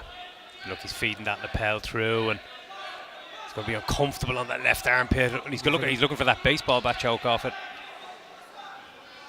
He's feeding it through into the right hand. If he can drop his right elbow almost to the floor, it'll create a nice squeeze across the neck of Murphy. Murphy battling bravely. Keeping his head in the middle. He's done the right thing there. And then the wrist cross. Junior takes a risk turning his back to him and gets the tap beautifully. Very good. Really nice choke. It's a gamble, that one. Absolutely. It paid off. Yeah. You got to gamble and turn your back to your opponent, but you got to be sure you have the grips in the right place.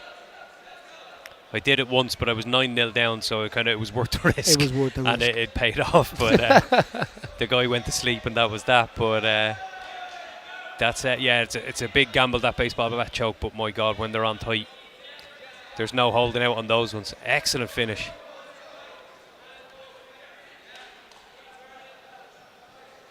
I think many moons ago, first time I seen that was with Andre Ramos. He used to come over and train with us and stuff. And Andre Ramos is over there somewhere. yeah, I was talking to him short. It's great in our competitions, you still see the people others getting older. That's it. Yeah, Andre's really, really good. First time I ever experienced that one, it was Andre Ramos. Yeah, big shout out to Galera as well. Originally Liam, a friend of mine. He's black belt he's based down in Cork, and he won the Europeans one year at Blue Belt Master 1, I think, and he baseball bat choked everyone in the division to sleep. So that's where I learned it from, watching him. Got into the habit then of just doing that for a while. That was a great match on the other match as well. The other mat as well to the side of us. Yeah, just off camera there was a really entertaining white belt no-gi scrap going on. They were at it for every single second there. They were trying to kill each other. The upside of the lower level divisions, sometimes the higher level guys can sort of just nullify each other. Guys in the bottom, the white belts and blue belts, just a bit more. Sometimes they have a bit more in the attacking locker than they do in the defensive locker, so they end up really, really putting on entertaining bouts. Nothing to lose.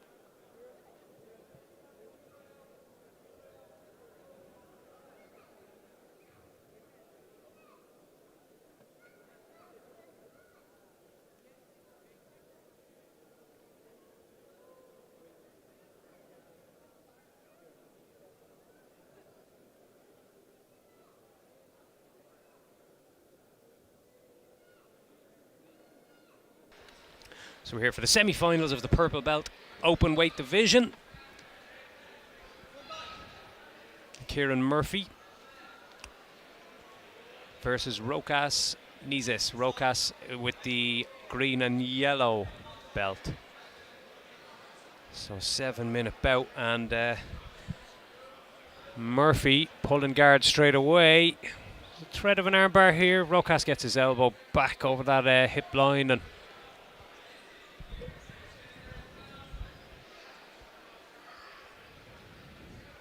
switches across here, looking for that Kimura grip. He's got that double wrist lock, and Murphy needs to hide that arm. Be careful here. He can step over his left arm just to protect it a little bit. Manages to spin enough to take the pressure off that shoulder. Gets his 3 points for that pass. Murphy, of course, representing Royal Grappling Academy, who've had quite a few people on the mats today.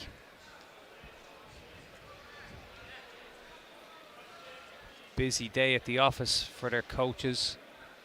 Paul Fox and Roger Dardis floating around the building.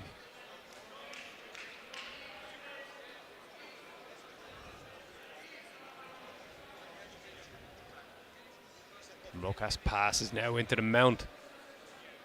Adds another 4 points to that total. He's now 7-0 up. Fishing for the Ezekiel choke. Murphy in a spot of bother here. Defends the Ezekiel. He's trying to get that knee back inside so he can regain a half guard. But look at that quick transition from Rokas as he comes around to the side and then switches straight away to the north-south position.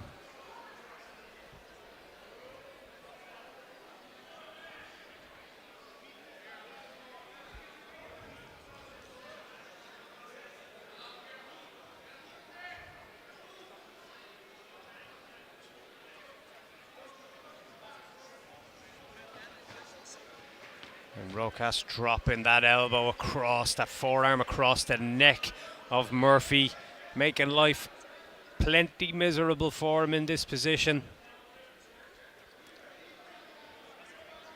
He's going to try and use it to stretch out his opponent. As you can see him pulling up on the elbow, open up his opponent's posture and slide his legs back out of there. Gets another 3 points for yet another pass. Brings his total into double figures.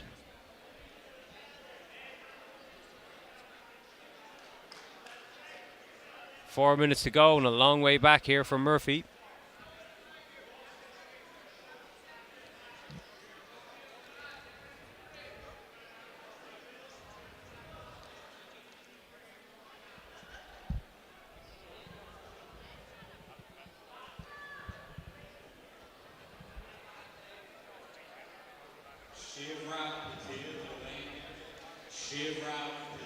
Dominant so far from Rokas Nizes.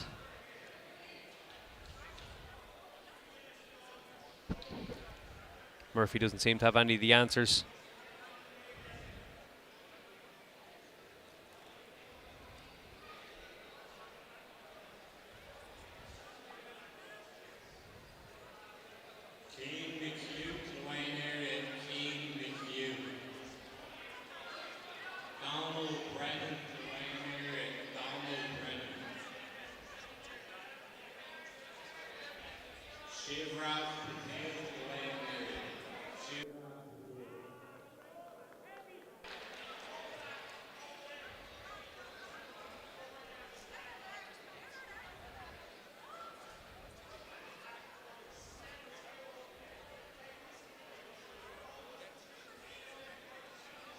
That knee on belly pressure, and Murphy has to turn to his knees just to alleviate it as Knees has sneaked in both hooks he has, and he gets an additional 4 points for the back take.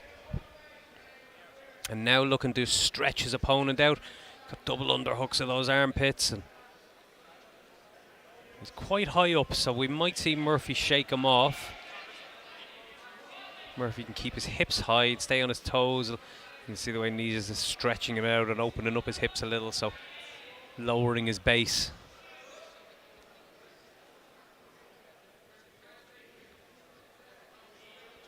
Yeah, rolls his opponent down to the floor again. Thinking about feeding that right arm through and taking the lapel. See the way he's opening it with his left hand, so he's trying to reach through with the right then to grab the lapel. Nice and deep.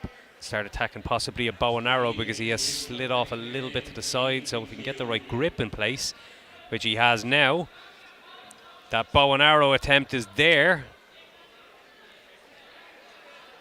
Needs to get the left foot. He's trying to elevate his opponent's hips a little now, and there he is, stepping it across the body. Reach possibly grab the leg to create extra stretch. The opportunity slightly gone. Makes the adjustment, gets the finish. Beautiful work. Very, very dominant performance from Rokas Nizis.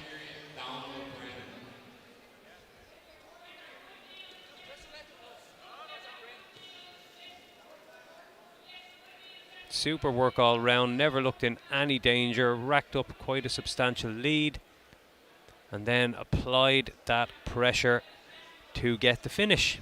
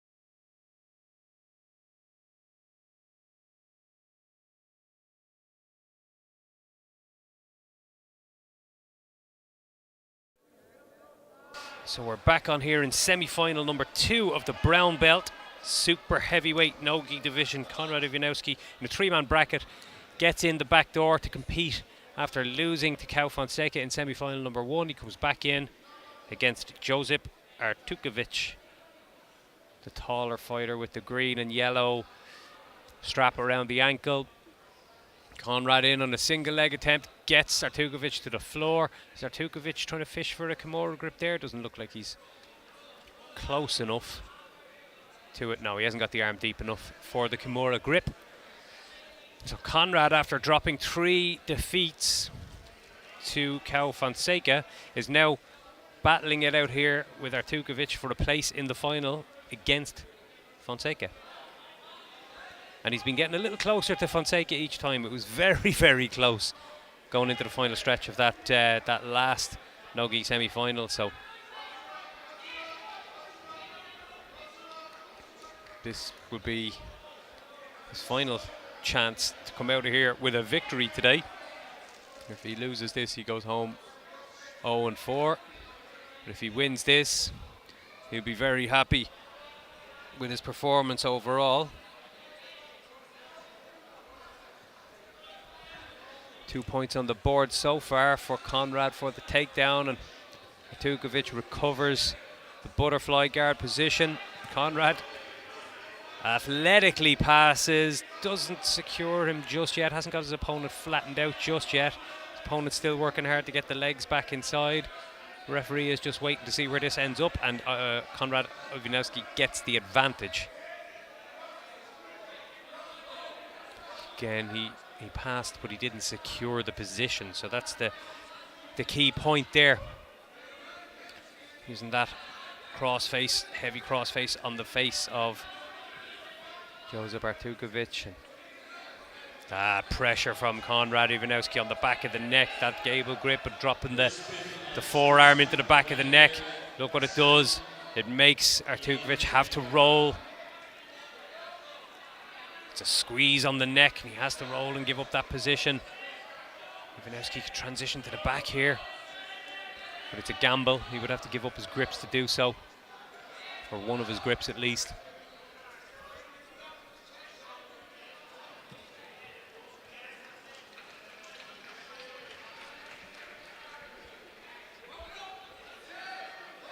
And this is just a nasty, uncomfortable position.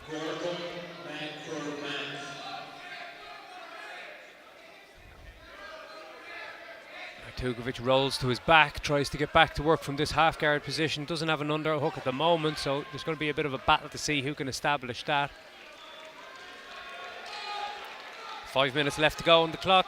Adult level we're competing at, so longer matches. Konrad Iwanowski now on the front foot.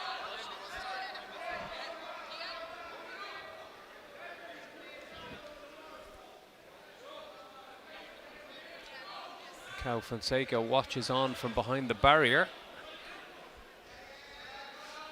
Artukovic fishing for a Kimura grip. Seems to have, yeah, he has the double wrist lock position. See what Konrad's doing with his right leg. He's stepping over his own hand, and that alleviates the pressure. It gives Artukovic nowhere to go to pop that hand out and push it up his back. So Artukovic does the right thing, lets it go, and tries to come back at things from another angle. He's working on wrist control now, so both guys, as you can see, pretty sweaty now. It's been a busy day, so that makes establishing grips in these sort of battles a little more challenging.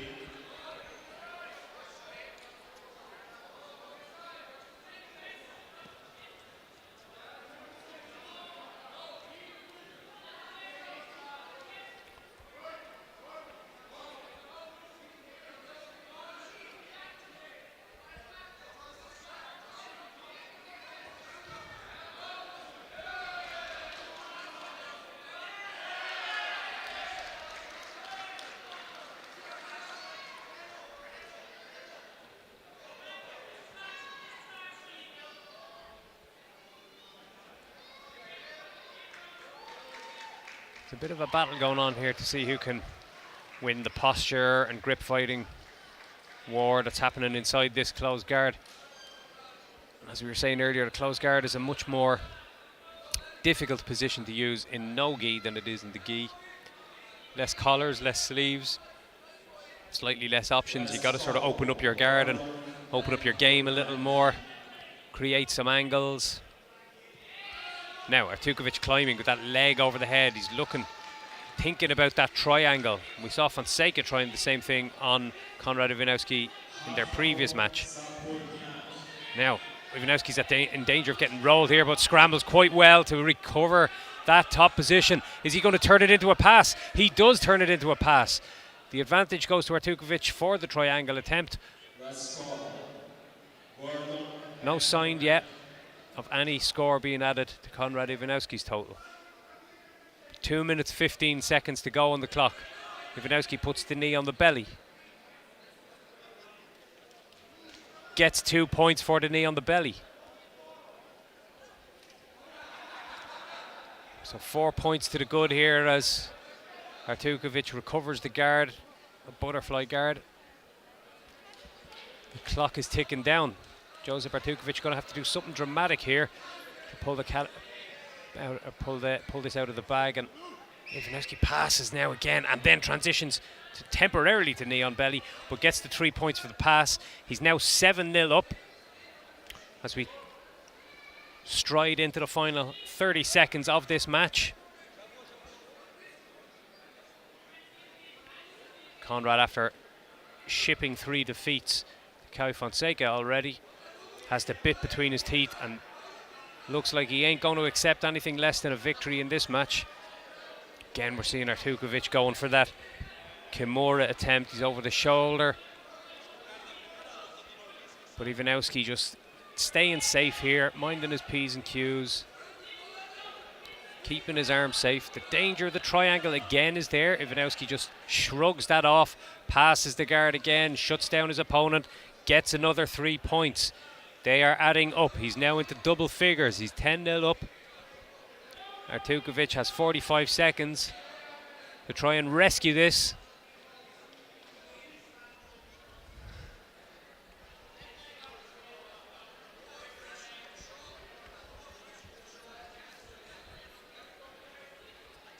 Good heavy top pressure from Ivanowski. He's dropping that shoulder pressure on Artukovic. Switches into the mount, look at that, aggressively drops the hips down, shuts it down. There's another 4 points added to the total as Artukovic recovers a half guard. Ivanowski looking to progress position again. 10 seconds to go, 14-0 to the good. Konrad Ivanowski hungry for victory after a hard day at the office so far. And there we go.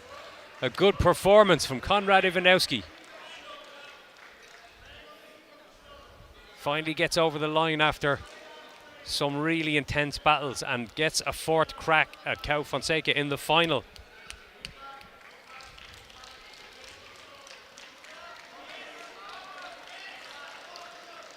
What can he bring to that 4th and final offering against Fonseca? We wait and see.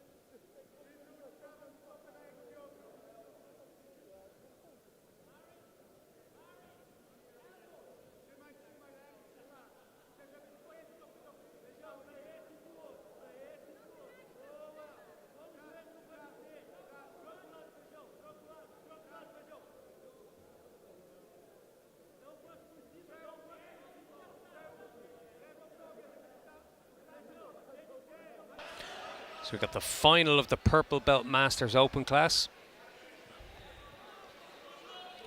Got Neil Kelly, Hilly and Gracie Ireland.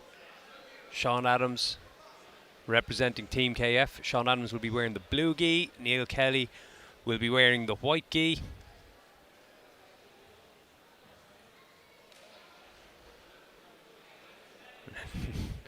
Sean Adams has his belt sort of on, so we'll take a moment to let him fix his uniform and then we'll get proceedings underway.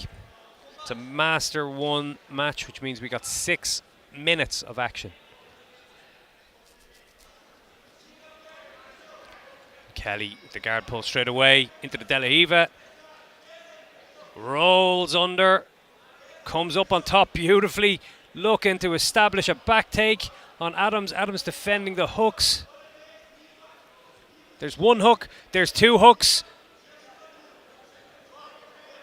Adams clears one of them and just prevents the 4 points being awarded. But a really impressive start so far from Neil Kelly. Rolls for that arm bar and gets it. What a finish. 41 seconds on the clock. An excellent performance from Neil Kelly to take gold in the Purple Belt Open class. Has looked impressive today in all of his matches and has pulled out some beautiful armbar finishes along the way.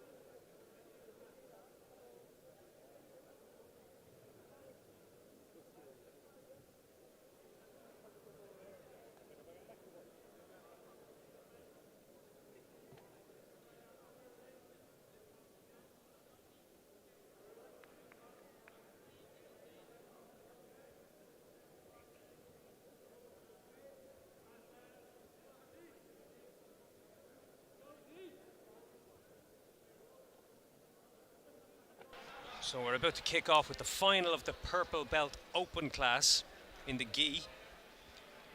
One of the last gi matches we'll see today. We have two guys who've been looking very impressive so far, coming head to head in the final. Edson Jr. representing SBG, Rokas Nizis representing East Coast Jiu-Jitsu. He's in the black, Edson Jr. is in the white. A 7-minute bout at purple belt in the open weight division.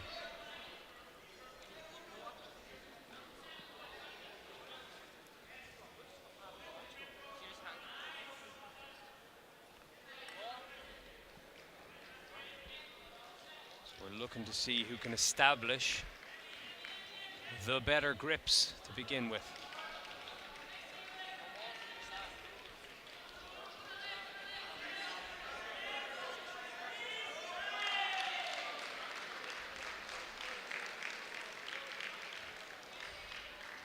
Both guys head to head, locking horns, looking for that inside position, that dominant collar grip.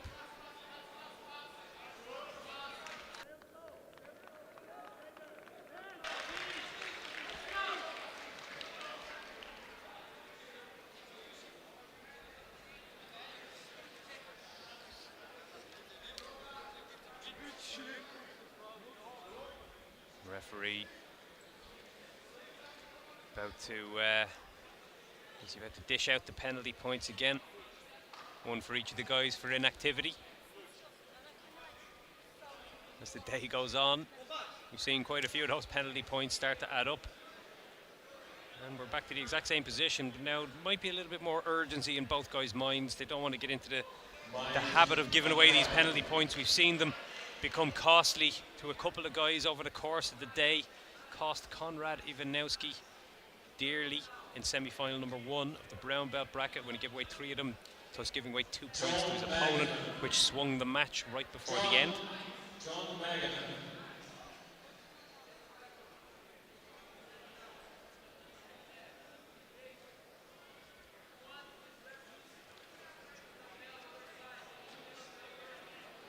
Again, looking like we're hitting that stalemate position. Both guys nullifying each other.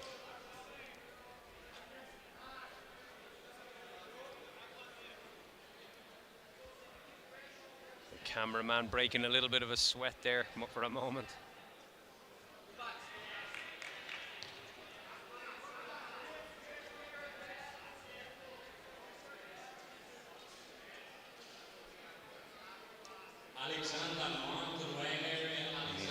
Feinting the takedown attempt and then electing to drop down pull guard, turning into a De La Hiva. Inverts, trying to come out the back door. Oh, it gives away that almost pass into a deep half guard position from here. I'm trying to feed that lapel through. And is he going to be able to use it to roll Junior backwards onto his flat on his back?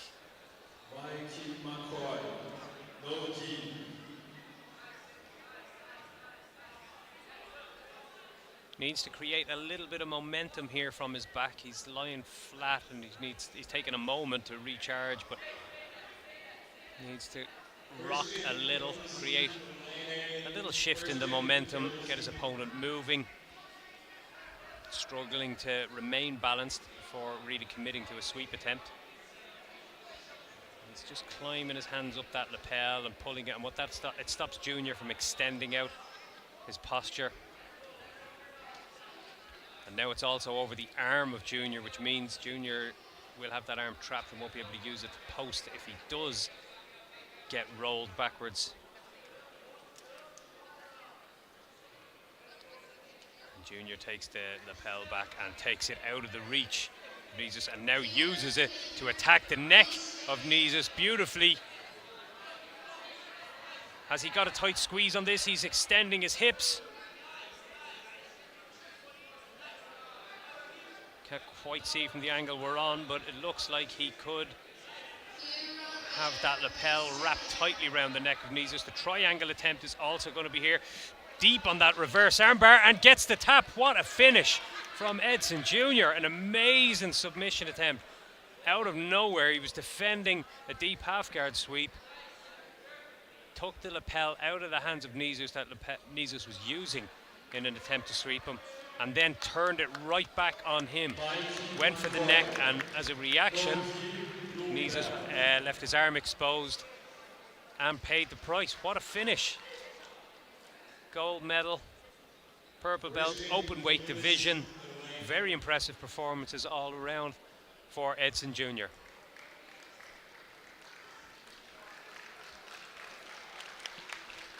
Some super matches in that division. Really, really impressive jiu-jitsu on display.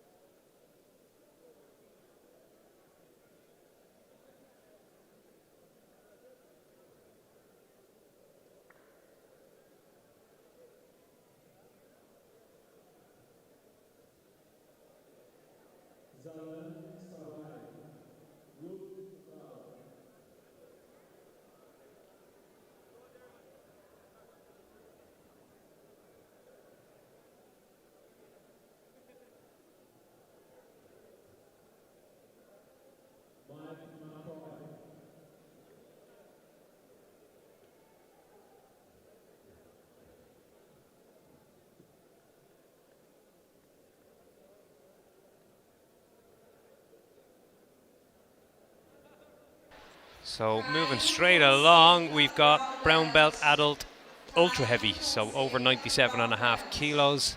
The nogi, these two guys met earlier.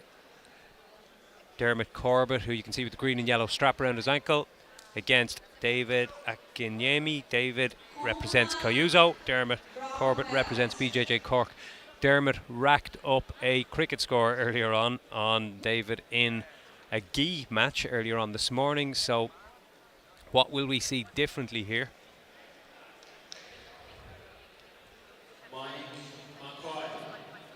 Without the gi, without the jacket, without the pants, will we see something a little closer?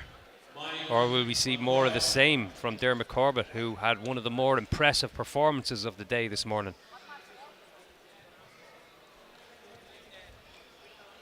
Looked in very impressive shape, didn't slow down at all over the course of that match earlier today, and really applied that pressure relentlessly on his opponent.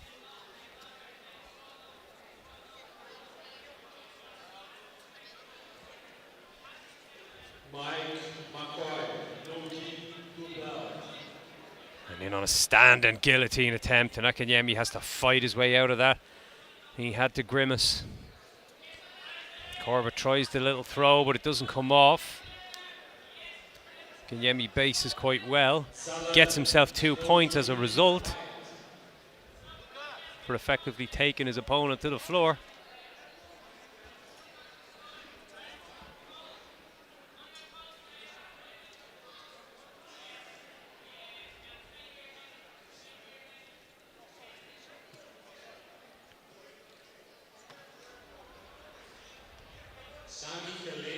And they're using the Kimura very effectively to sweep his opponent and regain top position himself. So now Corbett levels things up at 2 points apiece, and he's working hard on a pass. Switches to the other side, trying to get that knee to the floor. Does so effectively. Will he drop his hips? Already has a strong underhook. Gets the extra 3 points for the pass. Akanyemi turns into that turtle position, exposes his neck a little bit. Corbett's in on a guillotine attempt. He's tight on the neck. He's trying to turn it into a mount. And there's the tap. Another excellent performance from Dermot Corbett. Gave away 2 points initially, but managed to reverse his opponent, pass the guard, and get the submission.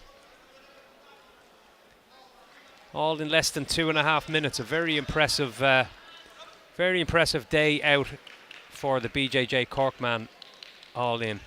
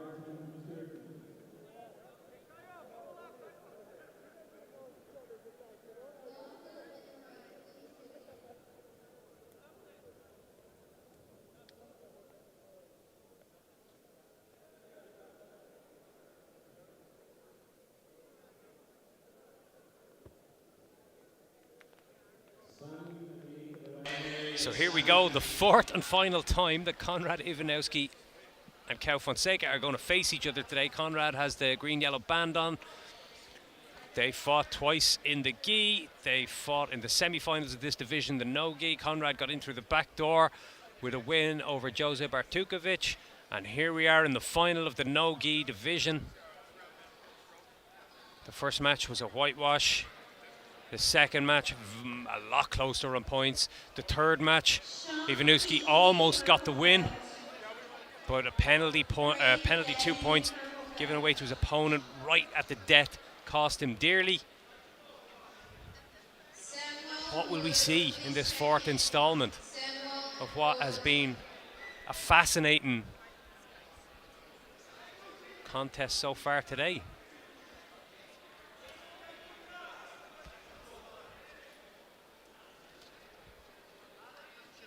We've seen some really impressive takedowns from both men so far today.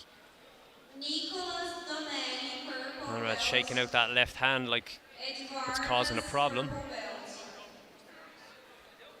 There's a bit of jostling for that inside control position in the stand-up.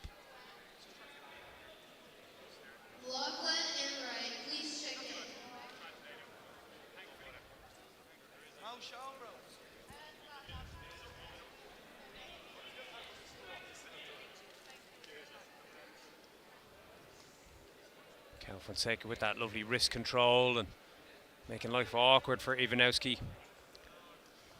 He's got the collar tie now, looking to break down the posture of Fonseca.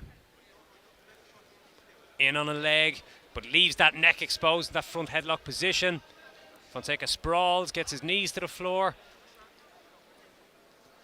Iwanowski takes a knee, down on both knees now. Iwanowski attempts to sit out, it's not there. And Fonseca tries to scramble around to the back, or scramble around to even pass the guard entirely. There's the advantage for Fonseca. Iwanowski turns his back.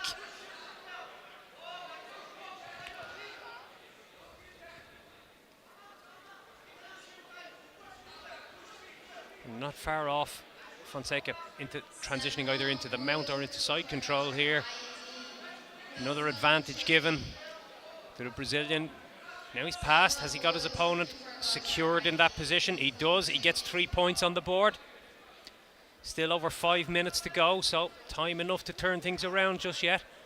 And we've seen that, oh, there we go, a transition into mount. Very, very nice work from Cao Fonseca.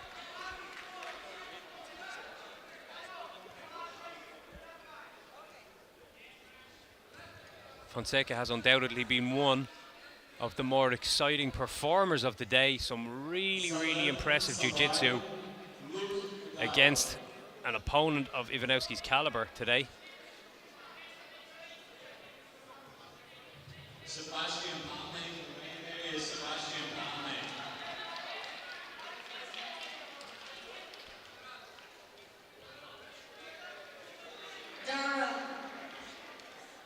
Darren purple belt.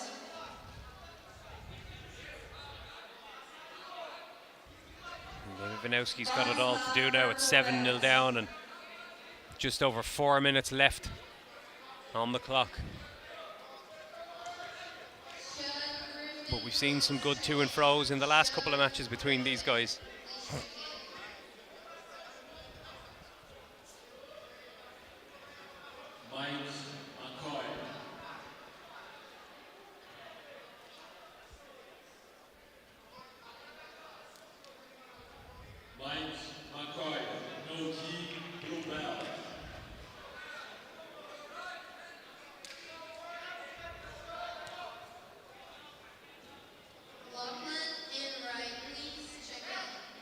Fonseca pressuring Ivanowski now. He's got that heavy cross face. Needs to free that right leg to get that guard pass. And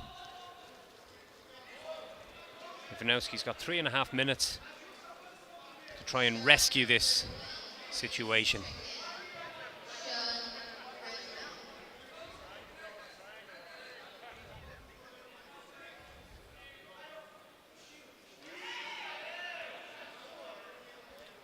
There's 3 points for the pass again and 4 for the mount. So Fonseca leaps to 14-0.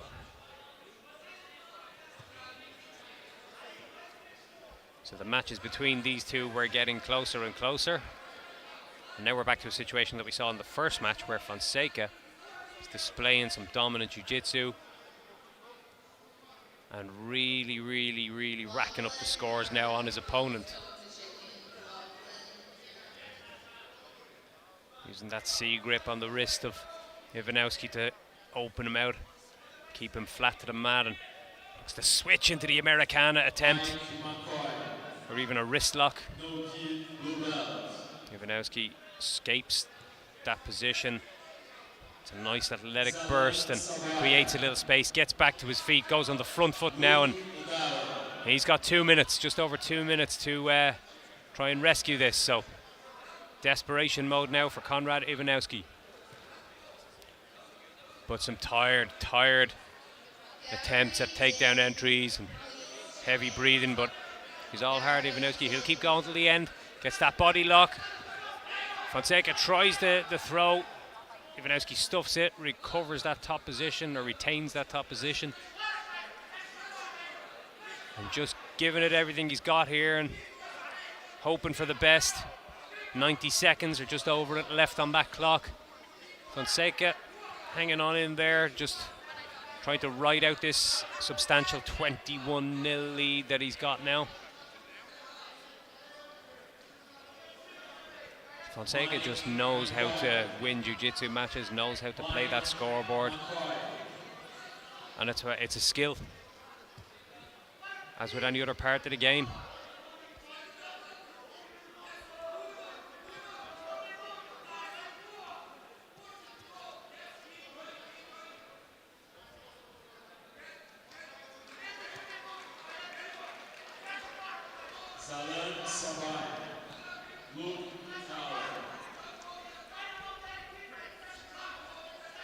We're coming into the final 45 seconds now.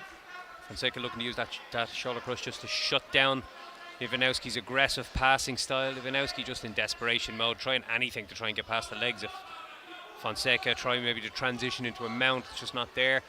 Fonseca very good at just getting a foot back in play, getting a knee back in play.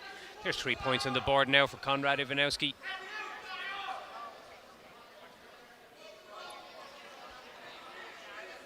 Again, You see how Fonseca just regains that hook on the leg of Ivanowski. Can be pretty soul destroying when you're putting everything into passing. We go into the final 10 seconds, 21-3 the current score. Conrad, desperation mode, just try and scramble, dive on a leg, something, but the time is just not on his side. For sure gave everything, but the performances of Cal Fonseca today over four really, really good victories over this man were something to behold. Some really good jiu-jitsu on display. So gold medal goes to Cal Fonseca.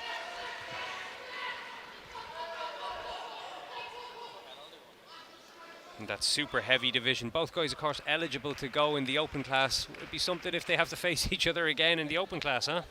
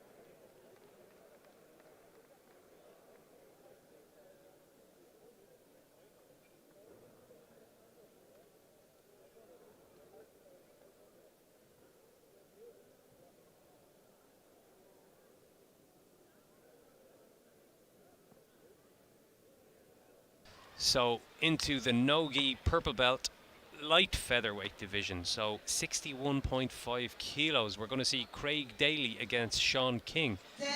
We saw this match earlier in the gi, and it was one of the best matches of the day. Some amazing scrambles, some very fast transitions. So really, really looking forward to seeing how these guys square off without the restrictions of a gi jacket to slow them down.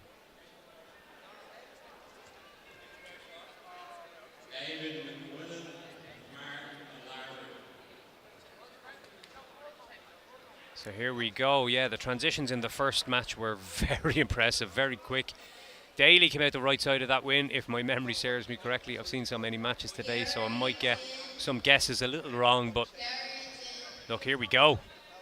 Straight in Sean King on a takedown attempt. In like lightning, gets the 2 points. Daly trying his best not to accept it and trying to scramble to a top position. It's a 7-minute match, so we could see a crazy pace. Daly's got it, yeah, but he had temporarily had a guillotine attempt lined up there. King again in pinning his opponent back down to the floor. Is he going to get himself back on the scoreboard now? There's a lot going on. There's an advantage there for King. 2 points to the good.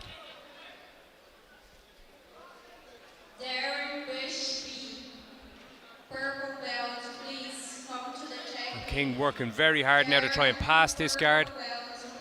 What we saw earlier in the match between these two guys was a lot of quick transitions. But some of the transitions, the guys would have been better served trying to slow down and just secure the resulting positions. Particularly Daly came out the right side of a win, but he left some points on the board that could have gotten if he'd made a better effort at securing them. So let's see how this plays out. Nogi, so we are going into 5.5 minutes to go. Really good pressure on the top from King. Daly just trying to get his legs back in play, create some space between him and his opponent, offset his balance, tries to spin and attack this foot. King does well to come back out and then re-engage, steps in.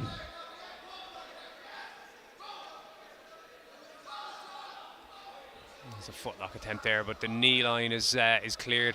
King is in the clear, I think, for the moment on this attempt, and he may turn this into a back take. Not sure what's going on with the grip. He could possibly get a gift wrap tied up here, and Electra tried to take the back, although his right leg is around the back of the hamstring of Daly rather than across the hip, so it can't act as a hook.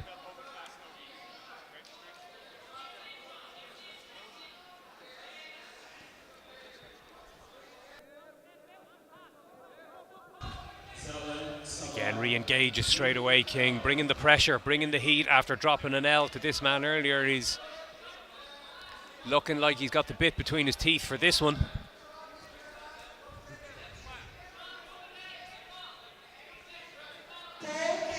Sean King raining down that pressure. Craig Daly looking to switch maybe into a single leg X guard from this position. Weaves that right foot back inside, has the left foot on the hip line. He's using it to create that sweep. But King, in the little bounce that resulted when they hit the floor, managed to scramble his leg free. Recovers that top position, still only 2 points in it. And King bringing that pressure, bringing that passing pace. Still doesn't secure it though. Daly squirms that knee back inside. Creates that little bit of separation again. The advantage is given again to King. Just like we saw in the first match. The pace just too quick. Both guys struggling to actually secure things once they almost pass, almost sweep. Holding their opponent down, not proving so easy. Both such live wires on the mat. We have just over 3 minutes. Referee is going to reset them in the centre. Allows both guys to draw a breath. It's a frantic, frantic pace.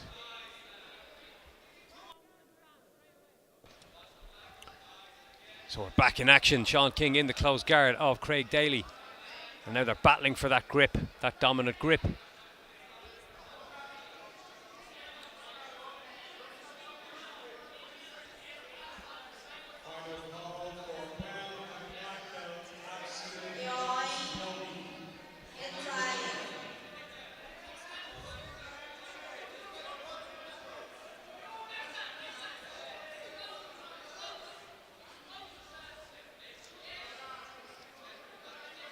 Now this close guard that's been established by Craig Daly has sort of nullified the movement of both guys temporarily and changed the dynamic somewhat. Sean King on the top position, 2 points to the good. So Craig Daly needs to make something happen with this close guard position. He's looking to create some angles maybe to start attacking. Looks like he's trying to get that elbow across the midline to start attacking arm locks. The problem is if you don't hide it behind something, it's easy to see it coming and therefore defend it. And you don't have the option of lapel chokes and worm guards and lassos and things like this when it's a nogi match. So a hip bump attempt here from Craig Daly. Didn't open his legs out to commit to it, but gets almost to the top position. Now needs to secure this top position to get the points on the board. Does so, gets his 2 points. You can see there he almost gave it away again in his rush to progress once he reversed his opponent. It's 2 points apiece now, but there are 2 advantages in the books for Sean King. So Daly's going to need to put a little something extra on top of this. He's got 75 seconds to do so, and he's nullified in that attempt to pass. Weaves that hand through, attacks that right foot of King, trying to shut down his hips, shut down his movement. King now finds himself on his back. Daly's got that underhook. If he can free his leg and step over for a back take attempt.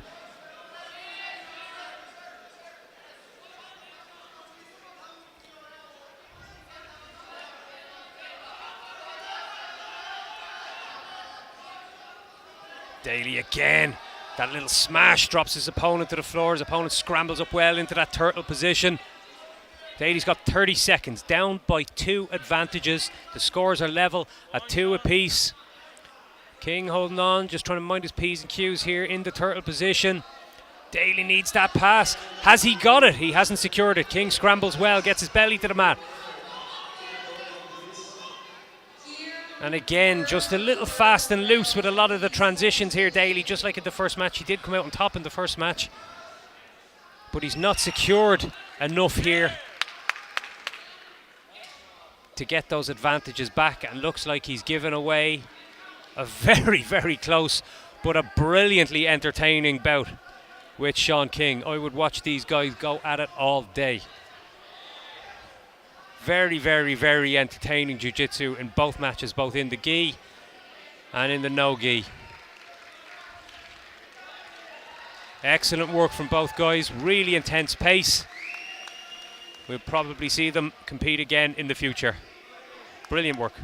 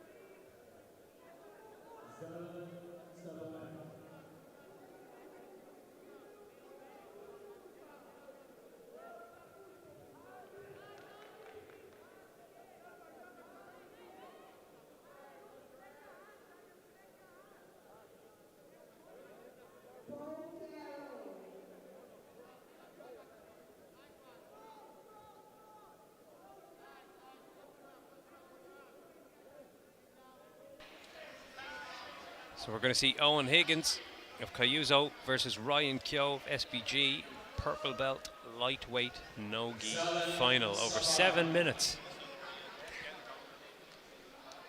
Higgins is going to be wearing the green and yellow band on his ankle.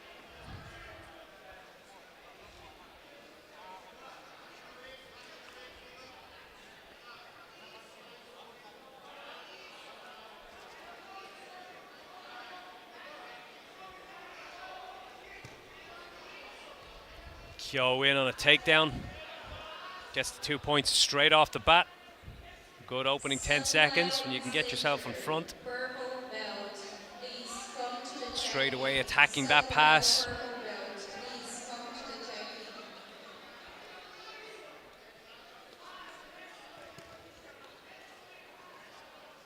Pass secured, gets the 3 points and gets another 4 for securing the mount. So finds himself 9-0 up just 35 seconds into this match. Attacking that arm triangle. Now thought momentarily about an Americana, using the C grip to transition into a mounted triangle. What dexterity from Ryan Kyo. Gets the squeeze on the neck. Cinches up the triangle attempt.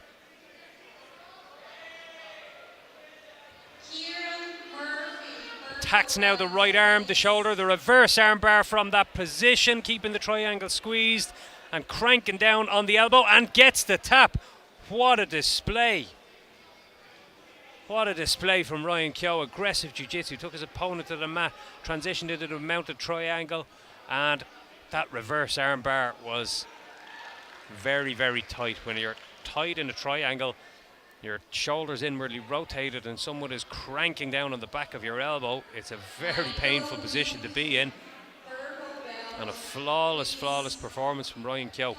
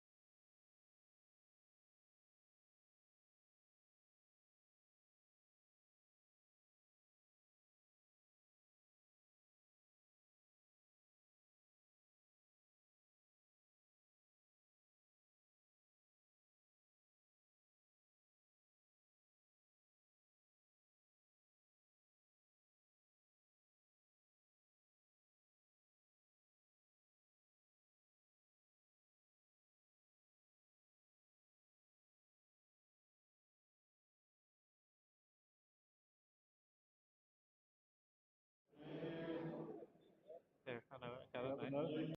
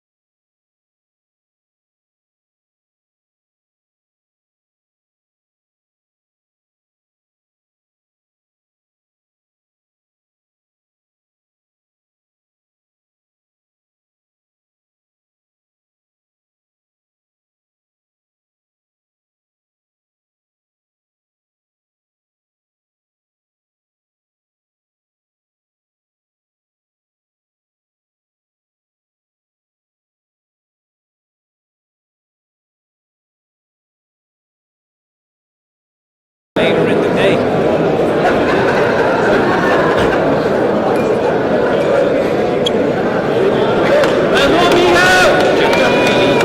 Waiting patiently on that side. Step on, testing the final heavyweight purple belt division. They've waited long enough and they're ready to go. Patience displayed by both guys. Said we didn't want anyone to miss out on the opportunity to watch the matches back. After the fact that you guys at home. The action place while the feed was off.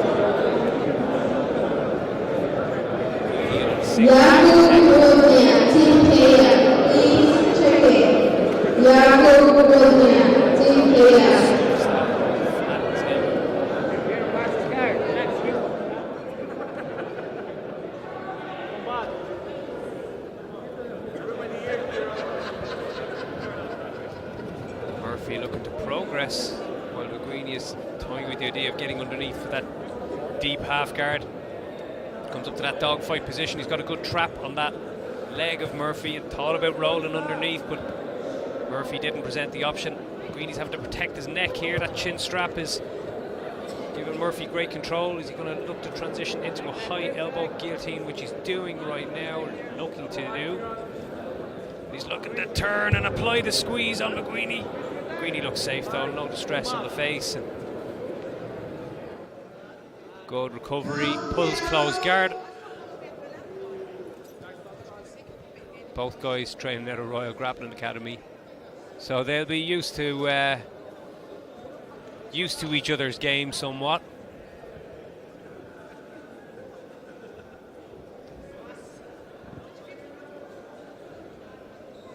Murphy trying to find that pass around to the left side of McGueeney. McGueeney stuffs it and Murphy comes back the other way, and is he looking to try and establish a Kimura grip on his opponent.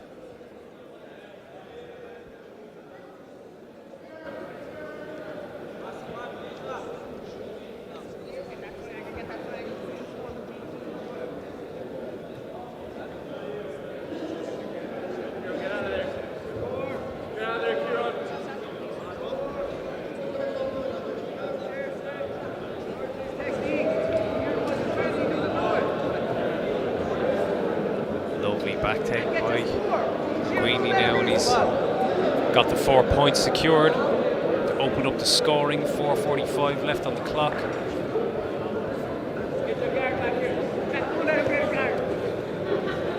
Gets that underhook, passes into the side control position, although he allows Murphy to squirm and turn underneath him, so the points for the pass are not fully secured. Does get the advantage, however.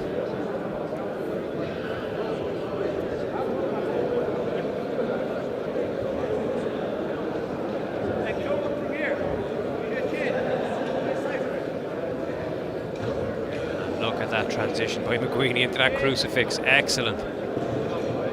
He's laced through and he's got good control over that left arm of Murphy. The right arm is free, so Murphy can try to turn back in if he can just negate that Kimura. The arm is stretched out, Murphy's trying to run with it, and too little too late. McGueeney comes out of here with a beautiful armbar. After having to wait a couple of minutes to get on the mats, wastes no time in getting the victory here. Gets the hand raised. We'll probably see both guys progress into that purple belt open weight category shortly. We're on the home stretch, guys. There's not a whole lot left to run. Some of the smaller open weight categories left on the schedule. We are getting there.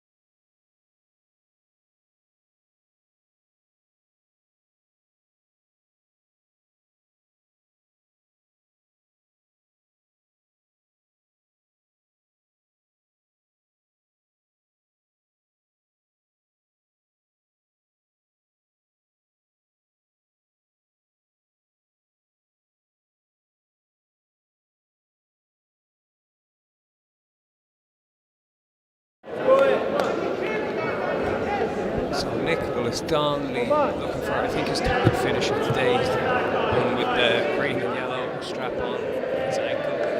This is his opponent, Vardas Kazanskis, BJJ Cork.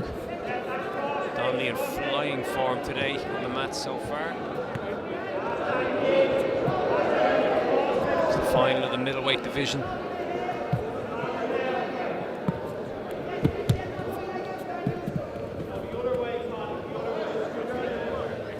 Donnelly gets those 2 points on the board for the takedown, securing the top position.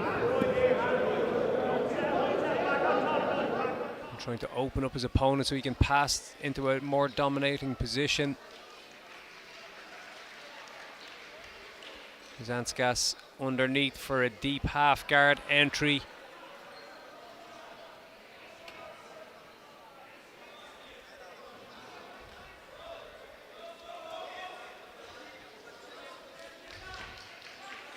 Donnelly maintains that top position. Little hip throw just to offset his opponent's sweep attempt, as Kazanskis was coming up on that half guard into a single leg. And there's another 3 points now for the pass for Nicholas Donnelly. Is he going to get another 4 for the mount? I think he might be. Yes, he is. Quickly racking up the scores and chasing a submission attempt again. We've seen him finish matches already today. Trying to wrap that arm up. He's got a tight grip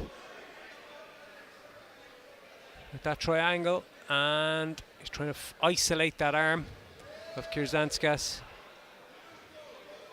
Cinch up that triangle, squeeze a little tighter. Kazanskis in all sorts of trouble here, but defends well. Manages to pop his head out. His arm is still in a little bit of danger. That shoulder lock.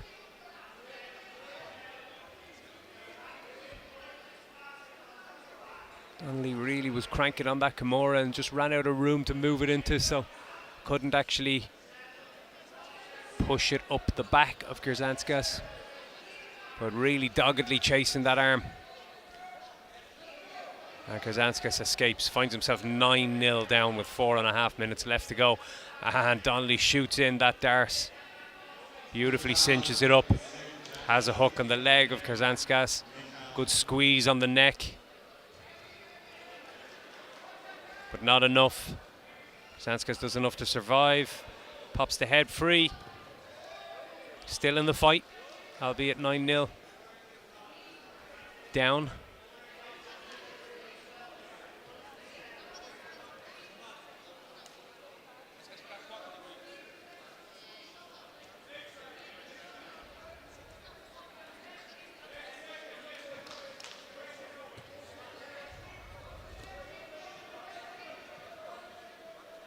Kazanskis trying to turn this guillotine defense into a takedown, does so, finds himself in side control. Referee stops the action, he's going to reset them in the center.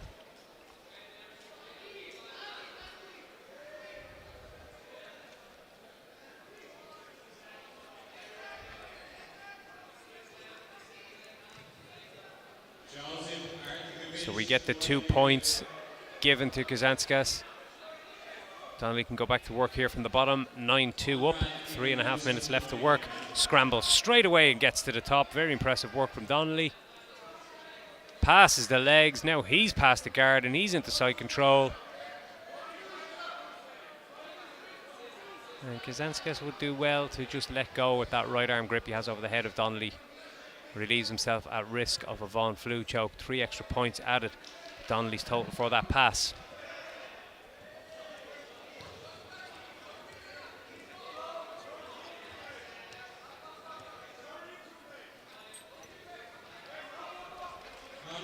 A beautiful switch to the back. With only one hook in. Tries now to inch that right heel inside the hips of Kazanskis. The space isn't there, but the submission was. Donnelly got a hold of that neck and didn't let go. And yet another impressive submission victory. Donnelly on fire today. Brought the heat. And has won, I think, for the 3rd time by submission, if memory serves correctly. But it looked impressive in all his matches so far today. Beautiful work.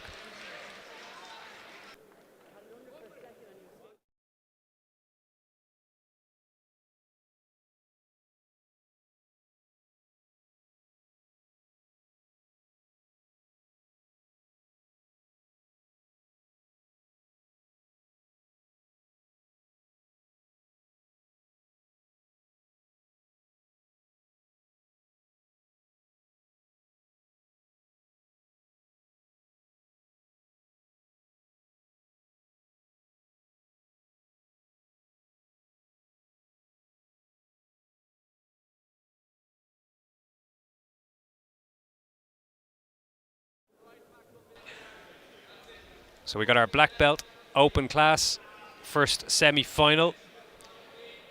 Guillermo Toto and taking on Wagner Luvazuti, who came out on top when these two guys met earlier. So they get a second bite at the cherry. It's Master 1, so we'll be looking at 6 minutes of action possibly. It's a 3-man bracket, so this is semi-final number 1.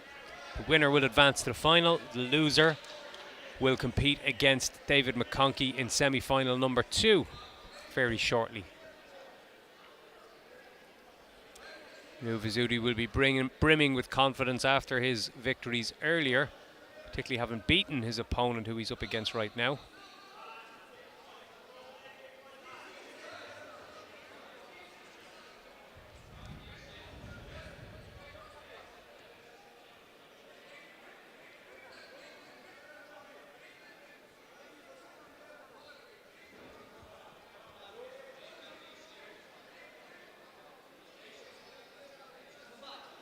Reset back to the center.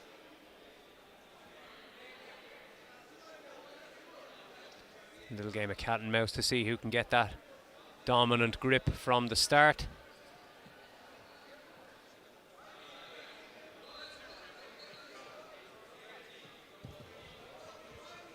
A little snap down attempt from Guillermo Toto, and tries to shoot in on a low single, but good sprawl from Wagner.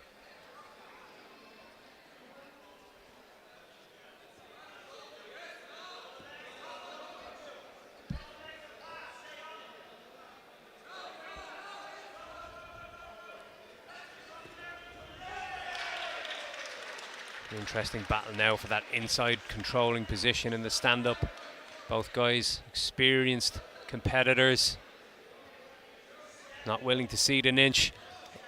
Almost trip attempt from Guillermo Toto. They run out of bounds. Referee will reset them back in the middle.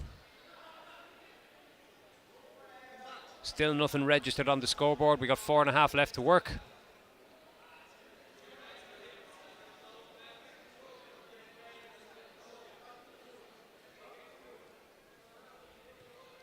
Just this grip fighting alone at the beginning of the stand-up battle can be exhausting. Even though there's no lapels as such, it's just that trying to win that, it's controlling inside position, those collar ties, wrist control. It's a battle in itself. Body lock here and a couple of butterflies by Wagner Luvazuti. Try to pronounce his name correctly. I keep tripping over myself. And he's using it to wrestle up, but Toto times his stand-up excellently and just negates the threat.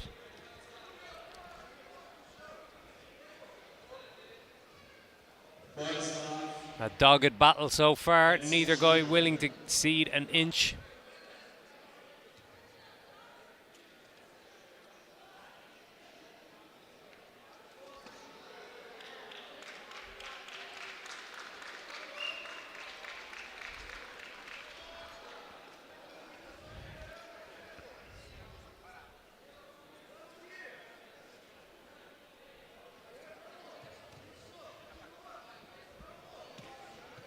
Toto driving in aggressively, but they run out of bounds.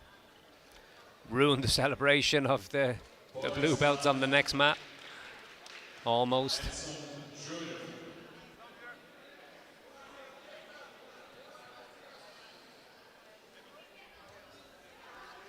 So we break into the final 3 minutes of this bout.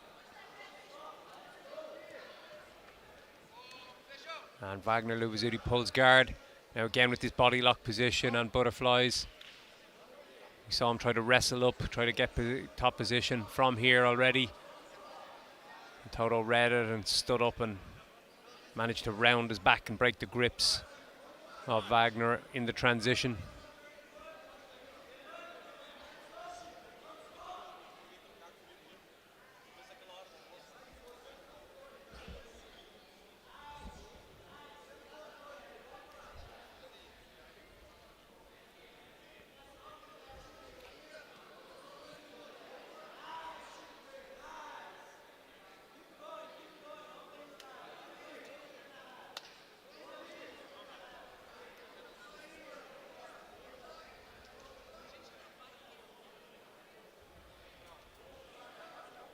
So we got a strong overhook here on the left arm of Toto. That's preventing him from posturing up, and Luvazuti using that pressure to get back to this controlling position. Look at that butterfly sweep. Gets the 2 points on the board with 90 seconds left to go. In a shorter time frame like this, that could be a critical score. It could be enough to see Wagner through to the final.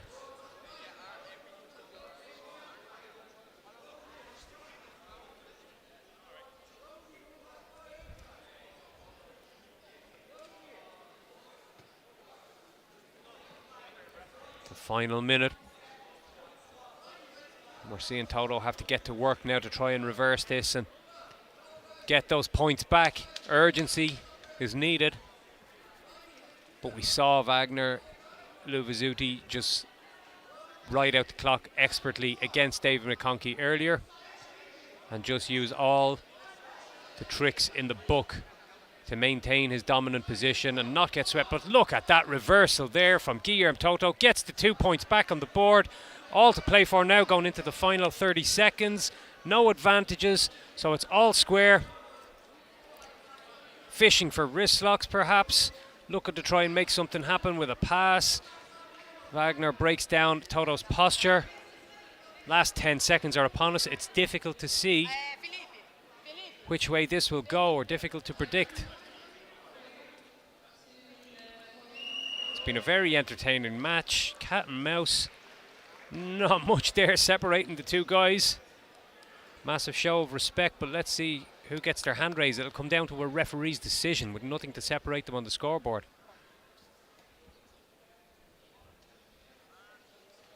It goes to Guillermo Toto, but again, could have gone either way. Really, really, really tight fight between the two guys. Guillermo goes straight through to the final. Wagner Luvazuti will come back and compete in semi-final number 2 because it's just a 3-man bracket. So they may meet again in the final.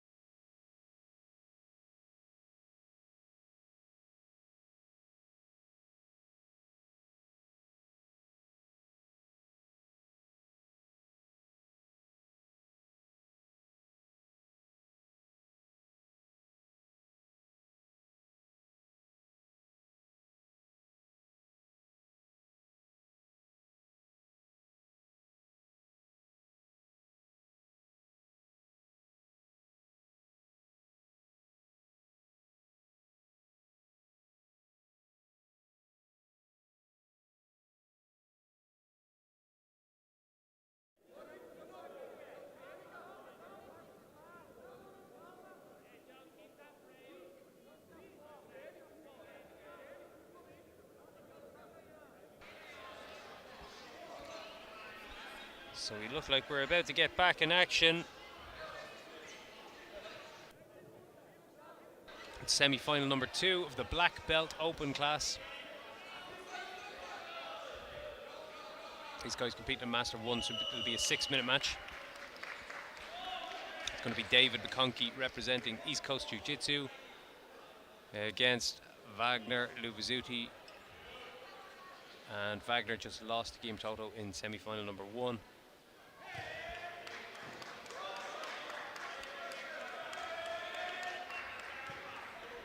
So these guys vying for a place against Guillermo Toto in the final.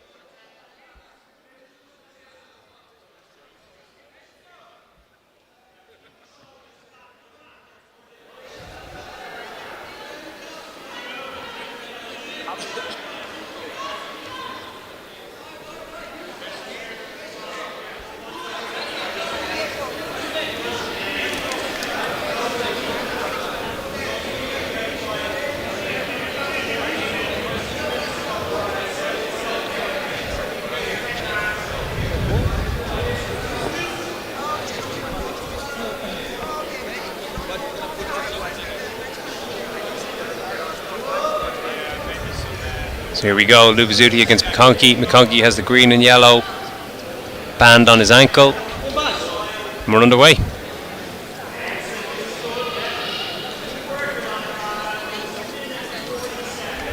McConkey pulls guard straight away.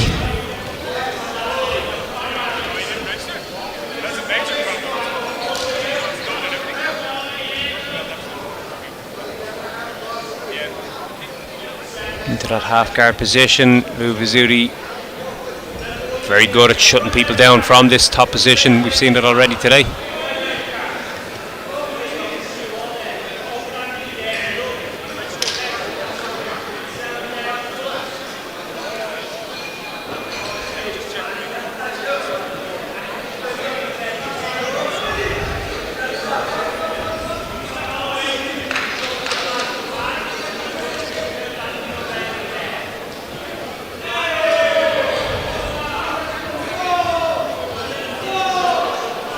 McConkey's trying to get right in underneath Luvazuti. Luvazuti not allowing him the complete entry just yet.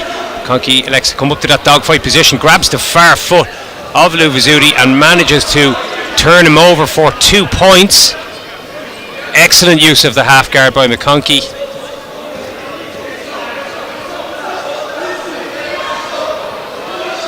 He's trying to shut down that butterfly guard of Luvazuti, which we saw working to great effect in the last match.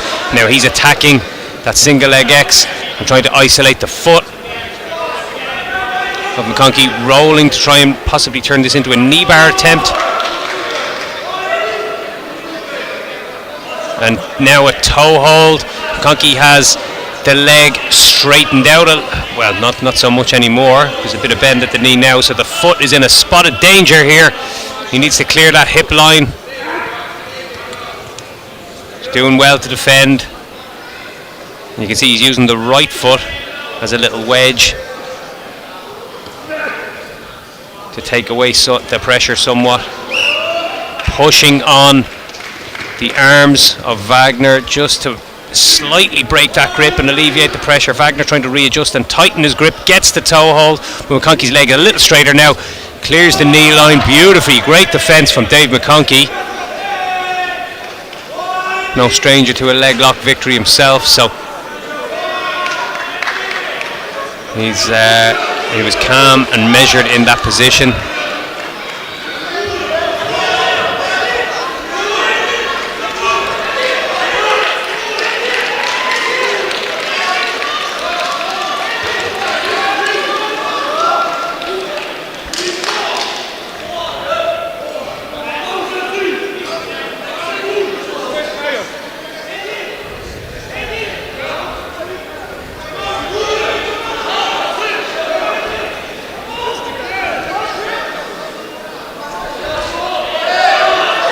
Got just under 3 minutes to go. McConkey 2 points to the good. One mistake, however, could see this slip away, as Wagner Luvazuti has that advantage in the bank. So if he was to nail 2 points for a sweep, That would effectively put him into the lead going into the final stretch. Recovers the closed guard.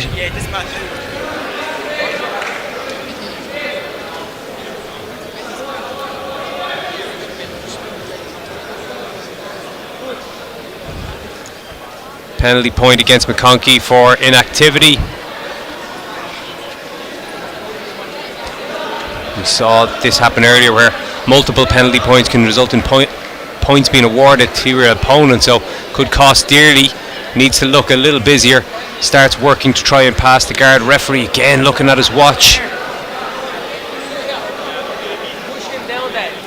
And McConkey is going to need to show some signs of activity, a bit of urgency. 1:40 left to work. Referee still staring at his watch, waiting for something to happen here. McConkey playing defensive in that closed guard. Gets a second penalty point given against him now, so urgency most definitely needed. But when you have urgency, you create scrambles, you create opportunities for your opponent. And we can see Wagner trying to create that angle for an omoplata, a shoulder lock of some description. Can be used for a sweep, but McConkey does well to recover that top position. Gets back in. Wagner Luvazeti gets an advantage for his troubles, so he's got 3 advantages to McConkey's 1. 2 points down. If he was to get 2 points back, either by a sweep or by another penalty point against McConkey, then this match would be turned on its head. But McConkey, it must be said, is working, scrambling, and Wagner in on that arm lock attempt. McConkey trying to stack his opponent. Wagner trying to switch now, recovers back into that guard. 22 seconds left to work. Very, very close match, right on a knife edge. Both guys battling for a place in the final.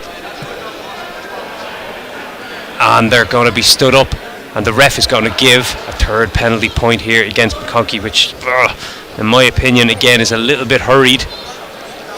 And that's going to be 2 points to Wagner Luvazeti, which is going to put him in the lead with only 13 seconds left to go. That's frustrating for McConkey.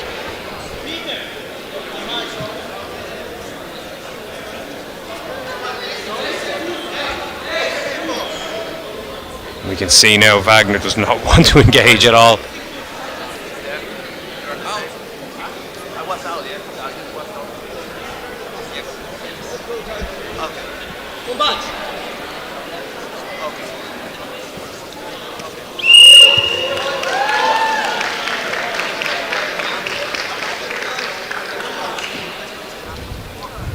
Frustrating way to lose a match.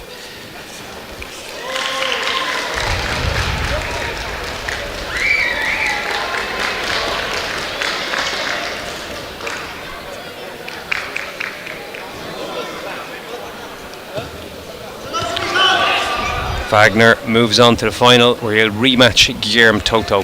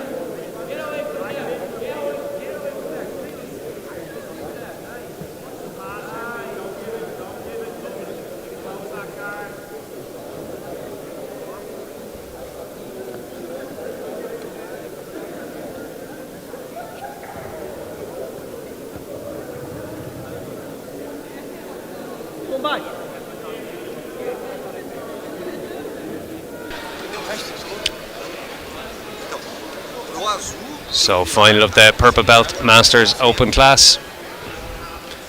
Got Neil Kelly, who's had some impressive arm power victories so far today. Coming up against Sean Adams and Team KF for a second time. Kelly on the bottom. 6-minute match.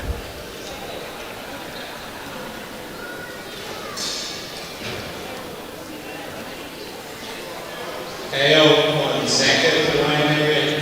KO 1 second. And coming up, this is a calf slicer position, which is not legal. So he's released it. It's not legal for purple belts, but he uses it to get that reversal, get to the top, get the 2 points.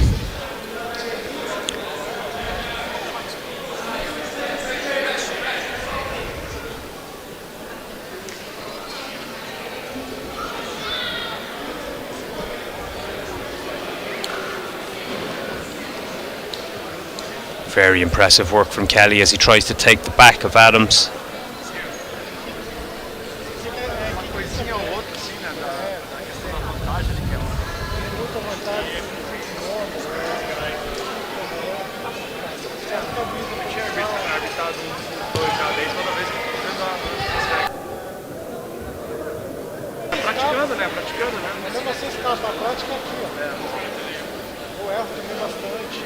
They're out of bounds. Ref's got to reset them in the centre.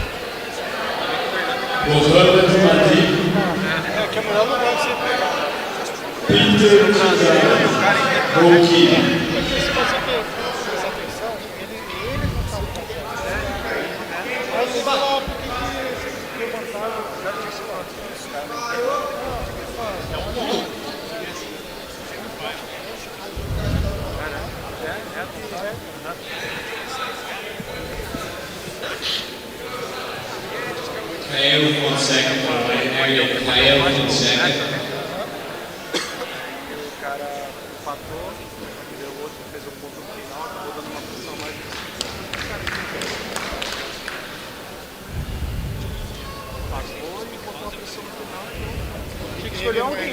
Peter Kilgallen.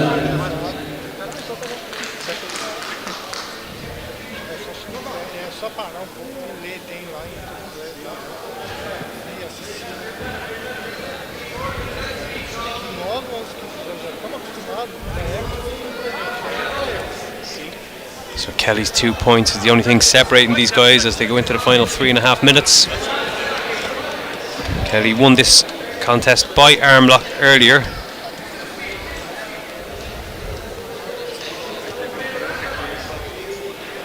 It's looking a little more competitive now this time around.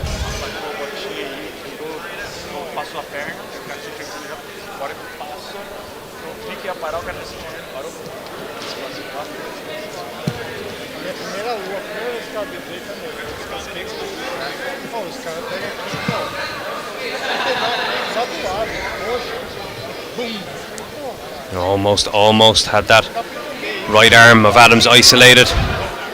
Now possibly the neck.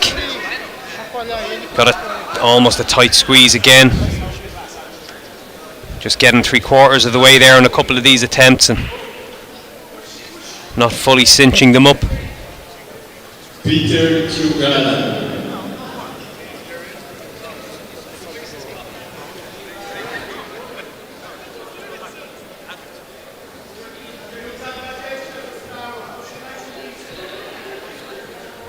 Adams trying to get that Kimura grip himself, but Kelly looks pretty safe here. He's got an S grip with his own hands, so it's going to be pretty secure.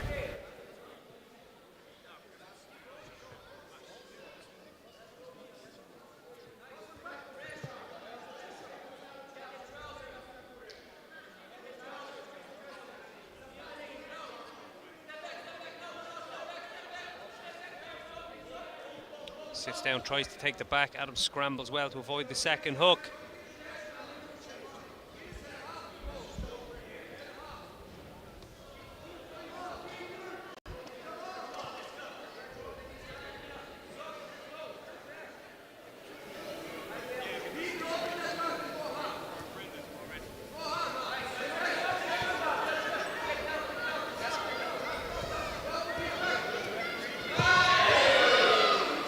We enter the final 75 seconds. The 2 points to Neil Kelly for the earlier reversal are the only thing separating these guys.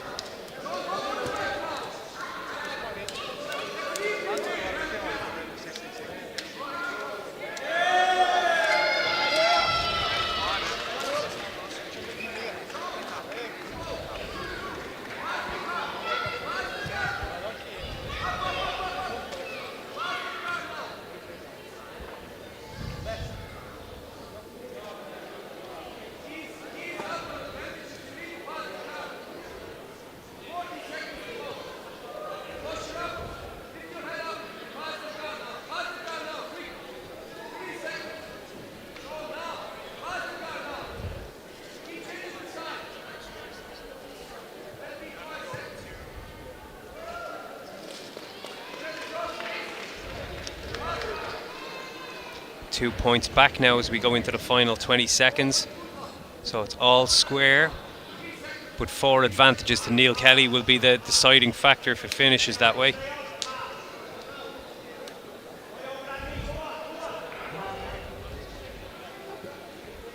And there we go, final whistle.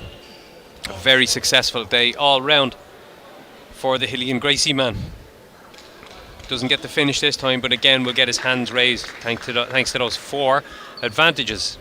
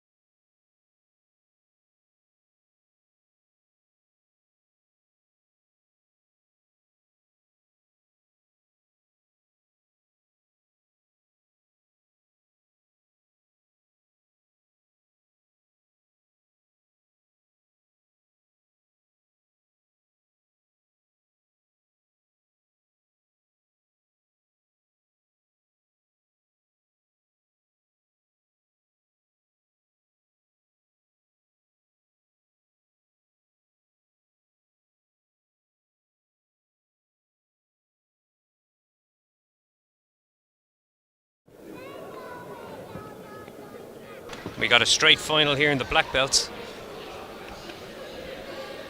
A 10-minute match adult. We got Darren Curtis all in black. Brendan McGarry black with the red trim. And we're off.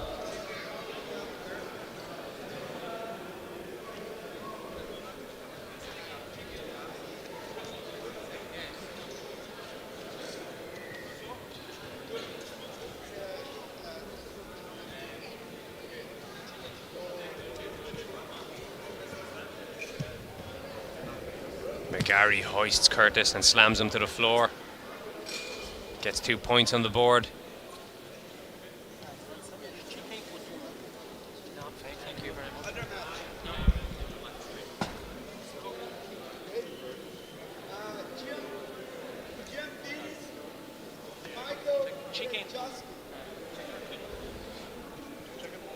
McGarry chasing a leg lock now. Of course there are heel hooks allowed because it's black belt adults. And Curtis also trying to isolate that foot of McGarry.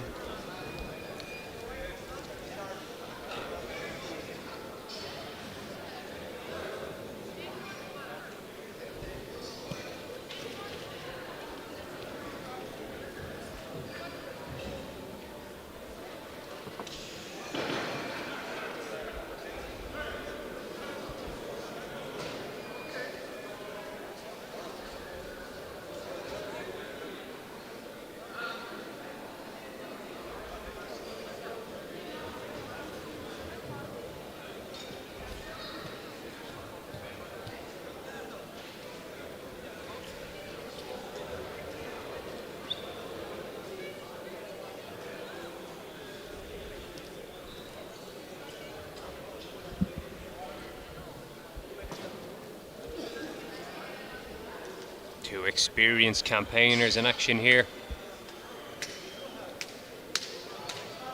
Both guys generally compete at Masters, although smaller brackets today. They both entered the adult, which means 10 minutes to compete rather than 5.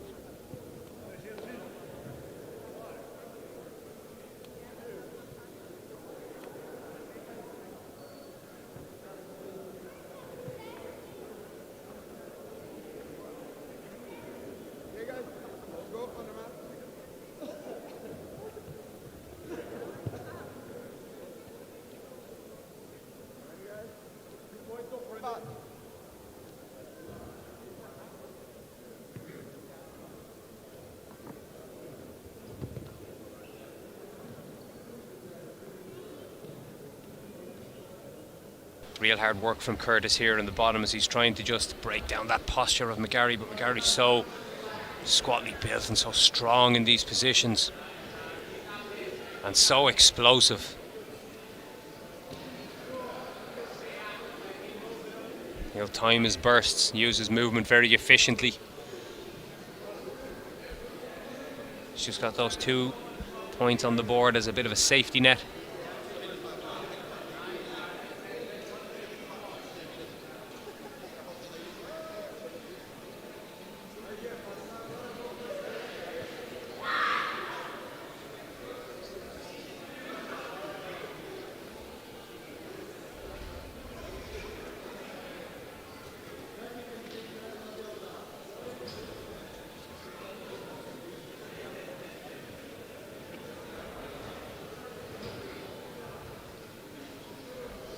Peter Kilgallen.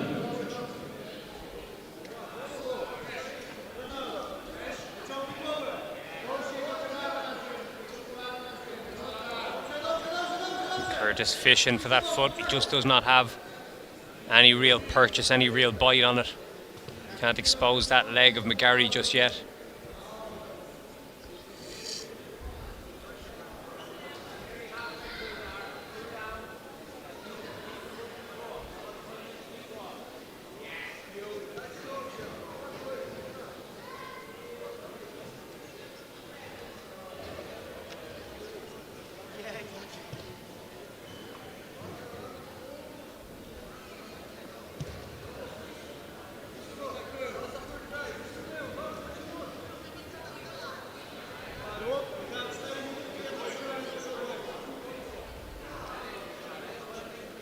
Resetting in the center.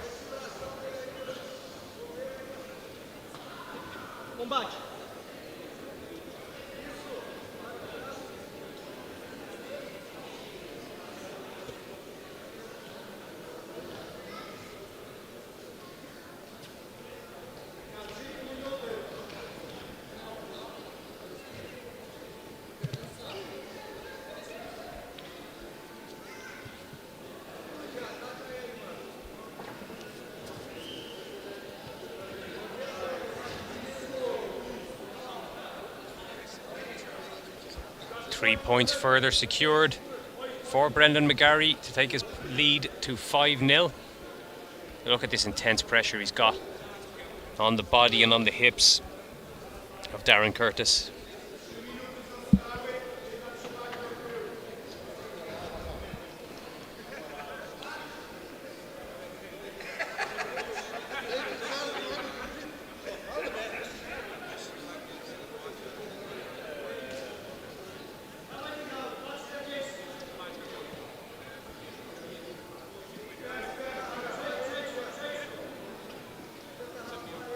Relentless pressure. There's another 3. So we're up to 8-0. Gary, of course, the more experienced of the two. He's been a black belt for a little bit longer than Curtis. Both guys tough as nails.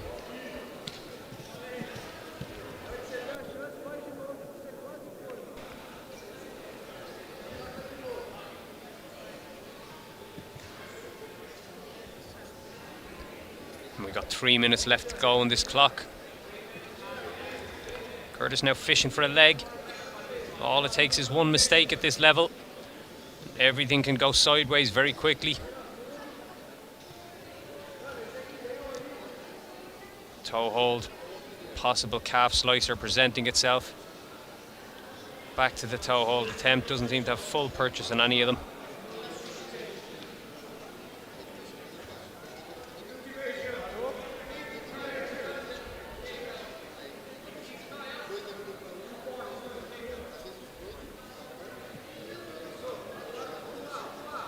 Reset back to the centre. Last 2:44 on the clock.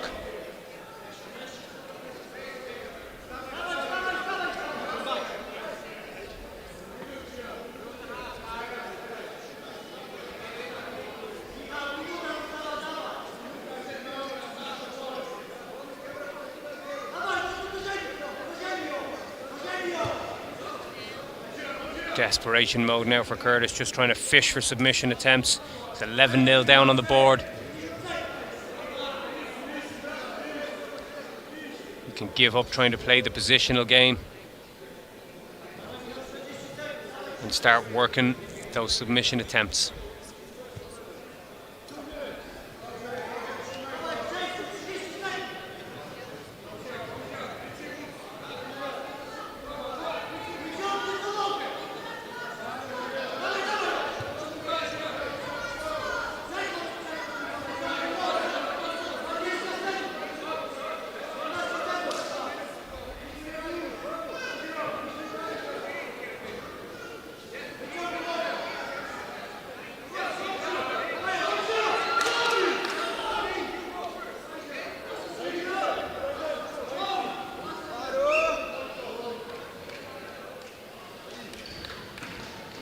Heavy pressure raining down now from the hips. Brendan McGarry and Darren Curtis pinned somewhat underneath, trying to work himself into a position to sweep from this half guard.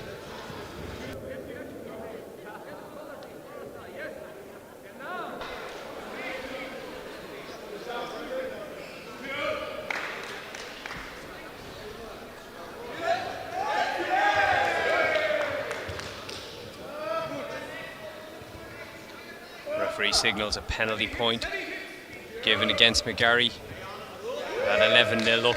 He's got a nice cushion.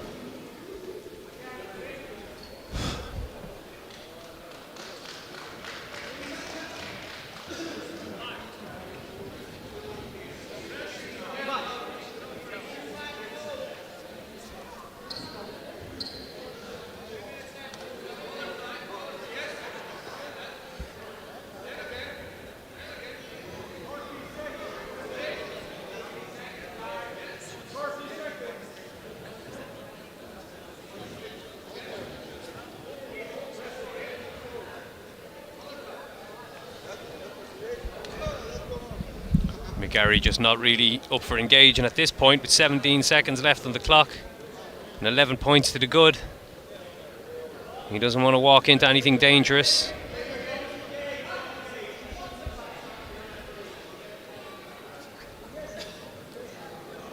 Curtis just trying desperately to dive on some sort of leg lock, but a really good win over 10 minutes for Brendan McGarry of BJJ Cork.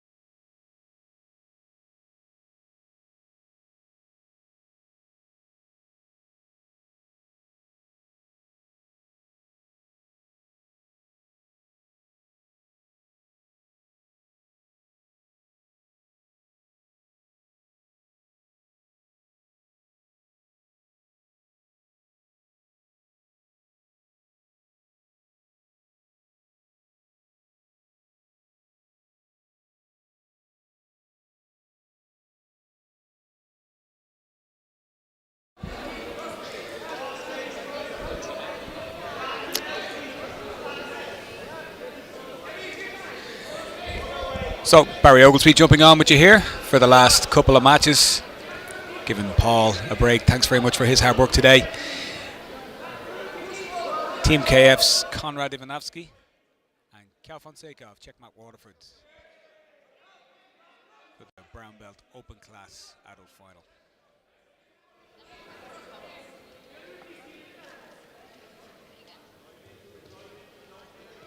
Both impressive in the early divisions, both in gi and no gi.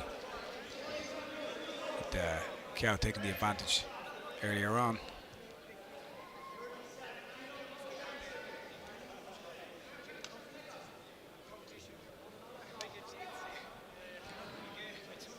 nogi team points on the as a further prize for KF's Ivanovsky. They're pretty close on the team standings for nogi today, the Dublin-based swords team. And the 9 points for a gold medal here will go a long way to seeing them top the podium.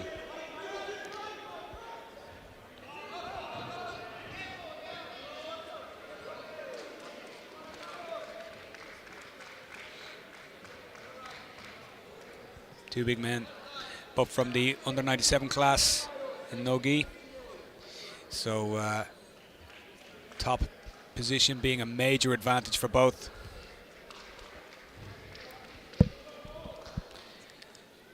Hence a lot of cagey early wrestling exchanges. Foot sweep attempt by Fonseca, but kind of shrugged off there by Ivanovsky.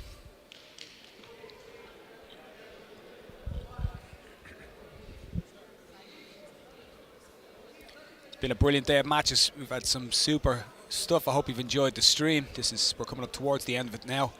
It's something new that we've tried over the last few weeks. We've been planning it, and as Ivanovsky shoots the single, gets in on it, nice. Fonseca to the knees. Oh, Uchimata attempt for the reversal. Beautiful work by Fonseca, and straight to the mount position for heavy pressure. That is absolutely superb counter wrestling. Ivanovsky looked like he was deep in on a high single. Fonseca drops to the knees and reverses with the Uchimata, which is great counter wrestling, great counter scrambling. And he's trying to feed the right arm of Ivanovsky up here now for an armlock attempt or choke attempt. Heavy pressure here now from Fonseca, and looking to try and get 2-on-1 control. Ivanovsky defends well. But Fonseca well on top there after that takedown and 4-point combo for the takedown and mount. 6-0 on the scoreboard, and with 5 minutes to go, Ivanovsky's far from out of it, but it's going to be a long way back. He scrambled out of the mount, great work. Out the back door there from Ivanovsky. Fonseca in, heavy pressure on the half guard now. And lockdown attempt there from Ivanovsky to raise him up.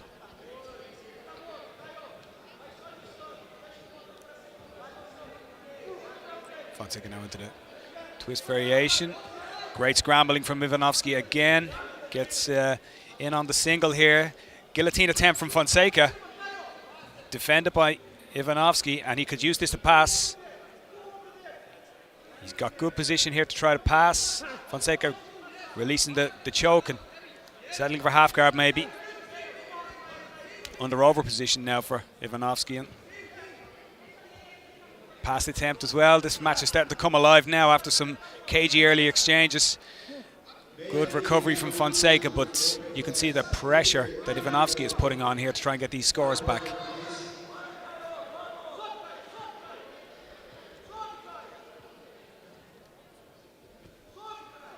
Open guard from Fonseca, and he scrambles to top, and we're back to the standing position. Great work from both men.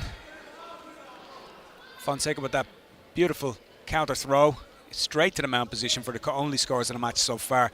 And Ivanovsky showing his experience and calmness on bottom. No panic.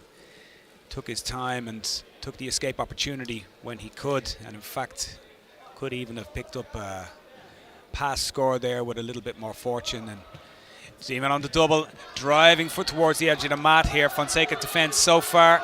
Will he go for a similar scramble as we saw before? 4 points on the mat here now to try to defend the takedown attempt. Body lock here for Konrad Ivanovsky.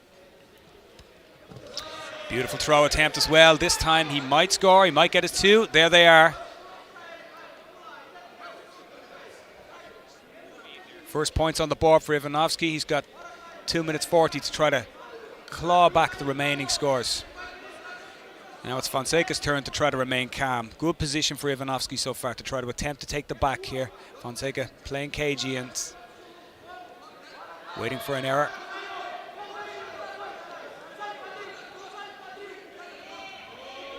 One crab up here for Ivanovski. Guillotine attempt of his own perhaps here. He's in on the front headlock position. Fonseca in a little more trouble than before, into the half guard now. And he'll be trying to eat up the clock here in this position, you'd imagine, with 1 minute 52 to go, 4 points on the board. A guard pass won't do it for Ivanovski. He's going to have to pass and score further.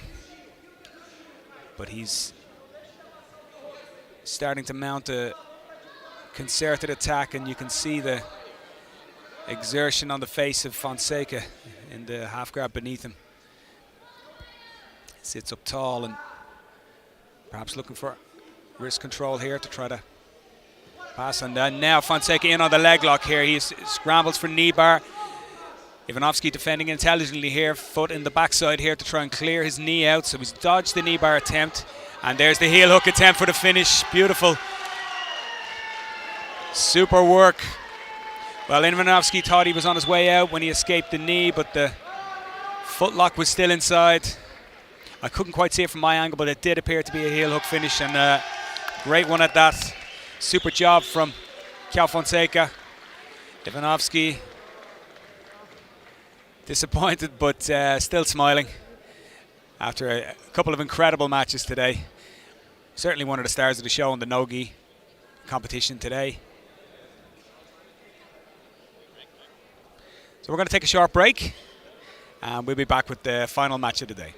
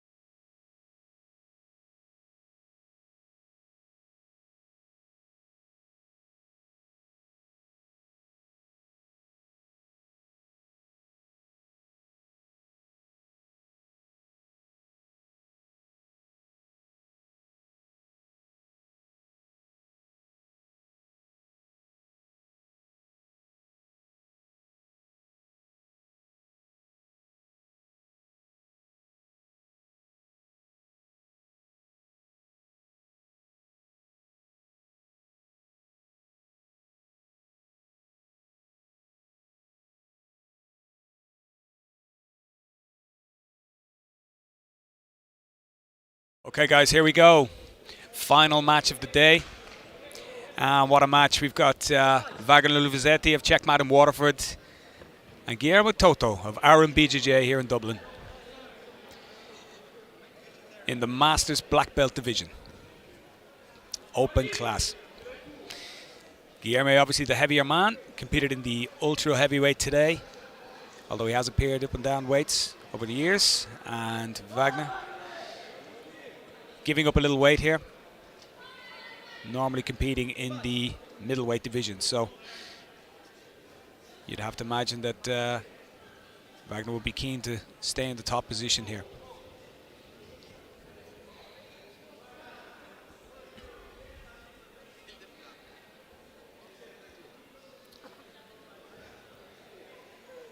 Toto scored an impressive points then submission victory in the ultra heavyweight gi division earlier, racking up a full-on 26 points before ultimately submitting his opponent. No score for that there. Toto offered the pressure, but the referee deciding that Luvazuti pulled the guard before that happened, so no points for Toto. So we have a tied match, as we're just over 1 minute in. Butterfly guard now for Wagner Luvazuti.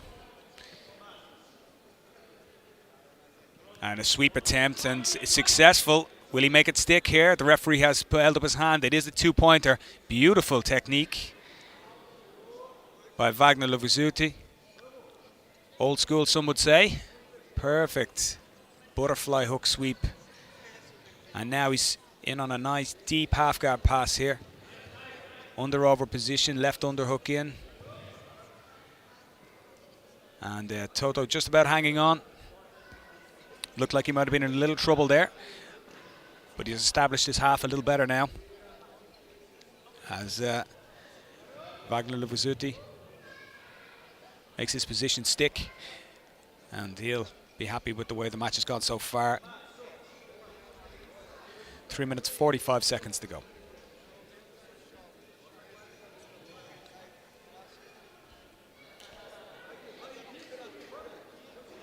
Luvazuti, head coach here of Checkmat in Waterford. They've had a pretty successful day at the Shamrock Cup here today. Trying to free his knee here now. And Toto refusing to give up the half guard. Manages to shoot his underhook here now and tries to get a better position. Looking for the deeper half guard now to try to bring himself underneath. Elevate Luvazuti and try to get back these two scores as we just approach the halfway mark.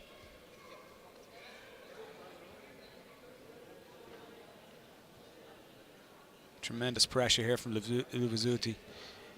And here's the pass attempt.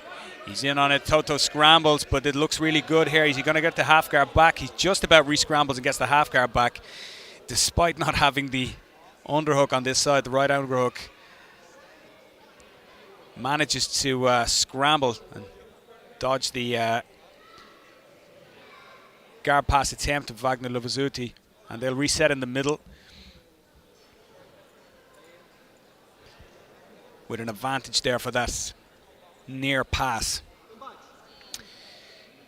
Guillermo Toto playing this unusual looking half guard, squeezing the thighs together, but with the legs really extended in a way that you don't normally see, but very effective, as you can see, in holding the left thigh of Wagner Luvazuti into the half guard position. And he's really not been giving any space. He bridges now to try to come out, but Luvazuti's in on top here, looking for this arm lock. Beautiful switch here now, and going for the arm bar, but Toto defending. It's a difficult position here for Guillermo Toto. He's going to have to defend really well to try to come out of this. He comes up to his knees to try to drive him back. He's dodged the early attempt, and he'll try to use this weight advantage now to try to clear his right arm out of here, try to pull his arm out perhaps, or even compress Luvazuti into the stack position to try to defend. Luvazuti though not giving it up, and he's got a nice position here. But Toto defends, and now it's a chance to pass the guard, showing tremendous agility there from the big man. And now passing to quarter guards. Well, a big reversal of fortunes from that submission attempt from Wagner Luvazuti. Guillermo Toto manages to turn the tables. No scores on the board, but he's in a great position to try to attack the back here or the mount position, or perhaps go for submission himself, but he's only got just over a minute to do it. Exciting match to finish the day here from the Masters black belts. Luvazuti still with those 2 points on the board and an additional 2 advantages, one for his earlier guard pass attempt and the other one, of course, for that submission that Guillermo Toto managed to get himself out of. Toto now needs to pass. Knows he needs to score. He's got 34 seconds to do it. Wagner Luvazuti is going to need to hang on here, and he's not quite in survival mode, but making sure that he doesn't give up any points here. He's going to the deep half guard, hugs the leg with his left arm here now. It's going to try and hold him in. You'd have to say that at this stage, 15 seconds to go, Guillermo Toto is going to need a submission finish. Going to attack that far arm of Luvazuti. He hides it successfully, but Luvazuti back on top now as Guillermo Toto attempts the submission, but last ditch. Never in doubt, really, that he was going to get it. And Wagner Luvazuti takes our last match of the day, collapses with exhaustion. But tremendous performance from Wagner Luvazuti. Great sweep to score, and super top control after that. Sucked the life out of the match and ate the clock, and is a deserved winner of the Masters Black Belt division in the open class here today. And big applause for both men. Super job from Guillermo Toto to bring the match to such an exciting conclusion, but it is Wagner Luvazuti who takes the victory as he goes off and shakes the referee's hands. He'll take home the gold today, and what has been a really successful day for us here. I want to thank everybody for tuning in. The Shamrock Cup is one of our newest events, and we hope we can make it here next year. And we look forward to seeing you at the Irish Open, which will be on October 1st and 2nd, 2022. So, on behalf of myself and all of the staff and all of the people who worked here today, thank you so much for tuning in to our stream, and we'll talk to you again soon.